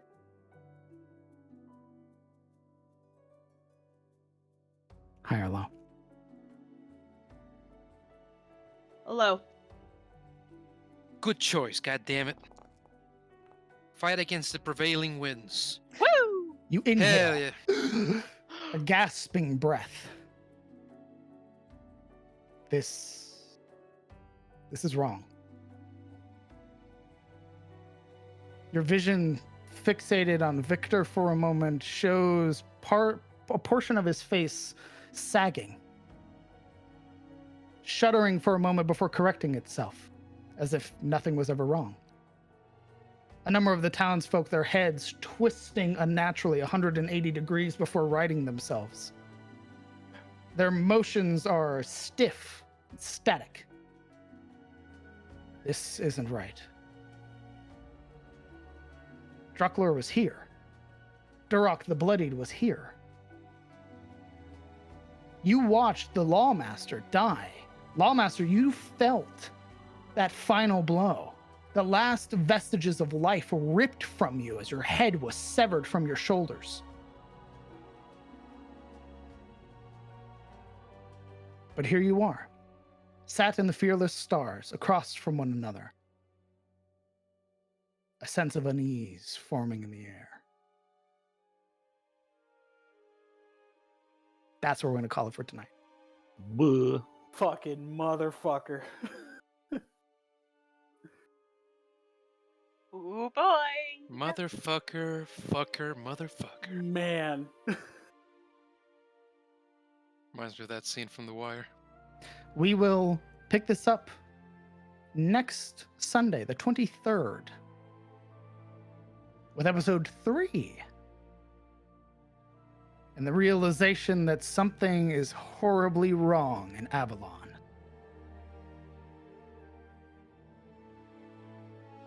Thanks for playing. Yeah. Man, I wanted that Warble Blade. What's happening? Well, you're dead, Blake. And now you're Yeah. not. No, I'm not. You're dead. But you're I'm right dead. there. Goodbye. But you're I'm right not. there. I'm right there. But you're died, though. No. I'm right there. The session was great. Oh, brother, man. Yeah, you got to use all of your nice little abilities. Yeah. Very good. Made the gotta DM get pull some- out the dragon card. The dragon card was always going to happen, brother. Oh, yeah. Well, You begin to feel that something is very wrong in this place. How many times have you relived this moment? How many times have your fellows died? We'll find out next week. Yeah. Math. Fucking. I hate it. thank you for the session, boss. Oh, Yeah, Glad you thank enjoyed. you. If I didn't have a rave going in my brain, I'd stay for longer, but Alright. I must achieve peace and quiet before my head splits in half into an actual canoe. Mm. Well. Love you guys. Love you, chat. oh, go get some rest, buddy. Bye. Boo boo. Bro, what happened? What's the Well, matter? I I succeeded haven't. with the 19, right? Sorry, just want to confirm. Yes. Okay, neat. Just want to make sure that was correct in my notes. Bro, those Gosh. vocal blades are wicked. Well, if you'd gotten a crit against you, at least by the old rules, I think it's like an. Correct. He has to Oh no, roll. you still lose your head. You And have that's to. He has to roll again, I think, No. and then No. you get. Oh, Not for okay. 5th edition, baby. It's a natural 20 once. And if you Boom. have legendary actions or you have multiple heads or stuff like that, you're unaffected. You instead take a bunch of damage. But you, a mortal, a natural 20 against you severs your head. Instant death. No. Yeah, it's like the one weapon that can instantly. Most damage overall was Duroc the Bloodied with 228. Most damage in one turn was the Adjudicator with 117. The highest average damage was Anor'lur the Blighted Scourger with his Acid Breath. The most kills, that doesn't make any sense. How does that not make sense? The Northbury Militia got 3 kills. Hell yeah, brother. Hey. Hell. Most healing actions was Safina with 1. Most support actions was Talanos with 3. Most battlefield actions was Evelyn with 2. Let's see. Natural 20s.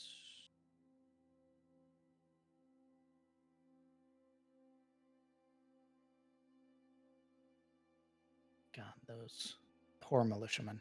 No. They did their best.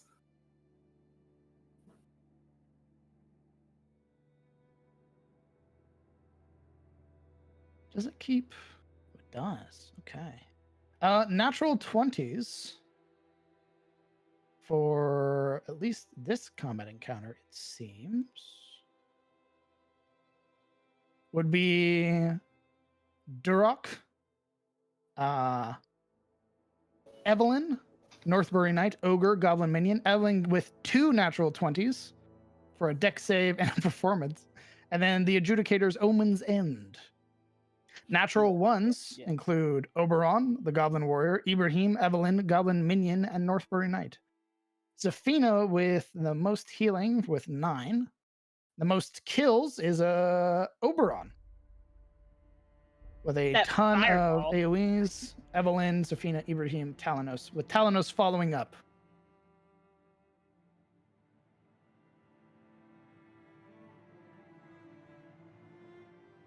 Fireball. It's a beautiful thing.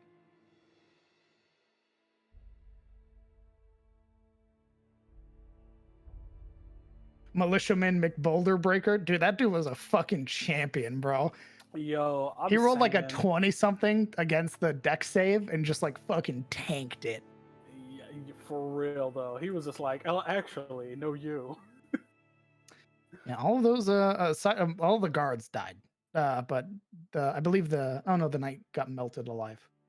One knight got melted alive. Yeah, one knight succeeded. The other 2 militiamen lived.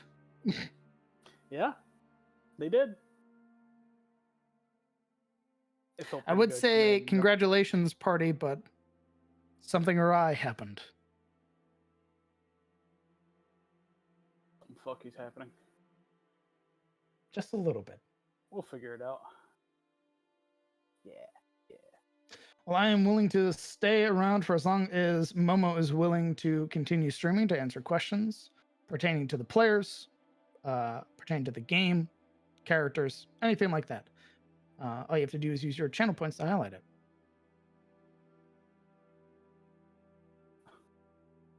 Can we talk about the sheer amount of fireballs just tossed around? Glorious fireball. Oh my god, bro. What was it, like 4? I think we shot a total of 4 fireballs Well, off. fucking fireballs, man. Oh. Well, one of them got eaten. That was one of Talos's. Fair enough. But it's That's like, oh, I'm fortunate. 3rd in the initiative? Whoo, buddy! You mentioned the ones who succeeded realized something happened. We will find out. Well, we find out those who either didn't roll, Blake, or failed say things. Yes, we will next week. What did Vecna's hand do to absorb the spell? That is a spoiler. So if you continue to stick around, it's JK. You'll if they run into Durok the Bloodied again, maybe they'll find out.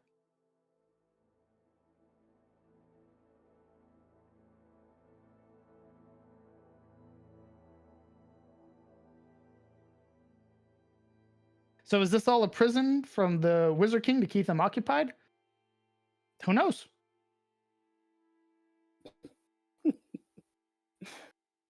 Smiley face. Smiley face.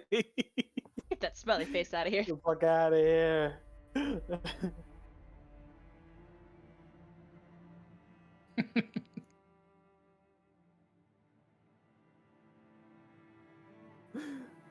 What? I like that one. Just smile. I like that one. Yeah. Lols. Oh god. Evil. Seriously though, such a good session. Glad you enjoyed it. Yeah, for real. I'm just saying, DM, with that toll the bell and the harsh judgment. I'm just saying, Blake would have got a lot of health back. You would have got a lot of health back. I think you're missing certain because you re-put all that stuff in your sheet, right? I put it as it was. I screenshotted the descriptions, and that's exactly how it is. All right, I'll have to double check your stuff. Yep. Part of me wants to know what would have happened if someone rolled to disbelieve an illusion and rolled really high. Is there a check to disbelieve an entire reality? We'll find out next week. Well, We'll find out next week, won't we? Oberon just like, so hold on, I'm good at this sort of thing. We can also forget about that one epic minion. Oh yeah, the epic minion that got a natural 20 on its own, by the way. Hiya! It says 12 points of damage. Oh, what the fuck? He really fucking did, though. So, DM, how do you feel about the players speed running the campaign again? Hey, CPO. This is built for that. Hey. Dawn of Avalon, any percent, let's go. None of you are real. Farewell. Shows up, refuses to believe reality, fades from existence, doesn't elaborate. So we're gonna do this again and try and get higher stats this time, right? I want a higher body count. Right? Just saying, Yeah. man. Try a different strategy, like FFT, like, oh, okay, well that didn't work. Let's try it this way. No, I think this time let's just have the fishing derby. Let's just do that. Let's do that. let's just do that. Let's just go fishing. Fuck it. Yeah, fuck it. Woo! We'll send the new guys to check out the militia. We'll deal with the fishing derby. Maybe like, oh man, we're fishing. Oh, hold on, let me Blake Steel. I gotta rip my shirt off because I'm gonna dive in after him.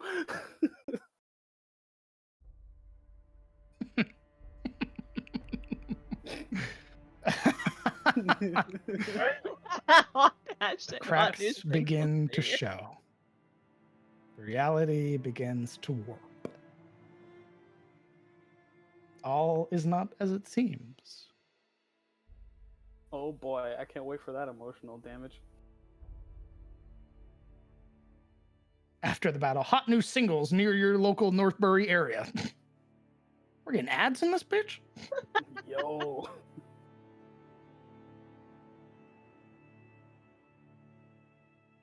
Hot single fireballs exploding all around the battlefield. Ooh, when it turns out disbelieving wakes them up all the way back in the cathedral way before a majority of the events. Oh, stop giving him ideas, man. Jesus. Yeah, they find Zafina hanging in the cage. Oh no, we're back to there. Oh no. Oh no. Ah! Hate That's that. like you wake up and you find yourself in 7th grade again. Right? No. Enchantment is a hell of a magic. I'm just saying. Yes, it is. We disbelieve. Damn's just like, you find yourself on a massive airship.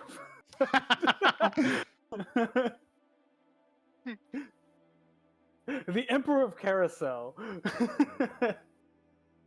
Bro. Walks up to Sky Captain Oswald like, hey, can you teach me how to fly this so that once you're dead, I can fly it home in the opposite direction? What? I said what I said. I said what I said. Ooh, I know how to break this. We need one of those scam callers. Yeah, we've been trying to reach you about your car's extended warranty. No, it's replace cars with like horse. Your wagon. Yeah, your wagon.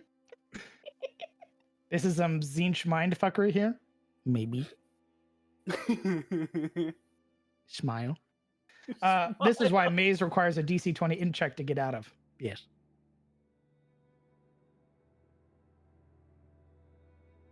Oh, modify memory. Yes. Oh, it's so good. Enchantment is evil. And Voradar is the master of enchantment magic. Smiley face. Ah, so that means he's the master of evil. Got it. meal.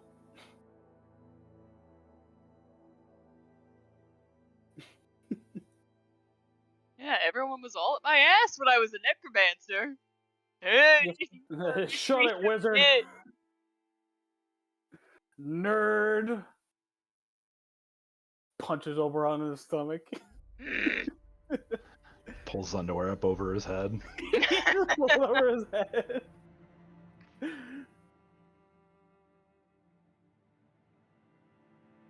I just Yeah. fucking Necromancy can be used for an untapped labor source. I mean, once everyone's dead, you just raise them up and tell them to get back to work. yeah, get back to work. Your shift's not over.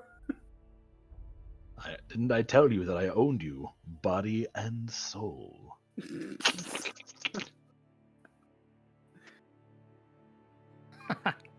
Well, see, the thing is, evil's all about perspective, and enchantment has a lot of a lot to say about perspective. A lot of quirky perspective. Evil subjective. You know, in my opinion, the heroes of Anor'lur are the bad guys. The Jedi are evil. Same The vibes. Jedi are evil. Smile. Yeah, see, necromancy has capitalistic value. There we go. End of story. Capitalistic A plus. value. Great. Enchantment has capitalistic value. It's just, I mean, if you're gonna be like a telephone scammer, I guess. Telephone scammers are evil. Just enchant I mean, yes. people to give Yeah, you yeah, more. I'm not disagreeing.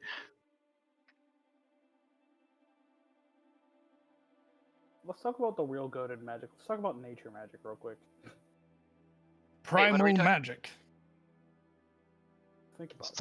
Let's talk about that could- magic that's just goated with the sauce, if you know what I mean. Oh, goat magic? Yeah, I got you. Goat magic. Ooh, conspiracy. Enchantment is the cause that necromancers have a bad rap. Undead are immune to being charmed, therefore they're the natural enemy of enchantment. Boom, story arc.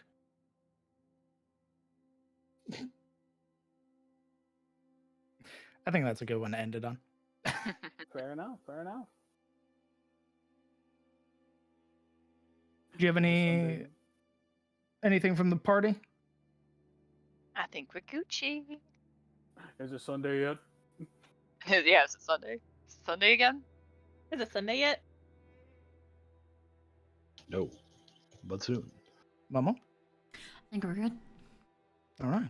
Thank you guys so much for coming out to episode 2 for Dawn of Anor'lur.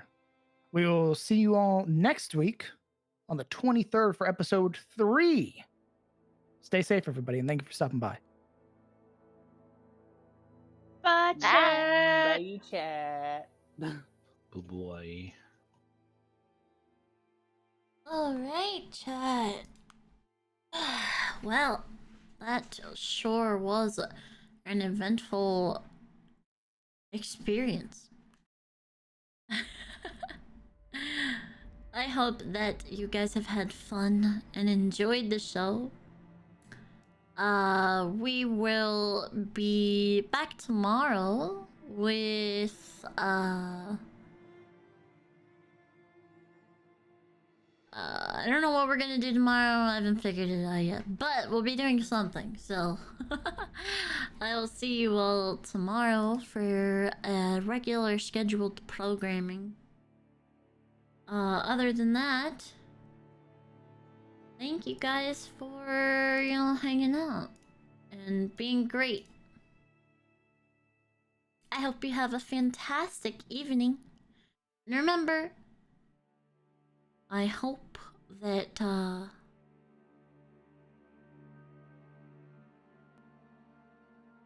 I see you tomorrow. Have a wonderful evening, chat.